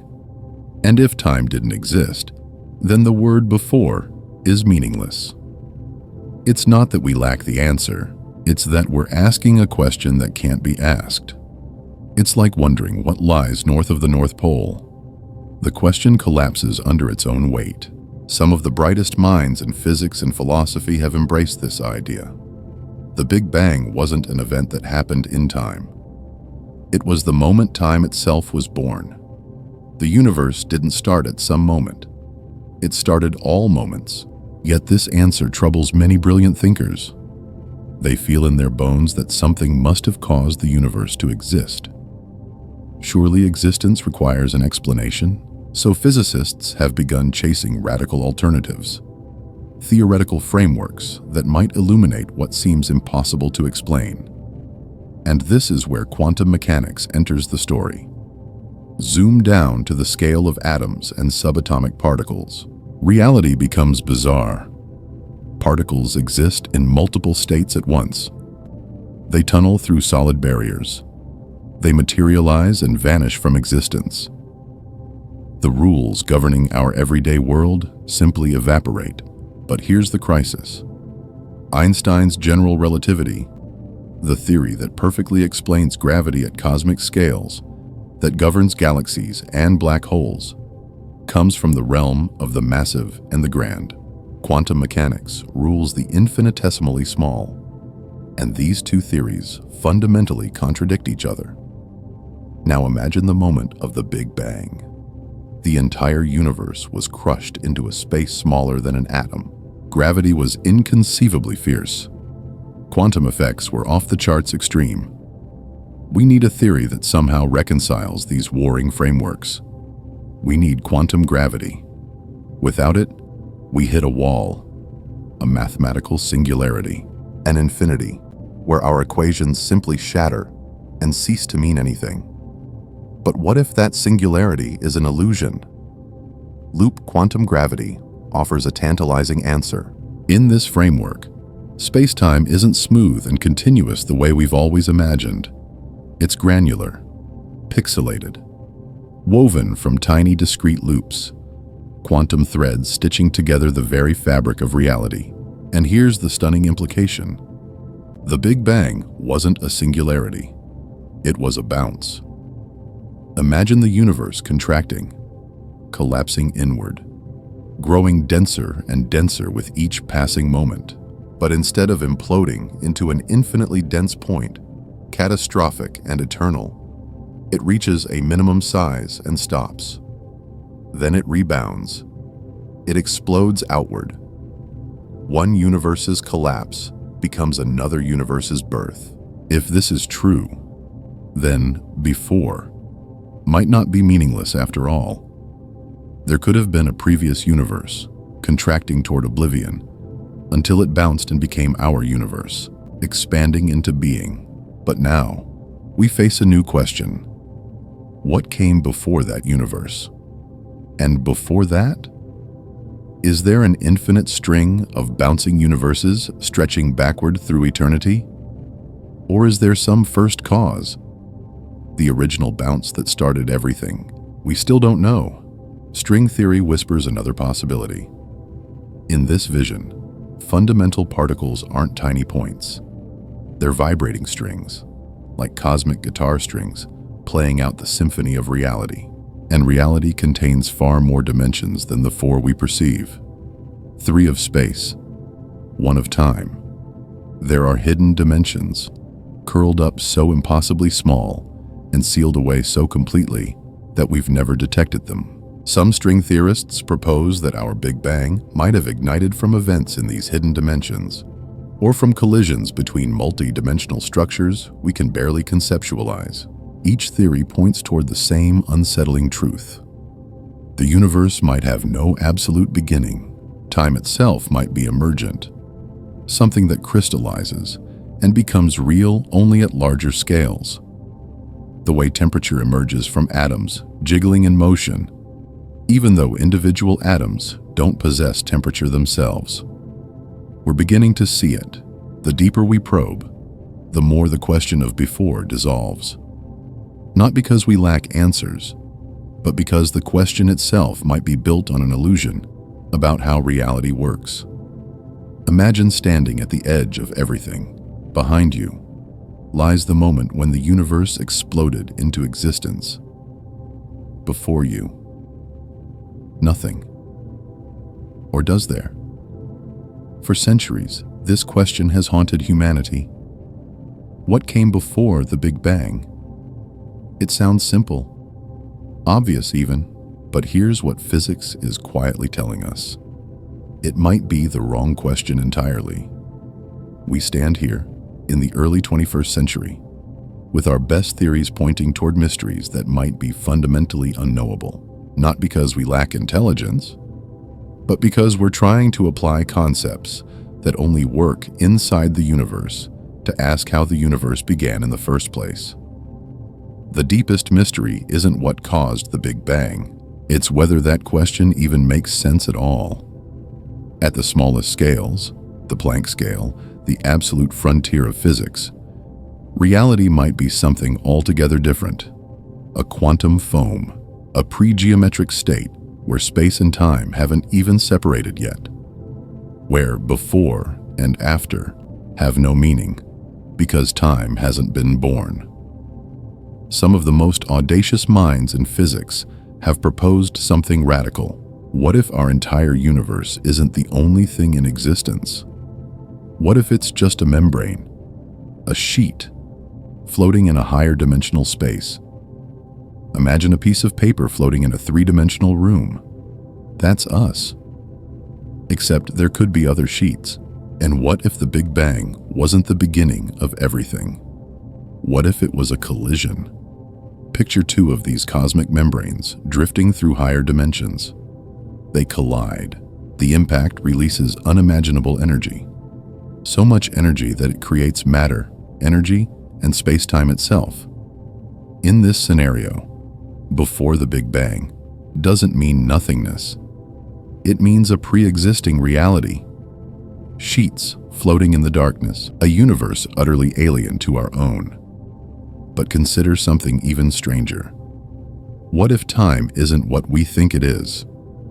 Stephen Hawking and James Hartley proposed something called the no-boundary proposal. Here's the mind-bending part. If we treat time as a complex number, a mathematical object with both real and imaginary components, then at the very beginning of the universe, time behaves exactly like space. Think about the surface of a sphere. A sphere has no edge, no beginning, no end. You can travel across it forever and never fall off. Now imagine the universe's entire history as the surface of a sphere in this imaginary time. Trace backward using this mathematical framework, and you never hit a breaking point. You never encounter a sharp beginning. The question, what came before the Big Bang, becomes meaningless. It's like asking, what's north of the North Pole? The question doesn't apply. There is no north of the North Pole. In the same way, there is no before in this mathematical model. The universe didn't need a cause. It didn't need a creator. It simply existed with no boundary, no beginning in the traditional sense. But what if the Big Bang isn't singular at all? What if it's just one moment in an endless cosmic cycle? Cyclic universe models propose exactly this. Our universe might expand for billions upon billions of years. Eventually, gravity pulls everything back together, or perhaps it avoids that collapse entirely, bouncing instead. A cosmic spring releasing its stored energy into a new expansion, a new Big Bang. In these models, answering what came before our Big Bang becomes simple. It's the previous phase, the contraction, the bounce, the universe breathing in and out, forever, with no true beginning and no final end. We experience time as an arrow. It flies forward, never backward. Yesterday is gone. Tomorrow hasn't arrived. The present moment is all we have. This feels so obvious, so fundamentally true, that it shapes how we understand everything about reality. But then we ask the biggest question, what came before the Big Bang? And suddenly, our most basic intuition crumbles. The answer is, we don't know. And more troubling still, the question itself might be nonsensical, because time didn't exist before the Big Bang. Time itself began with the Big Bang. So asking what came before is like asking, what's north of the North Pole? The question dissolves the moment you really examine it. This isn't a failure of science. It's a profound collision between what our brains are wired to understand and what the universe actually is. Our minds evolved to navigate a world of objects and moments, of clear cause and effect. We can't help but think in sequences, in, before, and after. But the very origin of existence plays by different rules. Rules we're only beginning to glimpse. So physicists have started asking a different question, not what came before, but what if the rules themselves are different? Consider the oscillating universe. Imagine reality as a cosmic heartbeat. Matter and energy expand outward like blood pumping from a heart. They slow down, gravity pulls them back. Everything collapses inward. Then it all explodes outward again, and again, and again, forever. In this scenario, something always existed, always. But what that something was, constantly changed, cycling through births and deaths and rebirths eternally. Or take the ekpyrotic model. Picture cosmic membranes. Think of them like the surface of a drum. These branes collide repeatedly, and each collision, it triggers a new Big Bang. A new universe is born from the crash itself. Again, something always existed, but the form it takes keeps transforming. Now push further into the cosmic scale. What if our Big Bang wasn't unique at all? What if infinite universes exist, each with its own Big Bang? In eternal inflation theory, that rapid expansion happening fractions of a second after the Big Bang never truly stops. Not everywhere. Instead, it keeps creating new pockets of space, new bubbles. Our Big Bang is just one bubble inflating out of an ever-inflating background. So what existed before our Big Bang? The metaspace itself. The underlying framework from which all universes emerge. A cosmic foam, continuously birthing new realities. But here's where the logic stumbles. If infinite universes exist in this metaspace, what created the metaspace itself? We've pushed the mystery back one level. We haven't solved it, and that brings us to the real revolution. All these theories, branes colliding, cyclic universes, multiverses, they're all pointing toward the same stunning possibility. What if time itself isn't fundamental to reality? What if time is emergent? What if it only becomes meaningful after a certain point in cosmic evolution? If that's true, asking what came before the Big Bang becomes like asking what's north of the North Pole. Time didn't exist yet. There was no before. Or perhaps the Big Bang isn't a true beginning at all. Perhaps it's a phase transition, a bounce, a membrane collision. The universe we observe might be emerging from a pre-existing state. A previous universe, dimensions we can't perceive, quantum foam churning with possibility. The universe didn't explode from nothing. It transformed from something. We don't know which possibility is correct. Maybe none of them are. But what's becoming clear is this.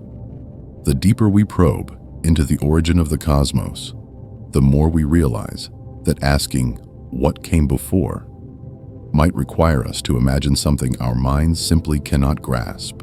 The very framework we use to ask the question, time, causality, before, might not apply at all. The universe is more mysterious than we imagined, and that's the most beautiful part of all. For 300 years, the universe made perfect sense. Isaac Newton handed us the keys to understanding everything. Objects sat still or moved in predictable, orderly ways. Gravity pulled things down. Momentum carried them forward. Everything followed rules. Elegant rules. Mechanical rules. And it worked. Science built an entire empire on these foundations, and we thought we had it all figured out. Then the 20th century arrived, and physicists made a dangerous decision. They decided to look smaller, much smaller. They peered inside atoms. They examined individual particles. And what they found was so alien, so fundamentally bizarre, that even the physicists who discovered it refused to believe it for years. The universe, at its tiniest scales, doesn't play by Newton's rules at all. In fact, it barely plays by any rules we can understand. This was quantum mechanics, and it revealed something terrifying and beautiful. Reality, at its foundation, is nothing like what we assumed. The first crack in our worldview came from something surprisingly ordinary. A piece of heated metal. As you turn up the heat, the metal glows red, then orange, then white. Every furnace, every light bulb, every star demonstrates this. When you heat an object, it radiates light. Simple enough, right? But when physicists tried to do the math, to calculate exactly how much light and what colors, their equations predicted something impossible. Something absurd. According to classical physics, a hot object should emit infinite amounts of ultraviolet radiation. Infinite. An endless torrent of invisible light. They called it the ultraviolet catastrophe. Obviously, this never happens. A glowing piece of iron doesn't vaporize in a burst of deadly radiation. But the math insisted it should. The universe and the equations didn't match. In 1900, a physicist named Max Planck sat down to solve this puzzle, and the solution he found wasn't a small correction or a minor adjustment. It was a revolution. Planck proposed something radical that seemed almost crazy. Energy doesn't flow continuously, like water streaming endlessly from a faucet. Instead, energy comes in tiny, indivisible packets, discrete bundles. He called them quanta. Think of it like this.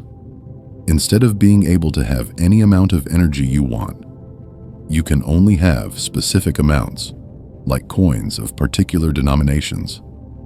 You can have 1 coin, or 2 coins, or 3.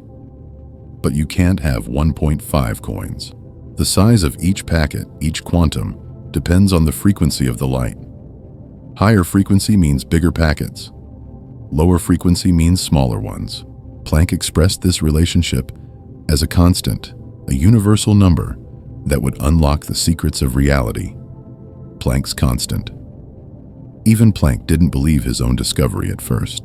He thought it was just a mathematical trick, a convenient fiction that made the numbers work, but had no connection to reality. He had no idea he'd just cracked open a door to an entirely different universe. But then, another mystery emerged. Another problem classical physics couldn't solve. Shine light on a metal surface, and something magical happens. Electrons shoot out, flying away from the metal. It's called the photoelectric effect, and it's how solar panels and digital cameras work. According to the classical understanding of light, treating it as a smooth, continuous wave, this should be simple and straightforward. The theory said, brighter light should knock electrons loose with more energy. Dim light should knock them loose with less energy. And below a certain brightness threshold, nothing should happen at all. You need enough energy to break electrons free, like needing enough force to push open a stuck door. Except the universe had other ideas. Here's what actually happened when physicists ran the experiments. Brightness didn't matter. Not one bit. What mattered? What was the only thing that mattered? Was the color of the light, the frequency. Shine ultraviolet light on metal. Even incredibly dim ultraviolet light and electrons explode out with tremendous energy. Brilliant, intense red light, point it at the same metal, and absolutely nothing happens. Not a single electron budges. It was completely backwards from what the theory predicted, until someone had an idea. What if Planck was right? What if light really does come in discrete packets of energy? Then a single high-frequency ultraviolet photon carries far more energy than a single low-frequency red photon. It's like the difference between being hit by one professional boxer versus being hit by 1,000 toddlers. One ultraviolet photon packs enough punch to knock an electron loose from the metal, but 1,000 red photons, each one carrying far less energy, could never do it, no matter how many you throw. Suddenly, the impossible made sense. But it was a fundamentally different kind of sense, a sense that required abandoning everything our intuition told us about how energy and light should behave. These weren't isolated puzzles. They weren't anomalies we could ignore or patch up with small fixes. They were signals, urgent signals. The universe was trying to tell us something profound. Everything you thought you understood about reality is incomplete. You've been missing something fundamental. And physicists realized they had no choice but to listen. In 1905, physicists faced a puzzle that shouldn't have existed. They shone light on metal and watched electrons fly out. Simple enough. But something was wildly wrong with what happened next. Crank up the intensity. Make the light brighter. Brighter. Brighter still. You'd think more powerful light would kick electrons out faster, with more energy. That's what classical physics predicted. That's what common sense screams. And yet, nothing. The electrons didn't move any faster. They didn't gain any extra energy. Then they did something different. They didn't make the light brighter. They changed its color. They shifted it to a higher frequency, more violet, more blue, and suddenly, snap! The electrons exploded out with tremendous energy. This was bizarre. This violated everything physicists thought they understood about light. Then Albert Einstein walked into the room with a radical idea. What if light isn't a continuous wave at all? What if it's actually made of tiny, indivisible packets, bullets of pure energy? He called them photons. Here's the key insight. Each photon carries energy proportional to its frequency. A high-frequency photon is like a sledgehammer. A low-frequency photon is like a tap on the shoulder. An electron doesn't care if 1,000 weak photons hit it. It needs one strong photon, one sledgehammer, to break free from the metal's grip. Below that energy threshold, no escape. No matter how many photons you throw at it. Light, it turned out, wasn't what we thought it was. It was quantized. It came in discrete chunks. Reality, at the smallest scales, worked in discrete packets. But here's where things get truly strange. If light behaved like particles, what about electrons? Classically, they were supposed to be tiny billiard balls.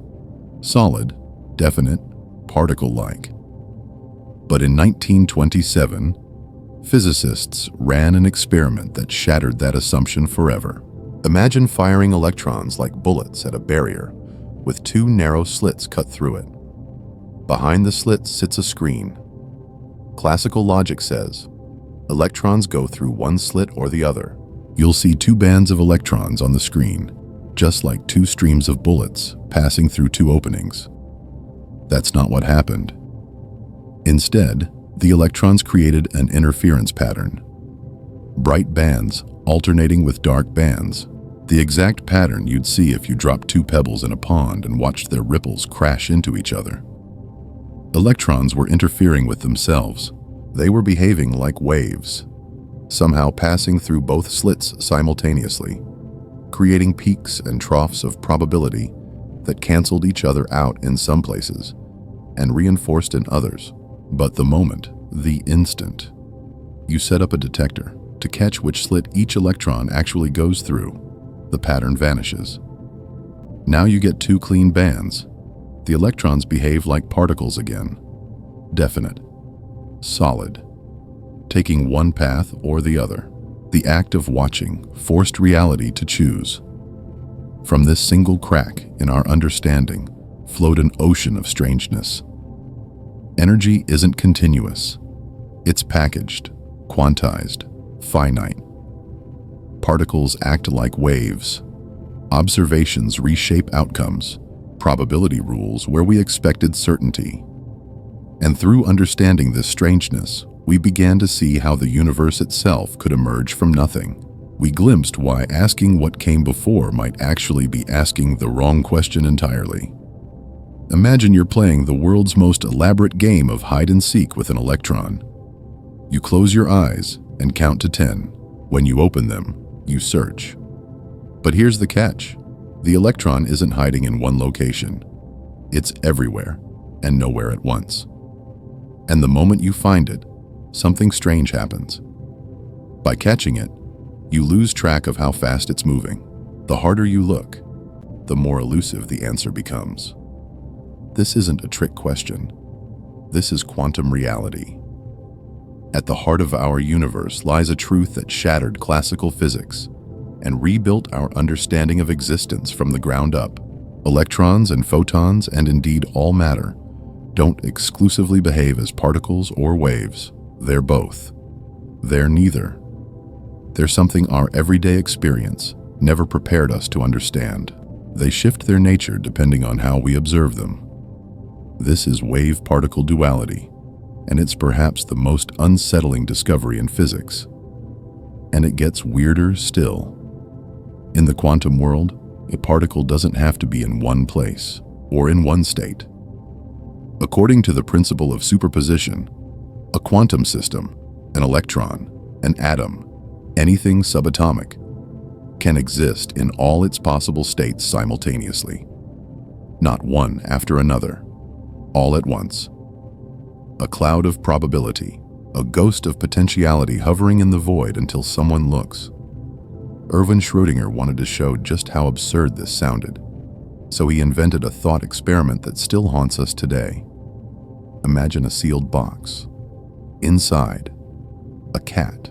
Also inside, a vial of poison connected to a quantum device. The device monitors a single radioactive atom. If that atom decays, the poison is released. Game over. According to quantum mechanics, while the box is sealed, that atom exists in superposition, simultaneously decayed and undecayed, both states at once, which means the cat is simultaneously alive and dead. Not, we don't know which state the cat is in. No. The cat is literally in both states until you open the box and collapse the superposition into one definite reality. Schrödinger invented this to show how ridiculous quantum mechanics seemed when applied to the everyday world. And yet, in the quantum realm, this is exactly how reality works. Here's the final blow to our intuition. Because of this probabilistic nature of quantum systems, we can never fully predict what will happen next. Not even in principle. In classical physics, if you know the starting conditions of a system perfectly, you can calculate its entire future. Determinism, certainty, the universe as clockwork. Quantum mechanics doesn't offer that comfort. It offers only probabilities, percentages, likelihoods. You can predict that an electron is likely to be found here or likely to be found there, but never with absolute certainty. Reality, at its foundation, is not determined. It's probabilistic. It's fuzzy. We live on top of a quantum world, one where particles behave like waves, where observation shapes reality, where superposition reigns, and where the future is written not in stone, but in probability. And we only understood this a century ago. Picture this. You're trying to capture the essence of a ghost, not a supernatural phantom, but something far stranger, a mathematical specter that haunts all of space at once. That's the wave function. It's quantum mechanics' most elegant trick, a mathematical description of everywhere a particle could possibly be and everything it could possibly do. Square its amplitude at any location, and you get the probability of finding the particle there. This is the Born rule. the foundation of everything quantum mechanics can predict. But probability is only the beginning of the weirdness. In 1927, a young German physicist named Werner Heisenberg stumbled onto something that would reshape our understanding of reality itself: the uncertainty principle. Here's what he discovered. Some pairs of properties can never both be known with perfect precision at the same time. Take position and momentum, where a particle is and how fast it's moving. Measure an electron's exact location, and its momentum becomes a blur. Measure its momentum precisely, and its location dissolves into uncertainty. You can't escape this trade-off. Demand precision on one side, and the other side pays the price. Energy and time work the same way. Pin down a system's energy with exquisite accuracy, and you lose all knowledge of when that system had that energy. This isn't a limitation of our tools. This isn't a problem future scientists will solve. It's a fundamental law of nature. As immovable as gravity, as absolute as the speed of light. At the quantum scale, reality is inherently fuzzy. A particle doesn't have a definite position and a definite momentum at the same moment. That's not how the universe works.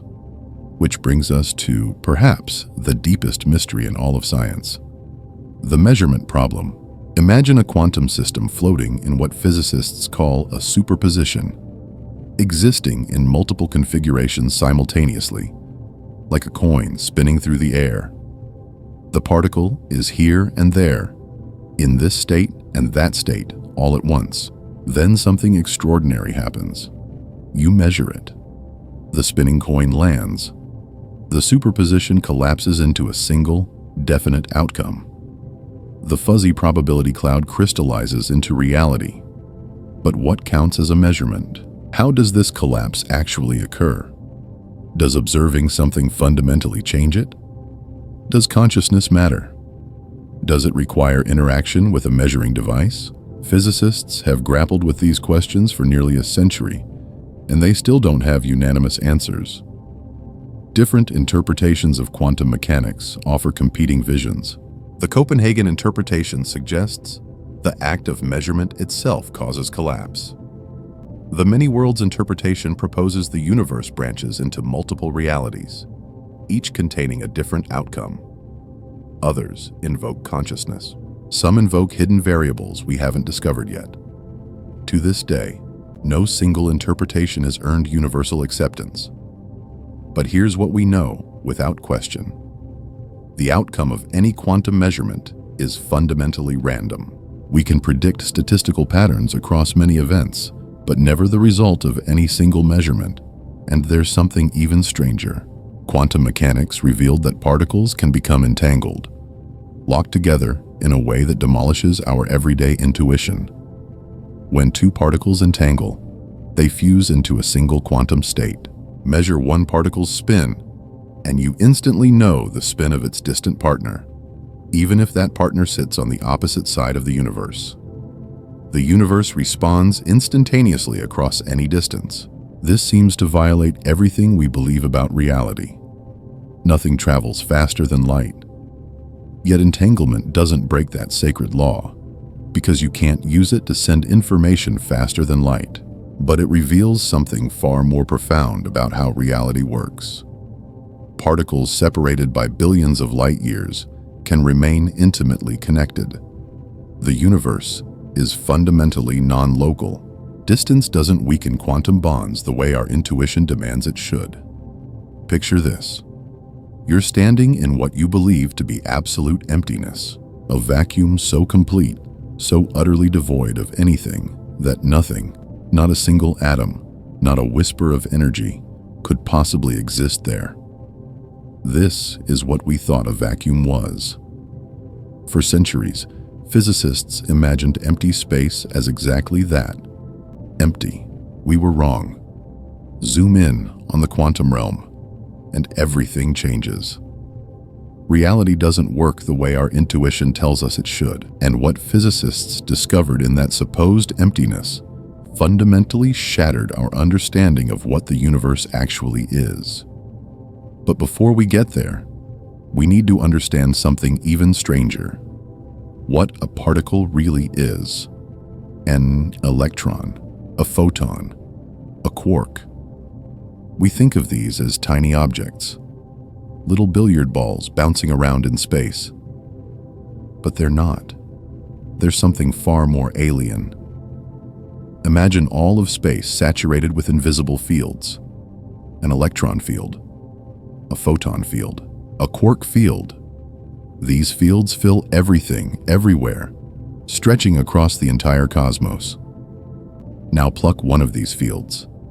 Make it vibrate. What emerges? What we call a particle, a ripple, an oscillation in the fabric of being itself.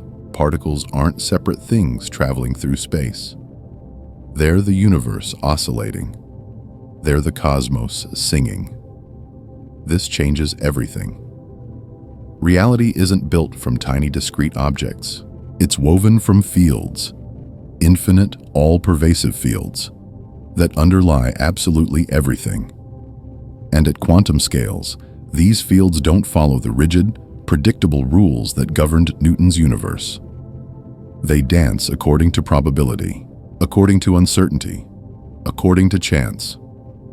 This is the foundation of modern physics. This is why your smartphone works, why lasers exist, why we can manipulate matter at the atomic scale. We've built civilization on top of this knowledge, and yet, buried beneath all this extraordinary technological achievement lies a truth that remains genuinely unsettling. The universe is fundamentally indeterminate. Reality, at its core, is not certain. Only probabilities are real. So what happens when physicists looked at what should be the most empty place in the universe? They found something astonishing. The quantum vacuum is not a void. It's a seething, frenetic ocean of activity, a bubbling cauldron where particles constantly flicker in and out of existence, appearing for impossibly brief moments and then vanishing without a trace. These phantom particles, called virtual particles, reveal something fundamental about existence itself. But how can something appear from nothing? How can the universe create particles out of pure emptiness? The answer lies in one of physics' most disturbing discoveries: Heisenberg's uncertainty principle. Here's what it says: you cannot simultaneously know two things with perfect precision. You cannot measure both how much energy something has and exactly when it has that energy. Nature itself refuses to give you that information. It's not a limitation of our instruments. It's not a limitation we can overcome with better technology. It's woven into the fabric of reality itself. There is an inherent fuzziness at the heart of existence, a fundamental blur that no measurement, no experiment, no technology could ever penetrate. And this blur has consequences for infinitesimally short periods of time, periods so brief that the uncertainty principle governs them. Energy can be borrowed from the vacuum. Think of it like taking out an ultra-short-term loan from reality itself.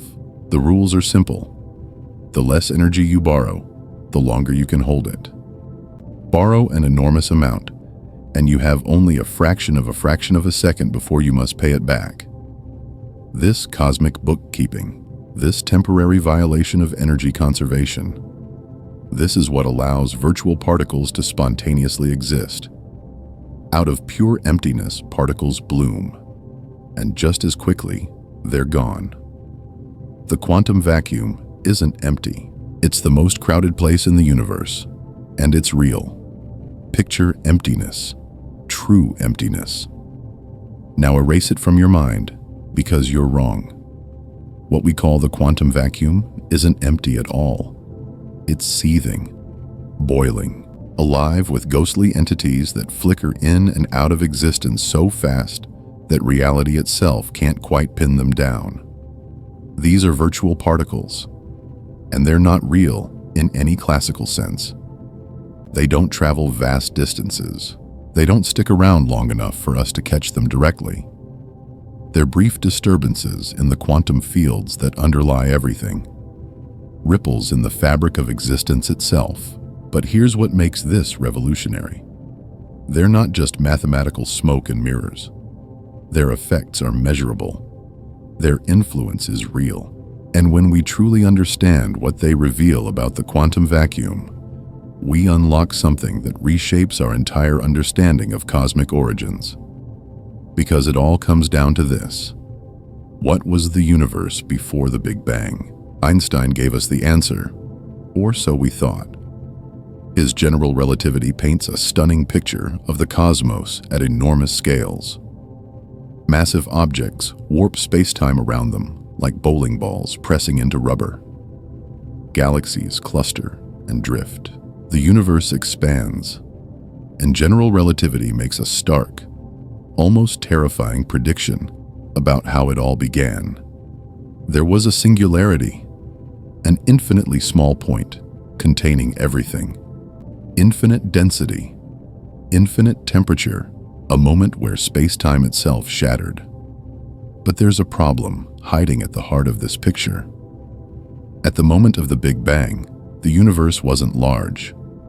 It was impossibly, incomprehensibly small. The entire cosmos was crushed to scales far tinier than an atom. And at those scales, something catastrophic happens. Gravity and quantum mechanics collide head-on.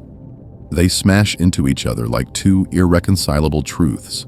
General relativity, the theory that works so beautifully for galaxies and black holes, completely falls apart. It doesn't just struggle. It fails utterly. It gives us nonsensical answers. It tells us that space, time, and energy explode into infinities. The equations break. The physics breaks. We're lost. This moment of cosmic violence happened during what physicists call the Planck epoch. The first 10 to the minus 43 seconds. Let that number sink in for a moment. 10 to the minus 43 seconds. If you tried to measure that duration by watching light cross an atom, it would seem leisurely by comparison. During this incomprehensibly brief window, quantum effects didn't play a supporting role. They dominated entirely. They ruled the cosmos. Classical physics, the physics of everyday experience, is utterly inadequate to describe what happened. We need something revolutionary.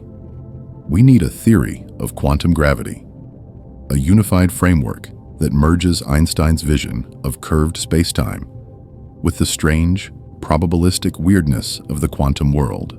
A theory that finally explains what happened at the very beginning. And this is where the quantum vacuum becomes truly revolutionary. Because what if we took the rules that govern virtual particles, the rules that allow them to spontaneously appear and vanish, and applied them not just to individual particles, but to the entire universe itself? Imagine the cosmos existing in superposition, simultaneously occupying multiple possible states at once.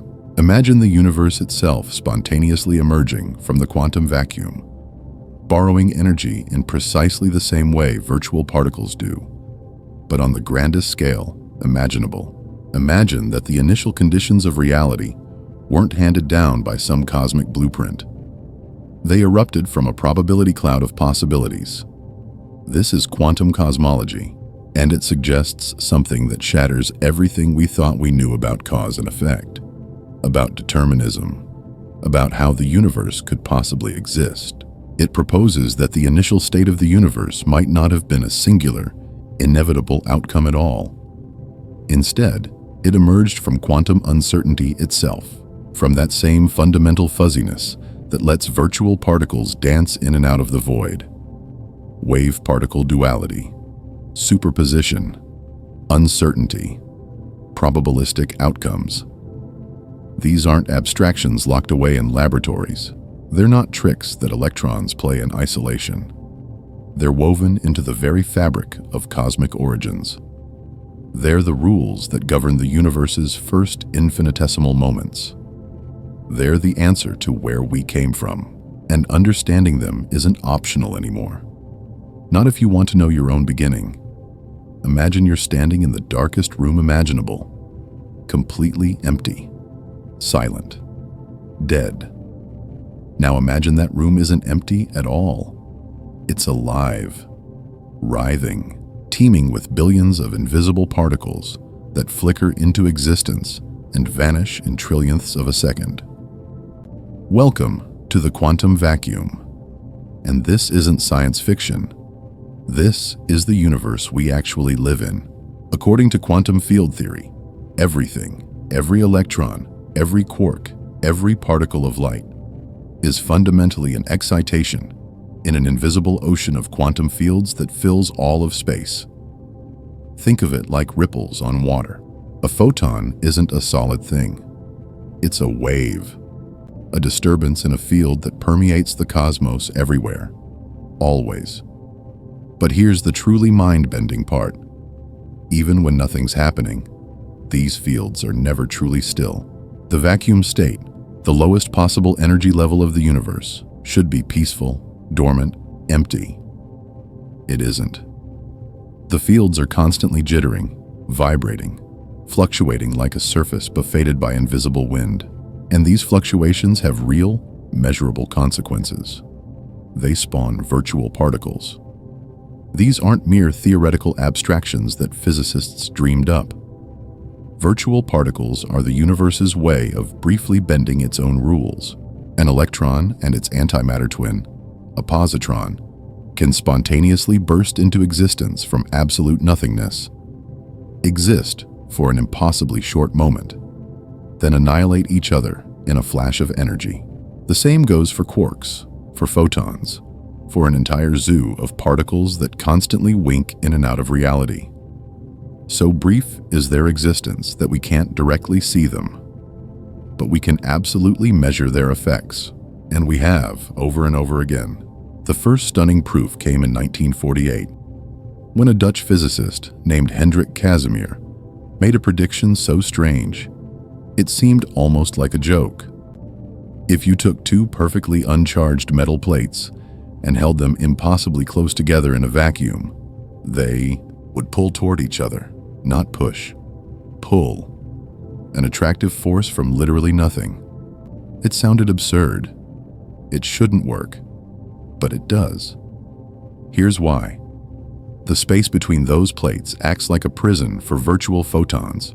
Only certain wavelengths can fit in that narrow gap. Like only certain musical notes can resonate inside a particular pipe. Outside the plates, there are no restrictions. Virtual photons of any wavelength can exist there. The result is a quantum imbalance. There's more energetic pressure pushing from the outside than from the inside. The plates get shoved together by the ghostly pressure of particles that aren't supposed to exist. Scientists measured it. They verified it. The Casimir effect proved that the vacuum isn't just some abstract concept. It's a real thing, with real energy, exerting real forces. But there's more, because this quantum turbulence, this seething sea of ghostly particles, isn't just a curiosity lurking at the edges of reality. It's fundamental to everything you are. The universe you live in wasn't born from nothing in the way you might imagine. It erupted from quantum fluctuations in that same infinite vacuum. Reality itself is an echo of those invisible fields vibrating into existence. The Big Bang wasn't a spark lighting up an empty void. It was the vacuum itself, suddenly inflating, suddenly alive, suddenly expanding at incomprehensible speeds.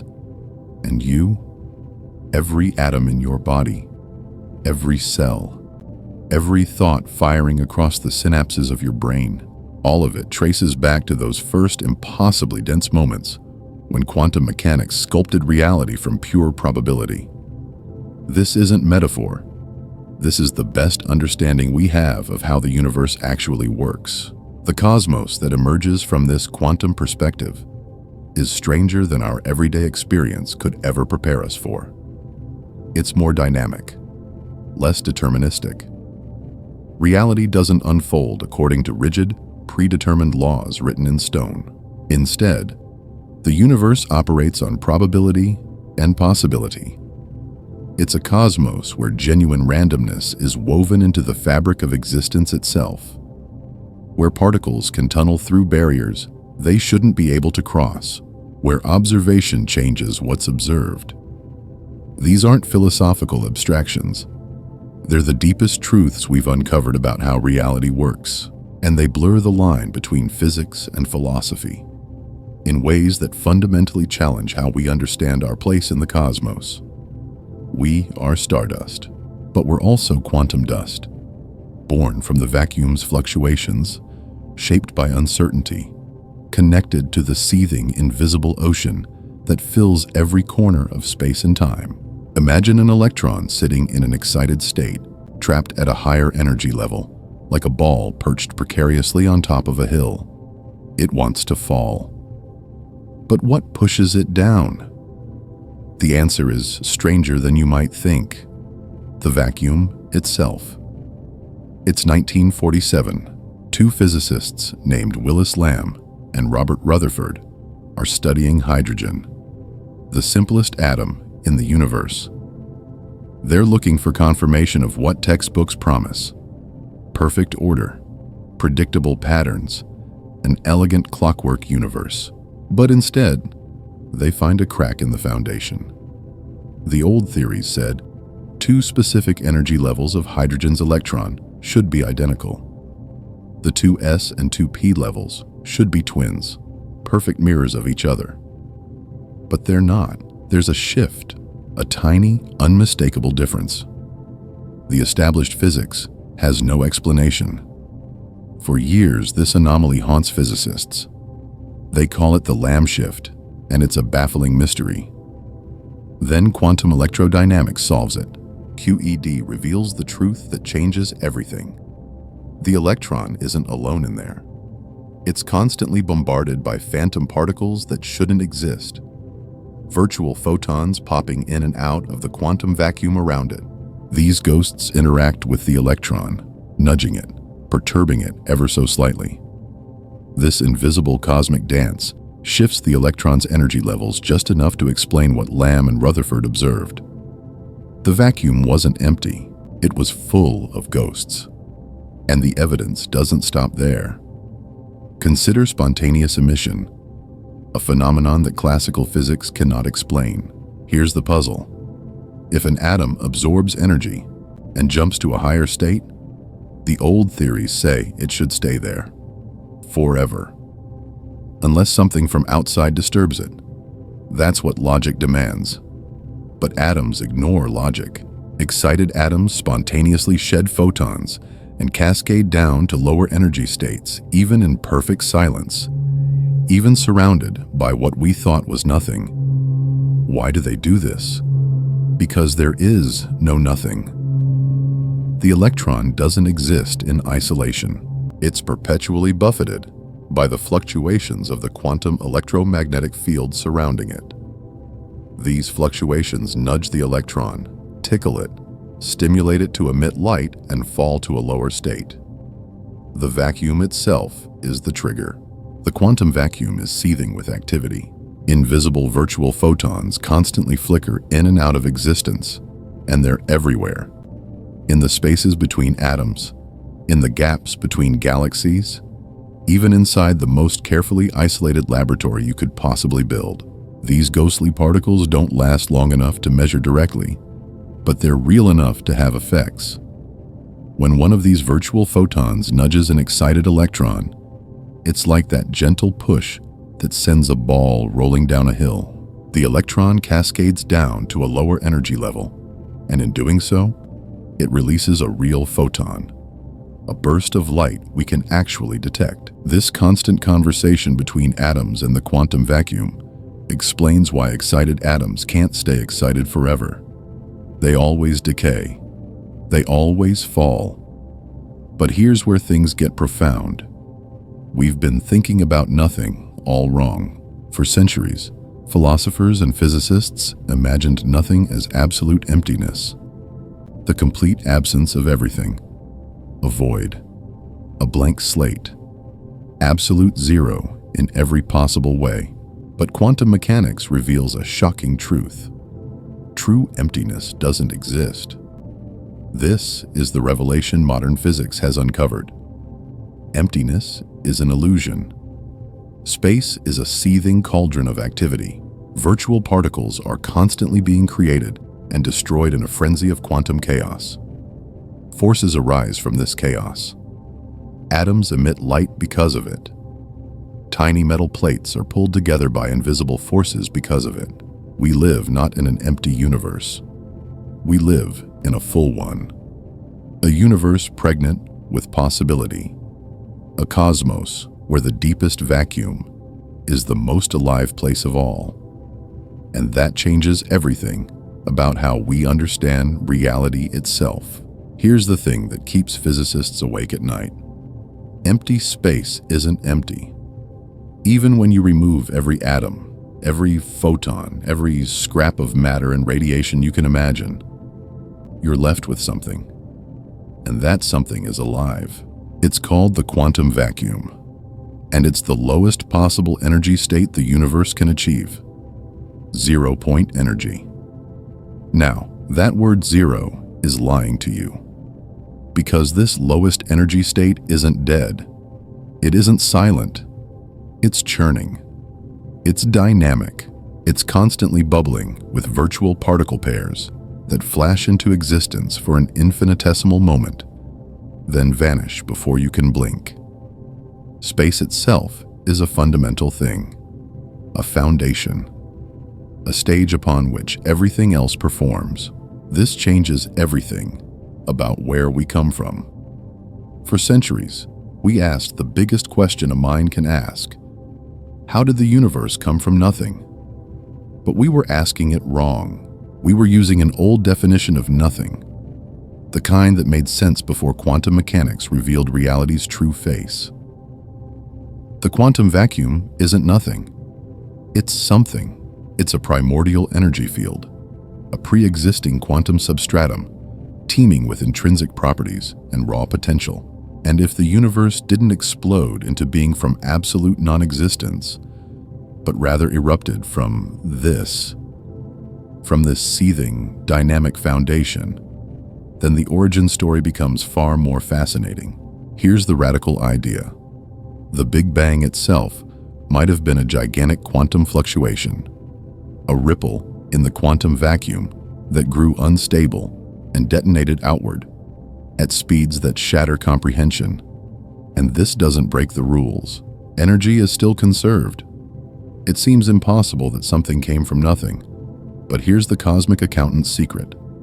The total energy of the universe might actually be zero. The positive energy locked inside all the matter and radiation across billions of galaxies is perfectly balanced, canceled out by the negative gravitational potential energy that holds it all together.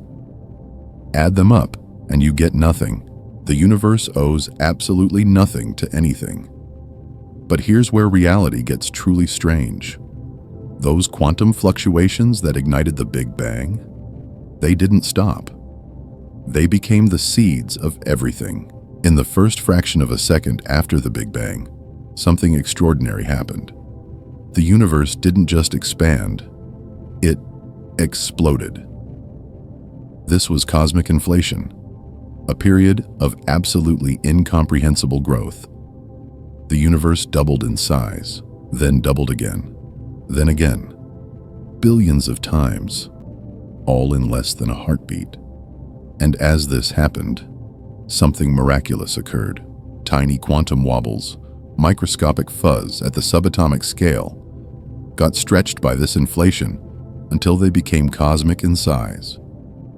Imagine taking something smaller than an atom and inflating it until it spans billions of light years. These quantum whispers transformed into actual variations in density. Some regions became slightly denser, others slightly less dense. Then gravity entered the scene. Over billions of years, those minuscule differences, those faint echoes of quantum jitter from the universe's first moments, grew stronger. Gravity amplified them. Dense regions pulled in more matter. Underdense regions emptied out. The universe organized itself. Slowly, relentlessly, it carved out structure. Stars ignited. Galaxies clustered. Superclusters wove themselves into the cosmic web we see today. Think about this. The entire architecture of the universe. The incomprehensible tapestry of galaxies and galaxy clusters stretching across billions of light years. It all emerged from quantum fuzz. From the fundamental uncertainty of the vacuum. Everything beautiful, everything complex, everything massive in our cosmos traces back to the quantum jitter at creation's moment. But there's one final piece. One more mystery lurking at the edge of our understanding. It's called the false vacuum. In the earliest moments, according to some models, the universe was trapped in a quantum state that wasn't the lowest energy state. It was false, deceptively stable, packed with enormous energy density, but it was like standing on a false peak, like being balanced on a mountain ridge that's about to give way. Eventually, inevitably, it became unstable. The quantum field tipped. It rolled down into a deeper, more stable state. And when it did, that transition, that quantum shift, unleashed the energy that powered inflation itself. Out of quantum fuzz, out of false stability, out of the vacuum's dynamic potential, our universe was born. Imagine standing at the edge of existence itself. Before the Big Bang, before time, before space, there was something, not nothing, something profoundly strange. A false vacuum existed in some pre-Big Bang realm, a high-energy quantum state we can barely comprehend. Then it became unstable. It couldn't hold together, and when it decayed, tunneling down to a lower energy state, something catastrophic occurred. All the tremendous energy released at once. The universe exploded into being. Matter materialized. Radiation flooded through space. Reality itself ignited. But here's what makes this mind-bending. The universe didn't emerge from absolute nothingness. It emerged from decay, from transformation, from a quantum state so energetic, so fundamentally alive, that it couldn't remain stable. That nothing before creation wasn't empty at all. It was pregnant with possibility.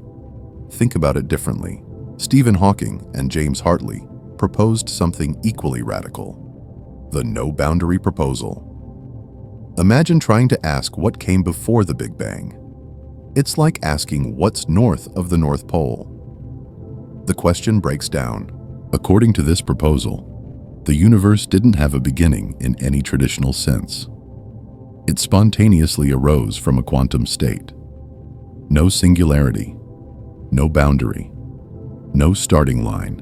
Space and time themselves emerged from quantum foam, bootstrapping reality into existence without needing anything before. The universe, in essence, created itself through quantum laws alone.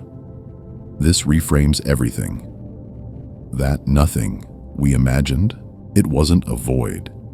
It was a seething, dynamic quantum vacuum, the foundation layer of reality itself, filled with inherent properties, bursting with potential. Modern physics has discovered that the quantum vacuum is far from empty. It's a vibrant, energetic substrate where virtual particles blink in and out of existence, where fields fluctuate constantly, where the rules of reality get written moment by moment. So we stop asking, how did something come from literally nothing? And we start asking, how did our universe emerge from the infinite complexity of the quantum vacuum? This isn't a small shift, it's revolutionary. But here's the problem. We're caught between two incompatible truths. Einstein gave us general relativity in 1915, a masterpiece of physics. He showed us that gravity isn't a force pulling objects together. It's something far stranger. Mass and energy warp the fabric of space-time itself, like a heavy ball sinking into a rubber sheet. Objects don't fall toward each other because of some invisible pull. They fall because they're following the shortest paths through curved space-time. Gravity is geometry. General relativity works brilliantly at large scales. It predicted Mercury's orbit with precision that baffled Newton's theory. It told us that light bends around massive objects. A prediction confirmed when astronomers photographed starlight bending around the sun during a solar eclipse. It explains galaxies, black holes, and the expansion of the entire cosmos. But then we zoom in. We peer into the subatomic realm, and everything changes. Because nothing isn't empty. Empty space is pregnant with possibility. Reality emerges from quantum fuzz and invisible fields. And the reason you exist, the reason galaxies exist, the reason anything exists at all, traces back to the fundamental activity of the quantum vacuum. We're not made from absolute nothingness. We're made from the quantum substrate of reality itself, rippled, stretched, and transformed by the universe's violent first moments. We're the universe observing itself, made entirely of pattern and potentiality, artifacts of the quantum foam that never stops dancing, even in the void. Imagine a universe where the fundamental laws of physics simply stop working. This isn't science fiction. This is the crisis facing modern physics right now. In the early 20th century, something remarkable happened. Einstein gave us general relativity, a theory that rewrote everything we thought we knew about gravity. He showed us that massive objects don't just pull on things with some invisible force. Instead, they actually bend and warp the fabric of space-time itself, like a bowling ball sinking into a trampoline. And Einstein's theory made an astounding prediction. Somewhere in the cosmos, gravity could become so catastrophically strong that nothing, not even light itself, could ever escape. Black holes. Science fiction made flesh. For a century, physicists couldn't prove it. Then, in 2015, the impossible happened. Scientists detected gravitational waves, actual ripples in space-time, created by two black holes colliding billions of light-years away. Einstein was right. Again. But here's where the story takes a troubling turn. General relativity works beautifully for the big picture.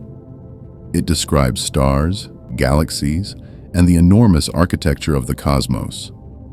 It's a classical theory, deterministic, predictable, elegant. Everything unfolds according to definite rules. Then quantum mechanics came along and shattered that elegant simplicity. In the microscopic world, the realm of atoms and subatomic particles, reality plays by completely different rules. Particles can act like waves, and waves can act like particles. An electron can be in multiple places at once until you actually measure it.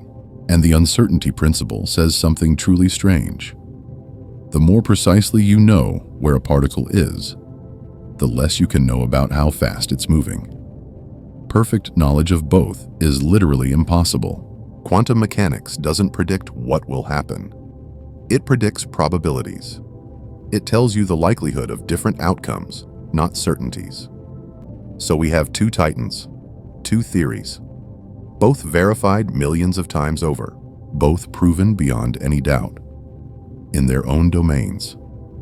But they speak different languages. They use different mathematics. They describe reality in fundamentally incompatible ways. Quantum mechanics governs the subatomic realm. Particles, forces, electromagnetism, nuclear forces, the quantum fields that underpin matter itself. But ask it to describe gravity at those tiny scales, and it doesn't just stumble, it breaks down completely. The math explodes into nonsense.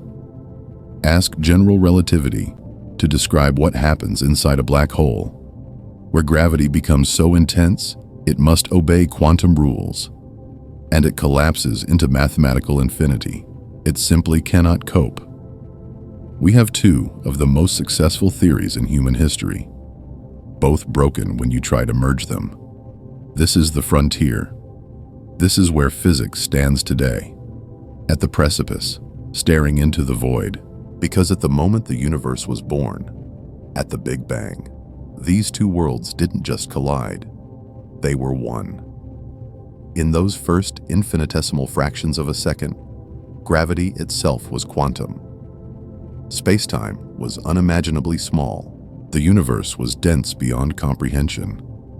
And in that realm, neither general relativity nor quantum mechanics can operate alone. Both fail. Both are insufficient. We need something new, something that reconciles these warring theories into a single framework. Something that describes everything, from the vast architecture of galaxies to the dance of subatomic particles to the moment the universe itself was born. That's quantum gravity, humanity's most ambitious scientific quest. A unified theory that will answer the deepest question we can ask. Where did we come from? And how did it all begin? This is the search that will remake our understanding of existence itself. Imagine standing at the edge of two worlds that refuse to speak to each other. One world is Einstein's universe, a realm of cosmic grandeur, where gravity bends space and time itself, where massive objects warp the fabric of reality around them. This world works beautifully. It explains why planets orbit, why galaxies dance together, why light bends around the sun.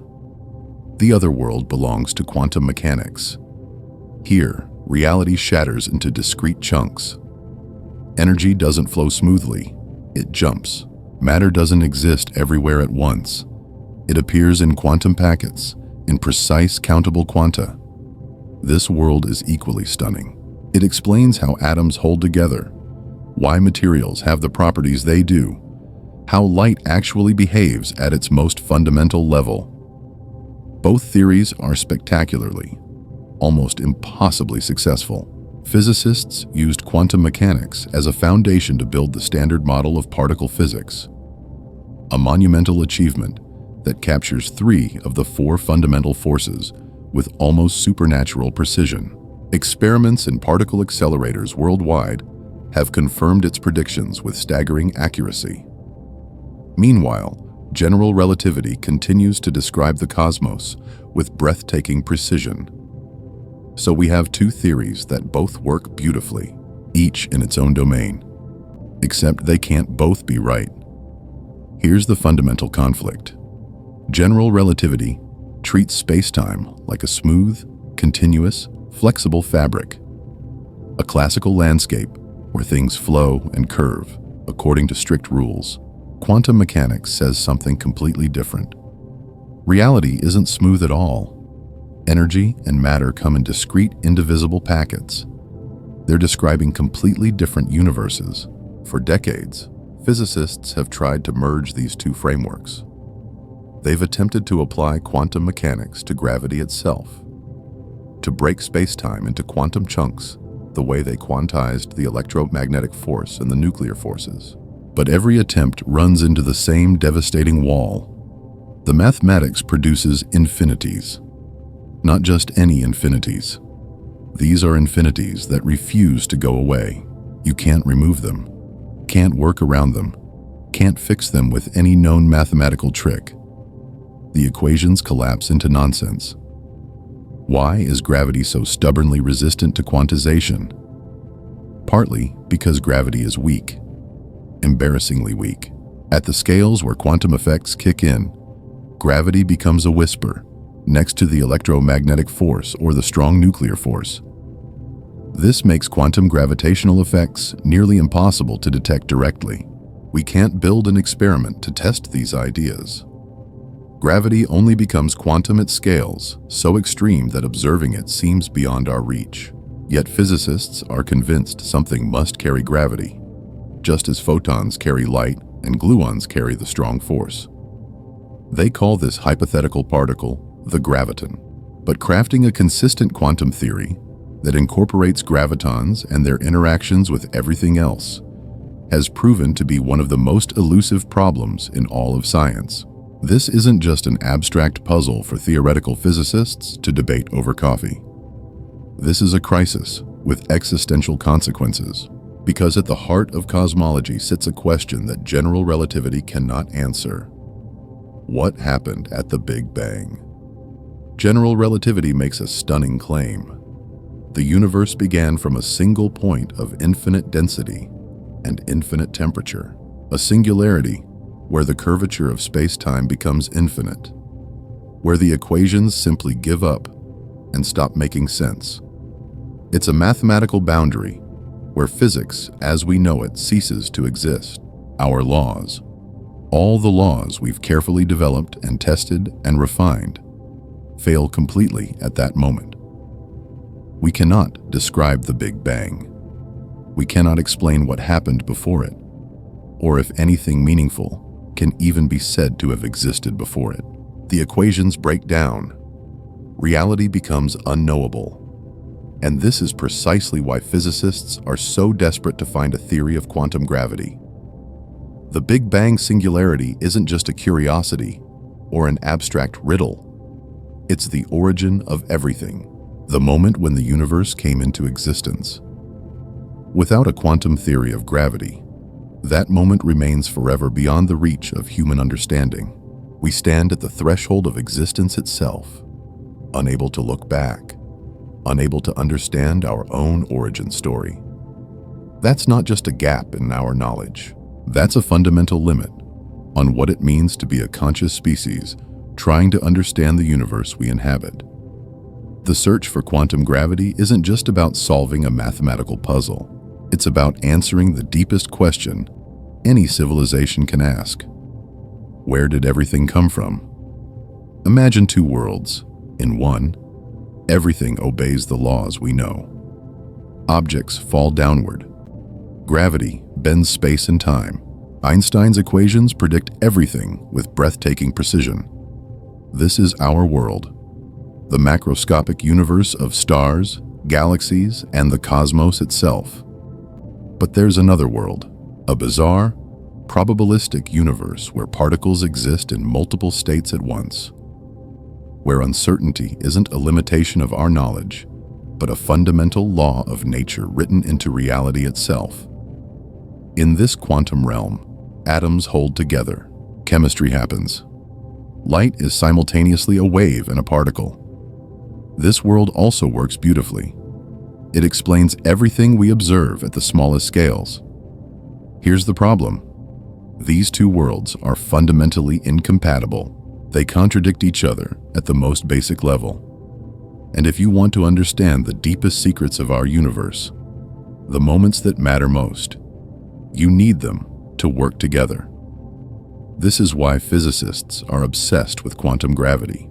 It's not just another physics problem, gathering dust in some research journal. It's the key to answering the most profound questions we can possibly ask. Picture the instant after the Big Bang, the first fraction of a second. Every atom, every photon, all the matter and energy that would become galaxies and stars, and eventually you, crushed into a space so incomprehensibly small, your mind cannot even grasp its size. At that moment, gravity wasn't some weak force lurking in the background. It was everything. Gravity dominated reality itself. But Einstein's equations completely break down here. They predict something called a singularity, an infinitely dense point where the very laws of physics cease to make sense. General relativity basically surrenders. It throws up its hands and admits defeat. I don't know what happens here. That's not good enough. We need a theory that actually works at the beginning of time itself. Without quantum gravity, we're left with a disturbing question. Did the Big Bang even happen as we imagine? Maybe it wasn't an absolute beginning at all. Maybe it was a transition, a quantum bounce. Imagine the universe contracting, compressing down to its smallest possible size, then rebounding like a cosmic spring. Or perhaps space and time as we know them emerged from something else entirely, something stranger than we've ever imagined. Black holes present us with an equally maddening puzzle. At the heart of every black hole, at the point where not even light escapes, general relativity predicts another singularity. Matter collapses to an infinitely dense point, and once again, Einstein's equations surrender. They cannot describe what happens there. This isn't just theoretical despair. There's a profound mystery lurking inside that mathematical breakdown.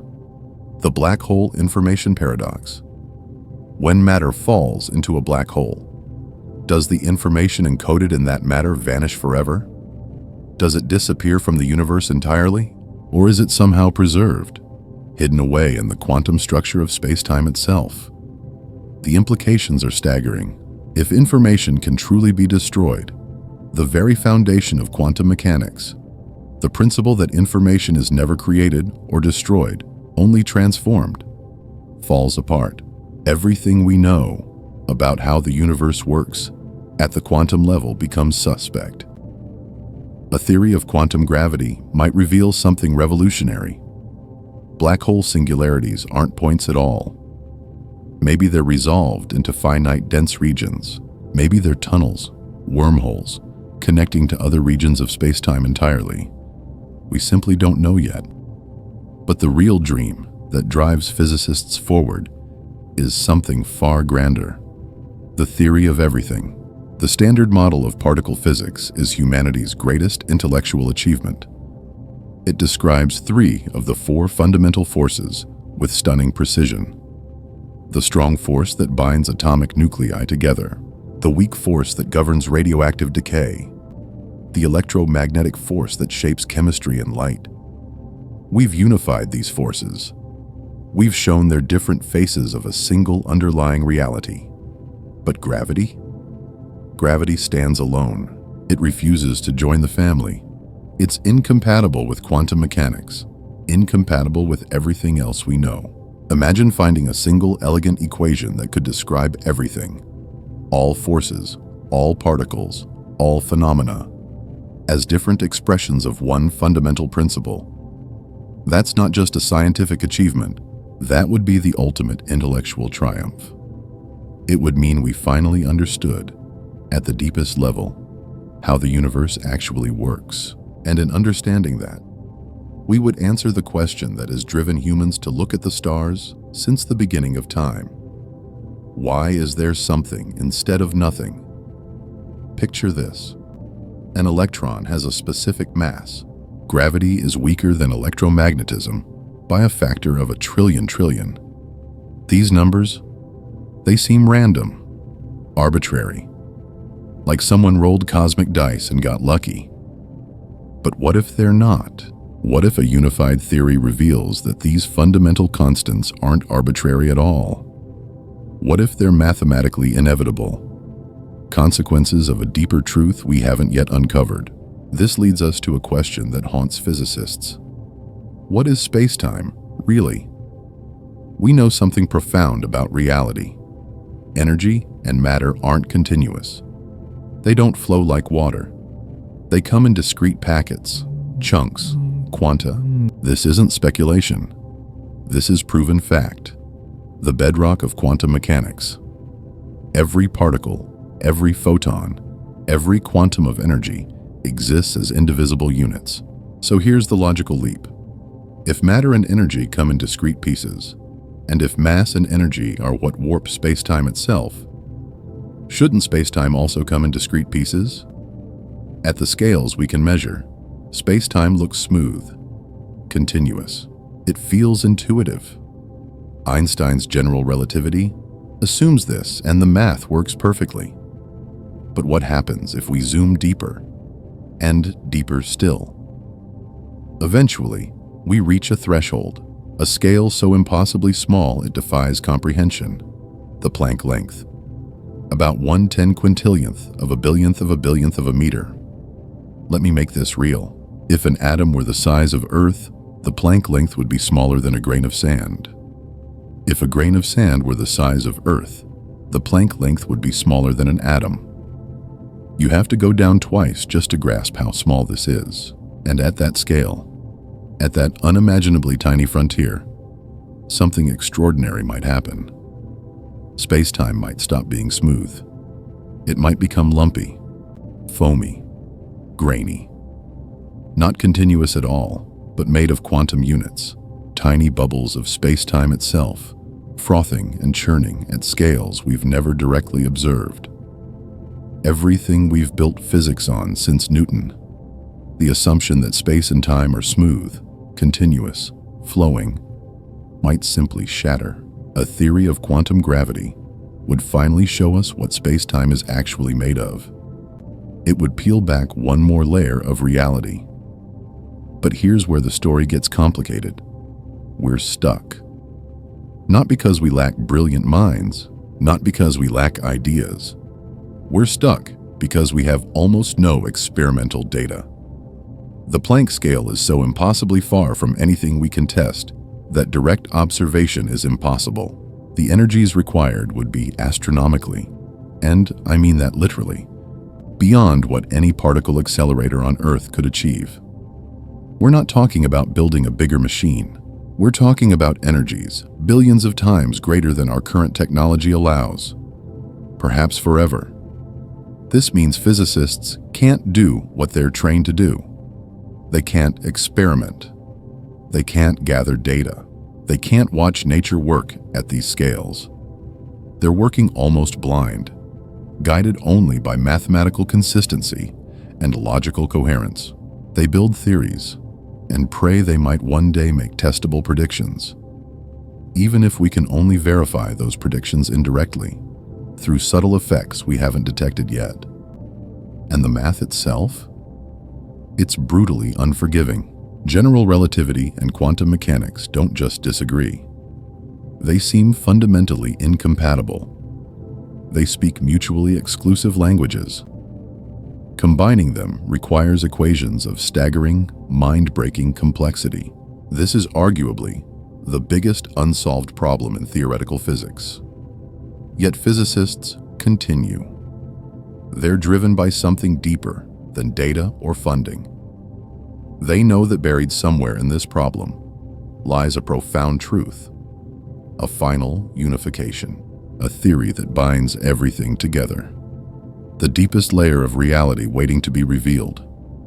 We haven't found it yet, but when we do, everything changes. Our understanding of time, of space, of gravity, of the cosmos itself, a transformation so fundamental it will reshape how we understand existence. That's what's at stake.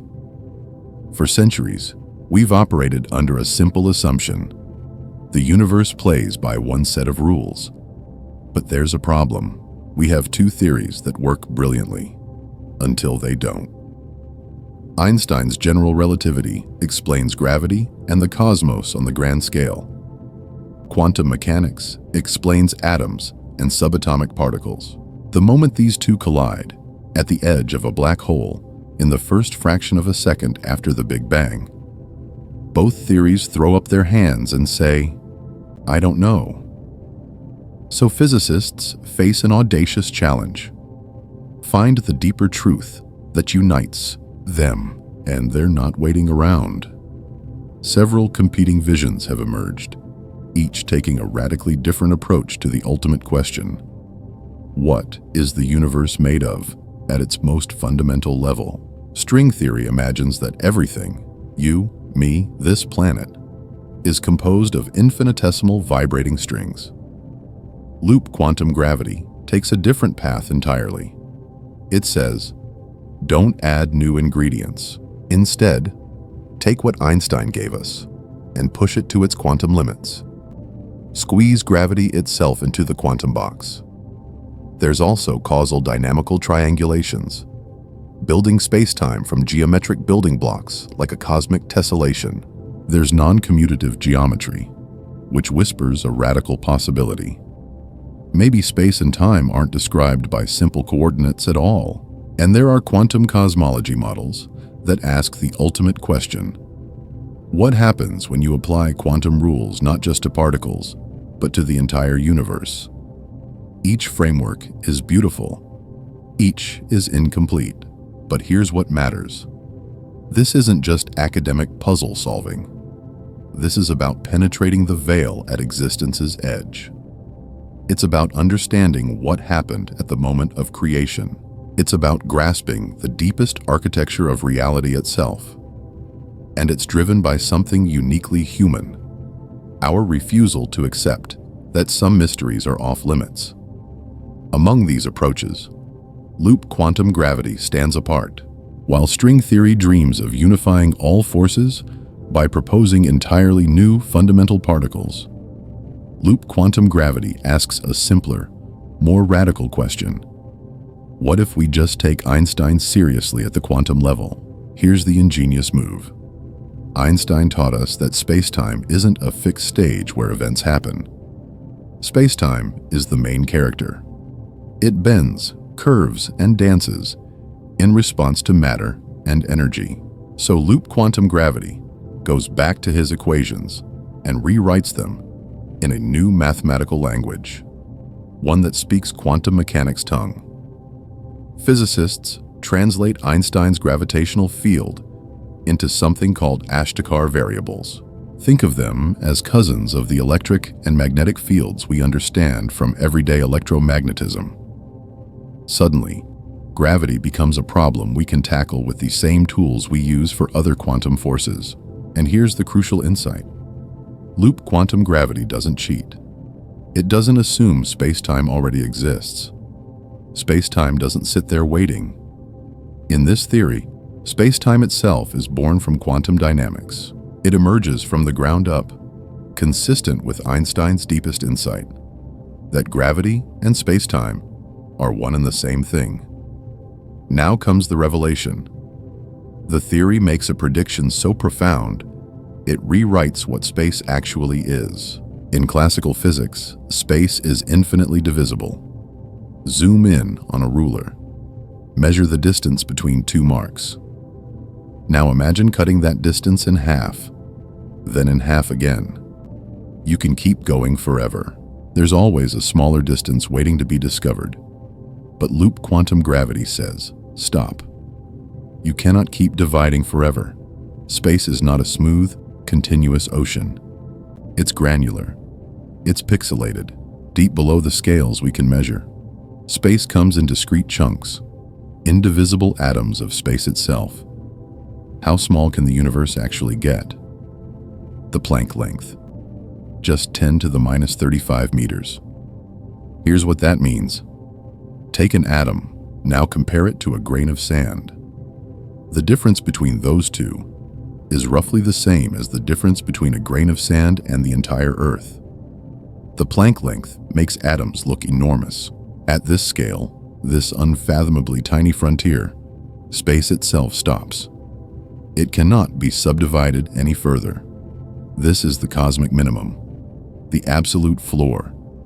And that changes everything, because if space can't break apart beyond this point, then area has limits. Volume has limits. They come in discrete packets. Think of pixels on a digital screen. Think of atoms locked in a crystal lattice. Space isn't a smooth canvas painted across the universe. Space itself is woven from quantum threads, a living, breathing network of interconnected quantum excitations, constantly flickering in and out of existence at scales our minds can barely grasp. This is what happens when two of physics' greatest revolutions finally collide. This is what the universe actually looks like when you're brave enough to see it. Imagine the fabric of reality itself, space-time, not as something smooth or flowing, but as something woven, granular, like a cosmic tapestry stitched together from quantum threads. That's the central revelation of loop quantum gravity, and it rewrites everything we thought we understood about where our universe came from.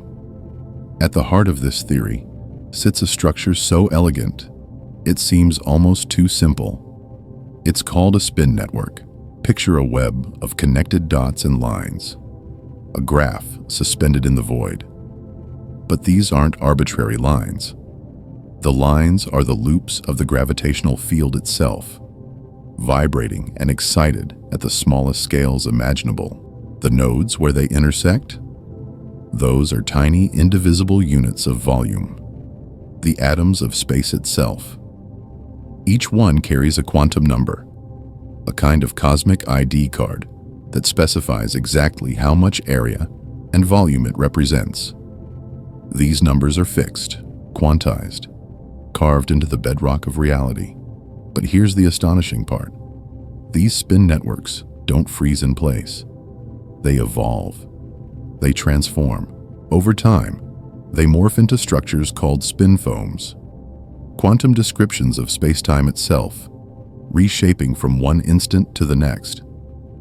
This is geometry at the Planck scale, the smallest meaningful distance the universe permits.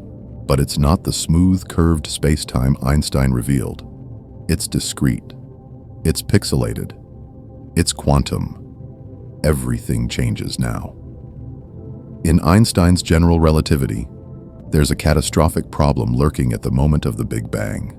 Imagine all the matter and energy in the universe, everything that exists, crushed into a single point. Infinitely dense, infinitely curved. The laws of physics don't just fail there. They shatter completely. Infinity crawls across the page, and every physicist knows the same thing. When infinity appears, you've made an error somewhere. Nature abhors infinities. They're a sign that our theories have hit a wall. But loop quantum gravity offers something radical, something that opens a door. As the early universe contracted and grew denser, something unexpected happened. The quantum properties of space-time, its granular, indivisible nature, couldn't be ignored anymore. The universe couldn't actually collapse to a point. It couldn't. The geometry itself wouldn't permit it. Instead, it reached a state of maximum density, finite, measurable, real, knowable. And then came the astonishment. The repulsive effects of quantum gravity, the sheer resistance of space itself to being crushed smaller, became so overwhelming that they crushed classical gravity's pull. The universe didn't vanish into a singularity. It bounced. This is the quantum bounce. The big bounce. Not a beginning from nothing, a rebound from something. Picture a ball dropped from infinite height. In Einstein's universe, it accelerates forever, falling endlessly into the abyss. But in loop quantum gravity, the universe hits a floor. A quantum floor, solid, real, and it rebounds upward. The Big Bang wasn't a beginning. It was a collision. Imagine standing at the edge of everything, the moment before creation. Except there is no moment. There is no edge. There is no creation. For centuries, we've been taught that the universe had a beginning, a singular point of infinite density and temperature, exploding into existence from absolute nothingness. But what if that's not the whole story? What if the universe didn't appear out of nowhere? What if it bounced back from something that came before? This is where loop quantum gravity takes us, and it fundamentally rewrites cosmic history. In this picture, the universe never truly began. It's eternal, an endless cycle, a cosmic heartbeat of collapse and expansion, death and rebirth.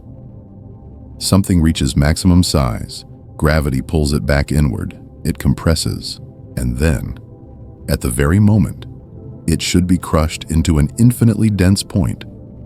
Something extraordinary happens. A quantum bounce. The laws of gravity, when merged with quantum mechanics, refuse to allow that infinite density. Instead of singularity, there's transformation.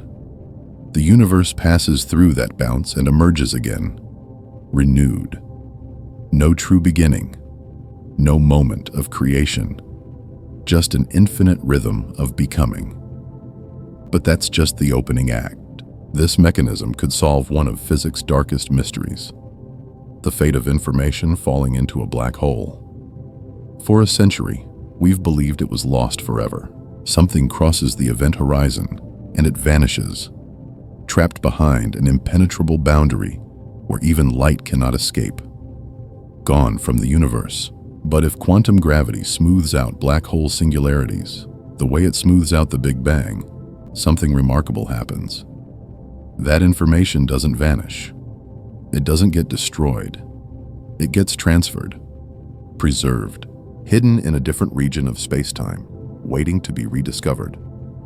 Information in this universe is never truly lost. Yet the implications ripple even deeper into something more fundamental than matter, energy, or even black holes.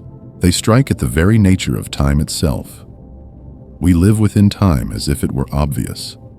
We treat it like a stage, an external backdrop against which events perform.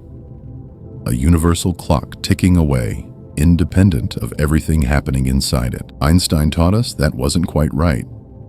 He showed us that time warps around massive objects, that it's flexible, relative, woven into the fabric of space. But loop quantum gravity whispers something far more radical. Time isn't a given. It's not a foundation upon which reality is built. Time is emergent. It's constructed. It arises from the quantum dynamics of space-time itself. Think of it this way. Time exists only in relationships, between the vibrations of the quantum gravitational field, between the quantum states of space itself. It's not a background thing. It's woven into the texture of reality. And here's where it gets strange. At the Planck scale, the scale where the quantum bounce occurs, time might not flow smoothly at all. Our intuition about a steady, continuous stream of moments might completely break down. At the universe's most fundamental level, time might work by entirely different rules. So we have a theory that transforms everything we thought we knew about origin, information, and time itself. A theory that banishes infinity from physics, not through mathematical cleverness, but through the deep granularity of reality. The fact that space-time is woven, not smooth. But there's a problem, a profound one. Loop quantum gravity is a theory of gravity. That's all it does. It quantizes space-time. It quantizes the gravitational field. But the universe isn't made of gravity alone. There's electromagnetism, the strong nuclear force, the weak force. There are electrons, quarks, photons, the entire menagerie of particles described by the Standard Model. All of these are as fundamental as gravity. All of them are woven as deeply into reality. But loop quantum gravity doesn't naturally include them. Not yet. This is the frontier. This is the unsolved puzzle. Until physicists can weave loop quantum gravity together with particle physics, until they can explain not just how gravity emerges from quantum geometry, but how all the forces and all the particles emerge as well, the theory remains incomplete. Powerful, yes. Revolutionary in what it reveals, absolutely. But not the final word. Still, what it has shown us is transformative. A universe without singularities. Space-time as fundamentally quantum. Time is something that emerges from the dance of geometry.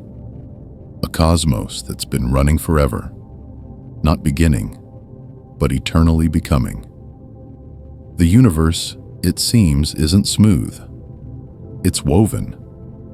And we're only beginning to understand the intricate pattern. Imagine you're standing at the edge of human knowledge. You're looking at a problem that's haunted physics for a century.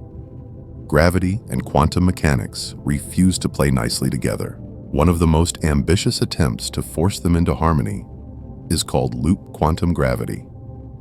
And to understand why some physicists believe it could rewrite our understanding of reality itself, you need to look at its mathematical heart.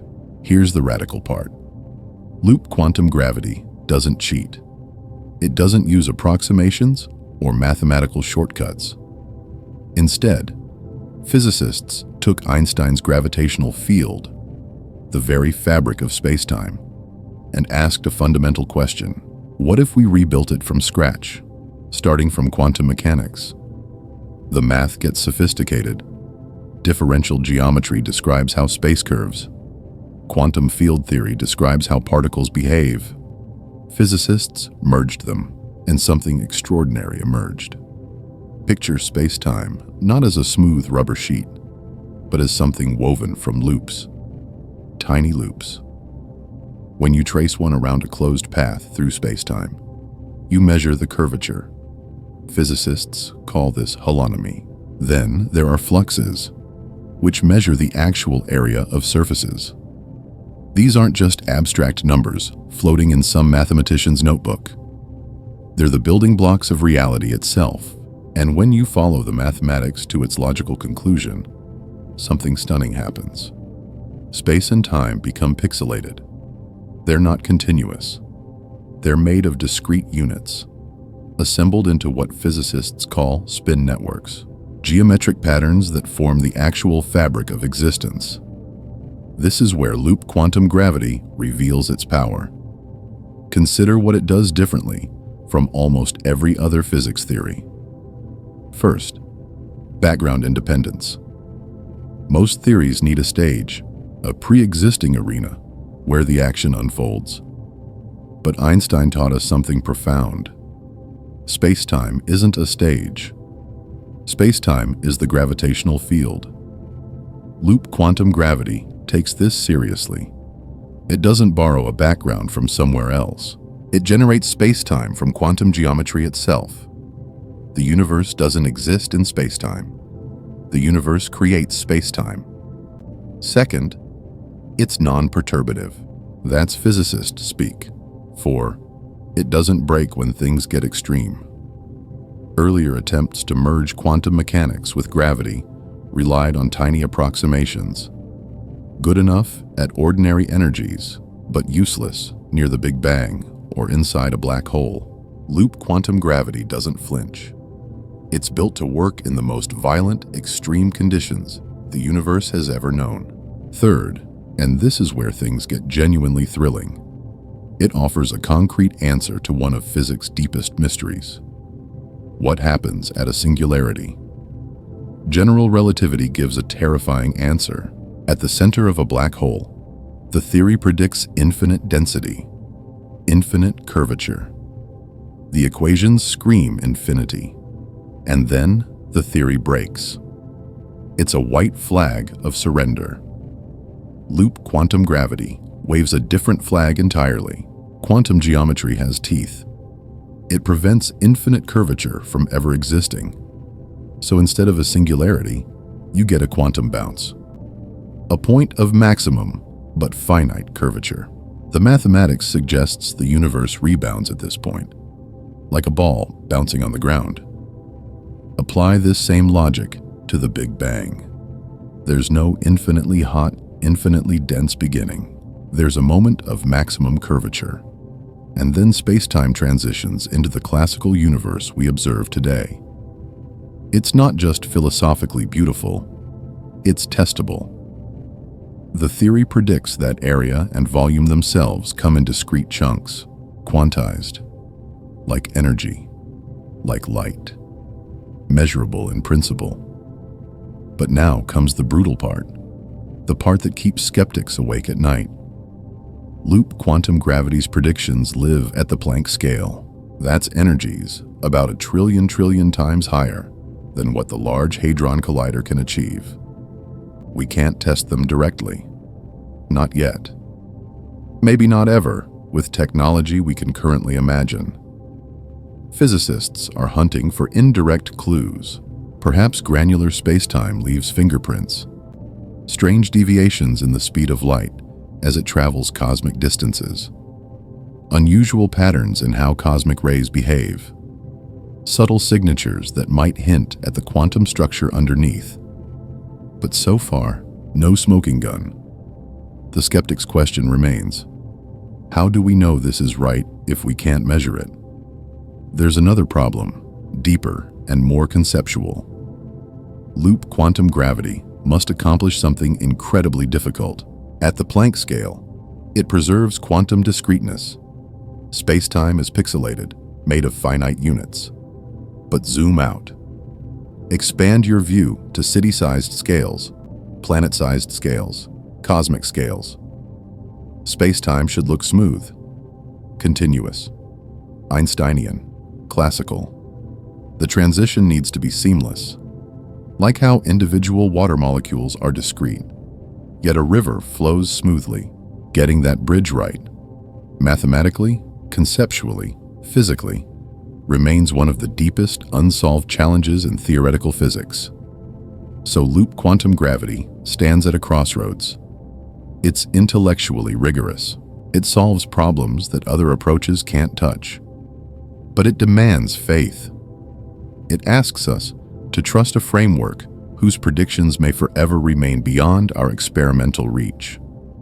In science, that's a hard sell, and that tension between an elegant theory and the stubborn refusal of nature to reveal its secrets is where the real drama of modern physics unfolds. There's a problem lurking at the heart of loop quantum gravity, and it's almost embarrassingly literal. The theory is elegant, even beautiful, when it describes pure gravity floating in an empty void. But our universe isn't empty. It's a riot of particles. Electromagnetic forces crackle everywhere. Nuclear forces bind matter together. Try to fold all of that into the loop quantum gravity framework, and suddenly the pieces stop fitting neatly together. The math rebels. The model fractures. This is where the theory lives right now, in active, heated research, with scientists scrambling to make the parts align.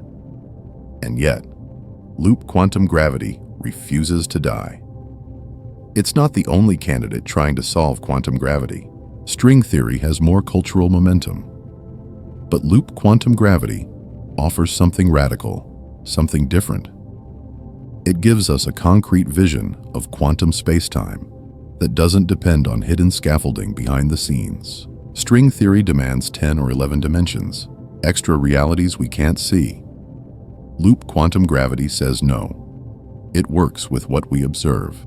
It speaks a language of loops and networks, of geometry woven into the fundamental fabric.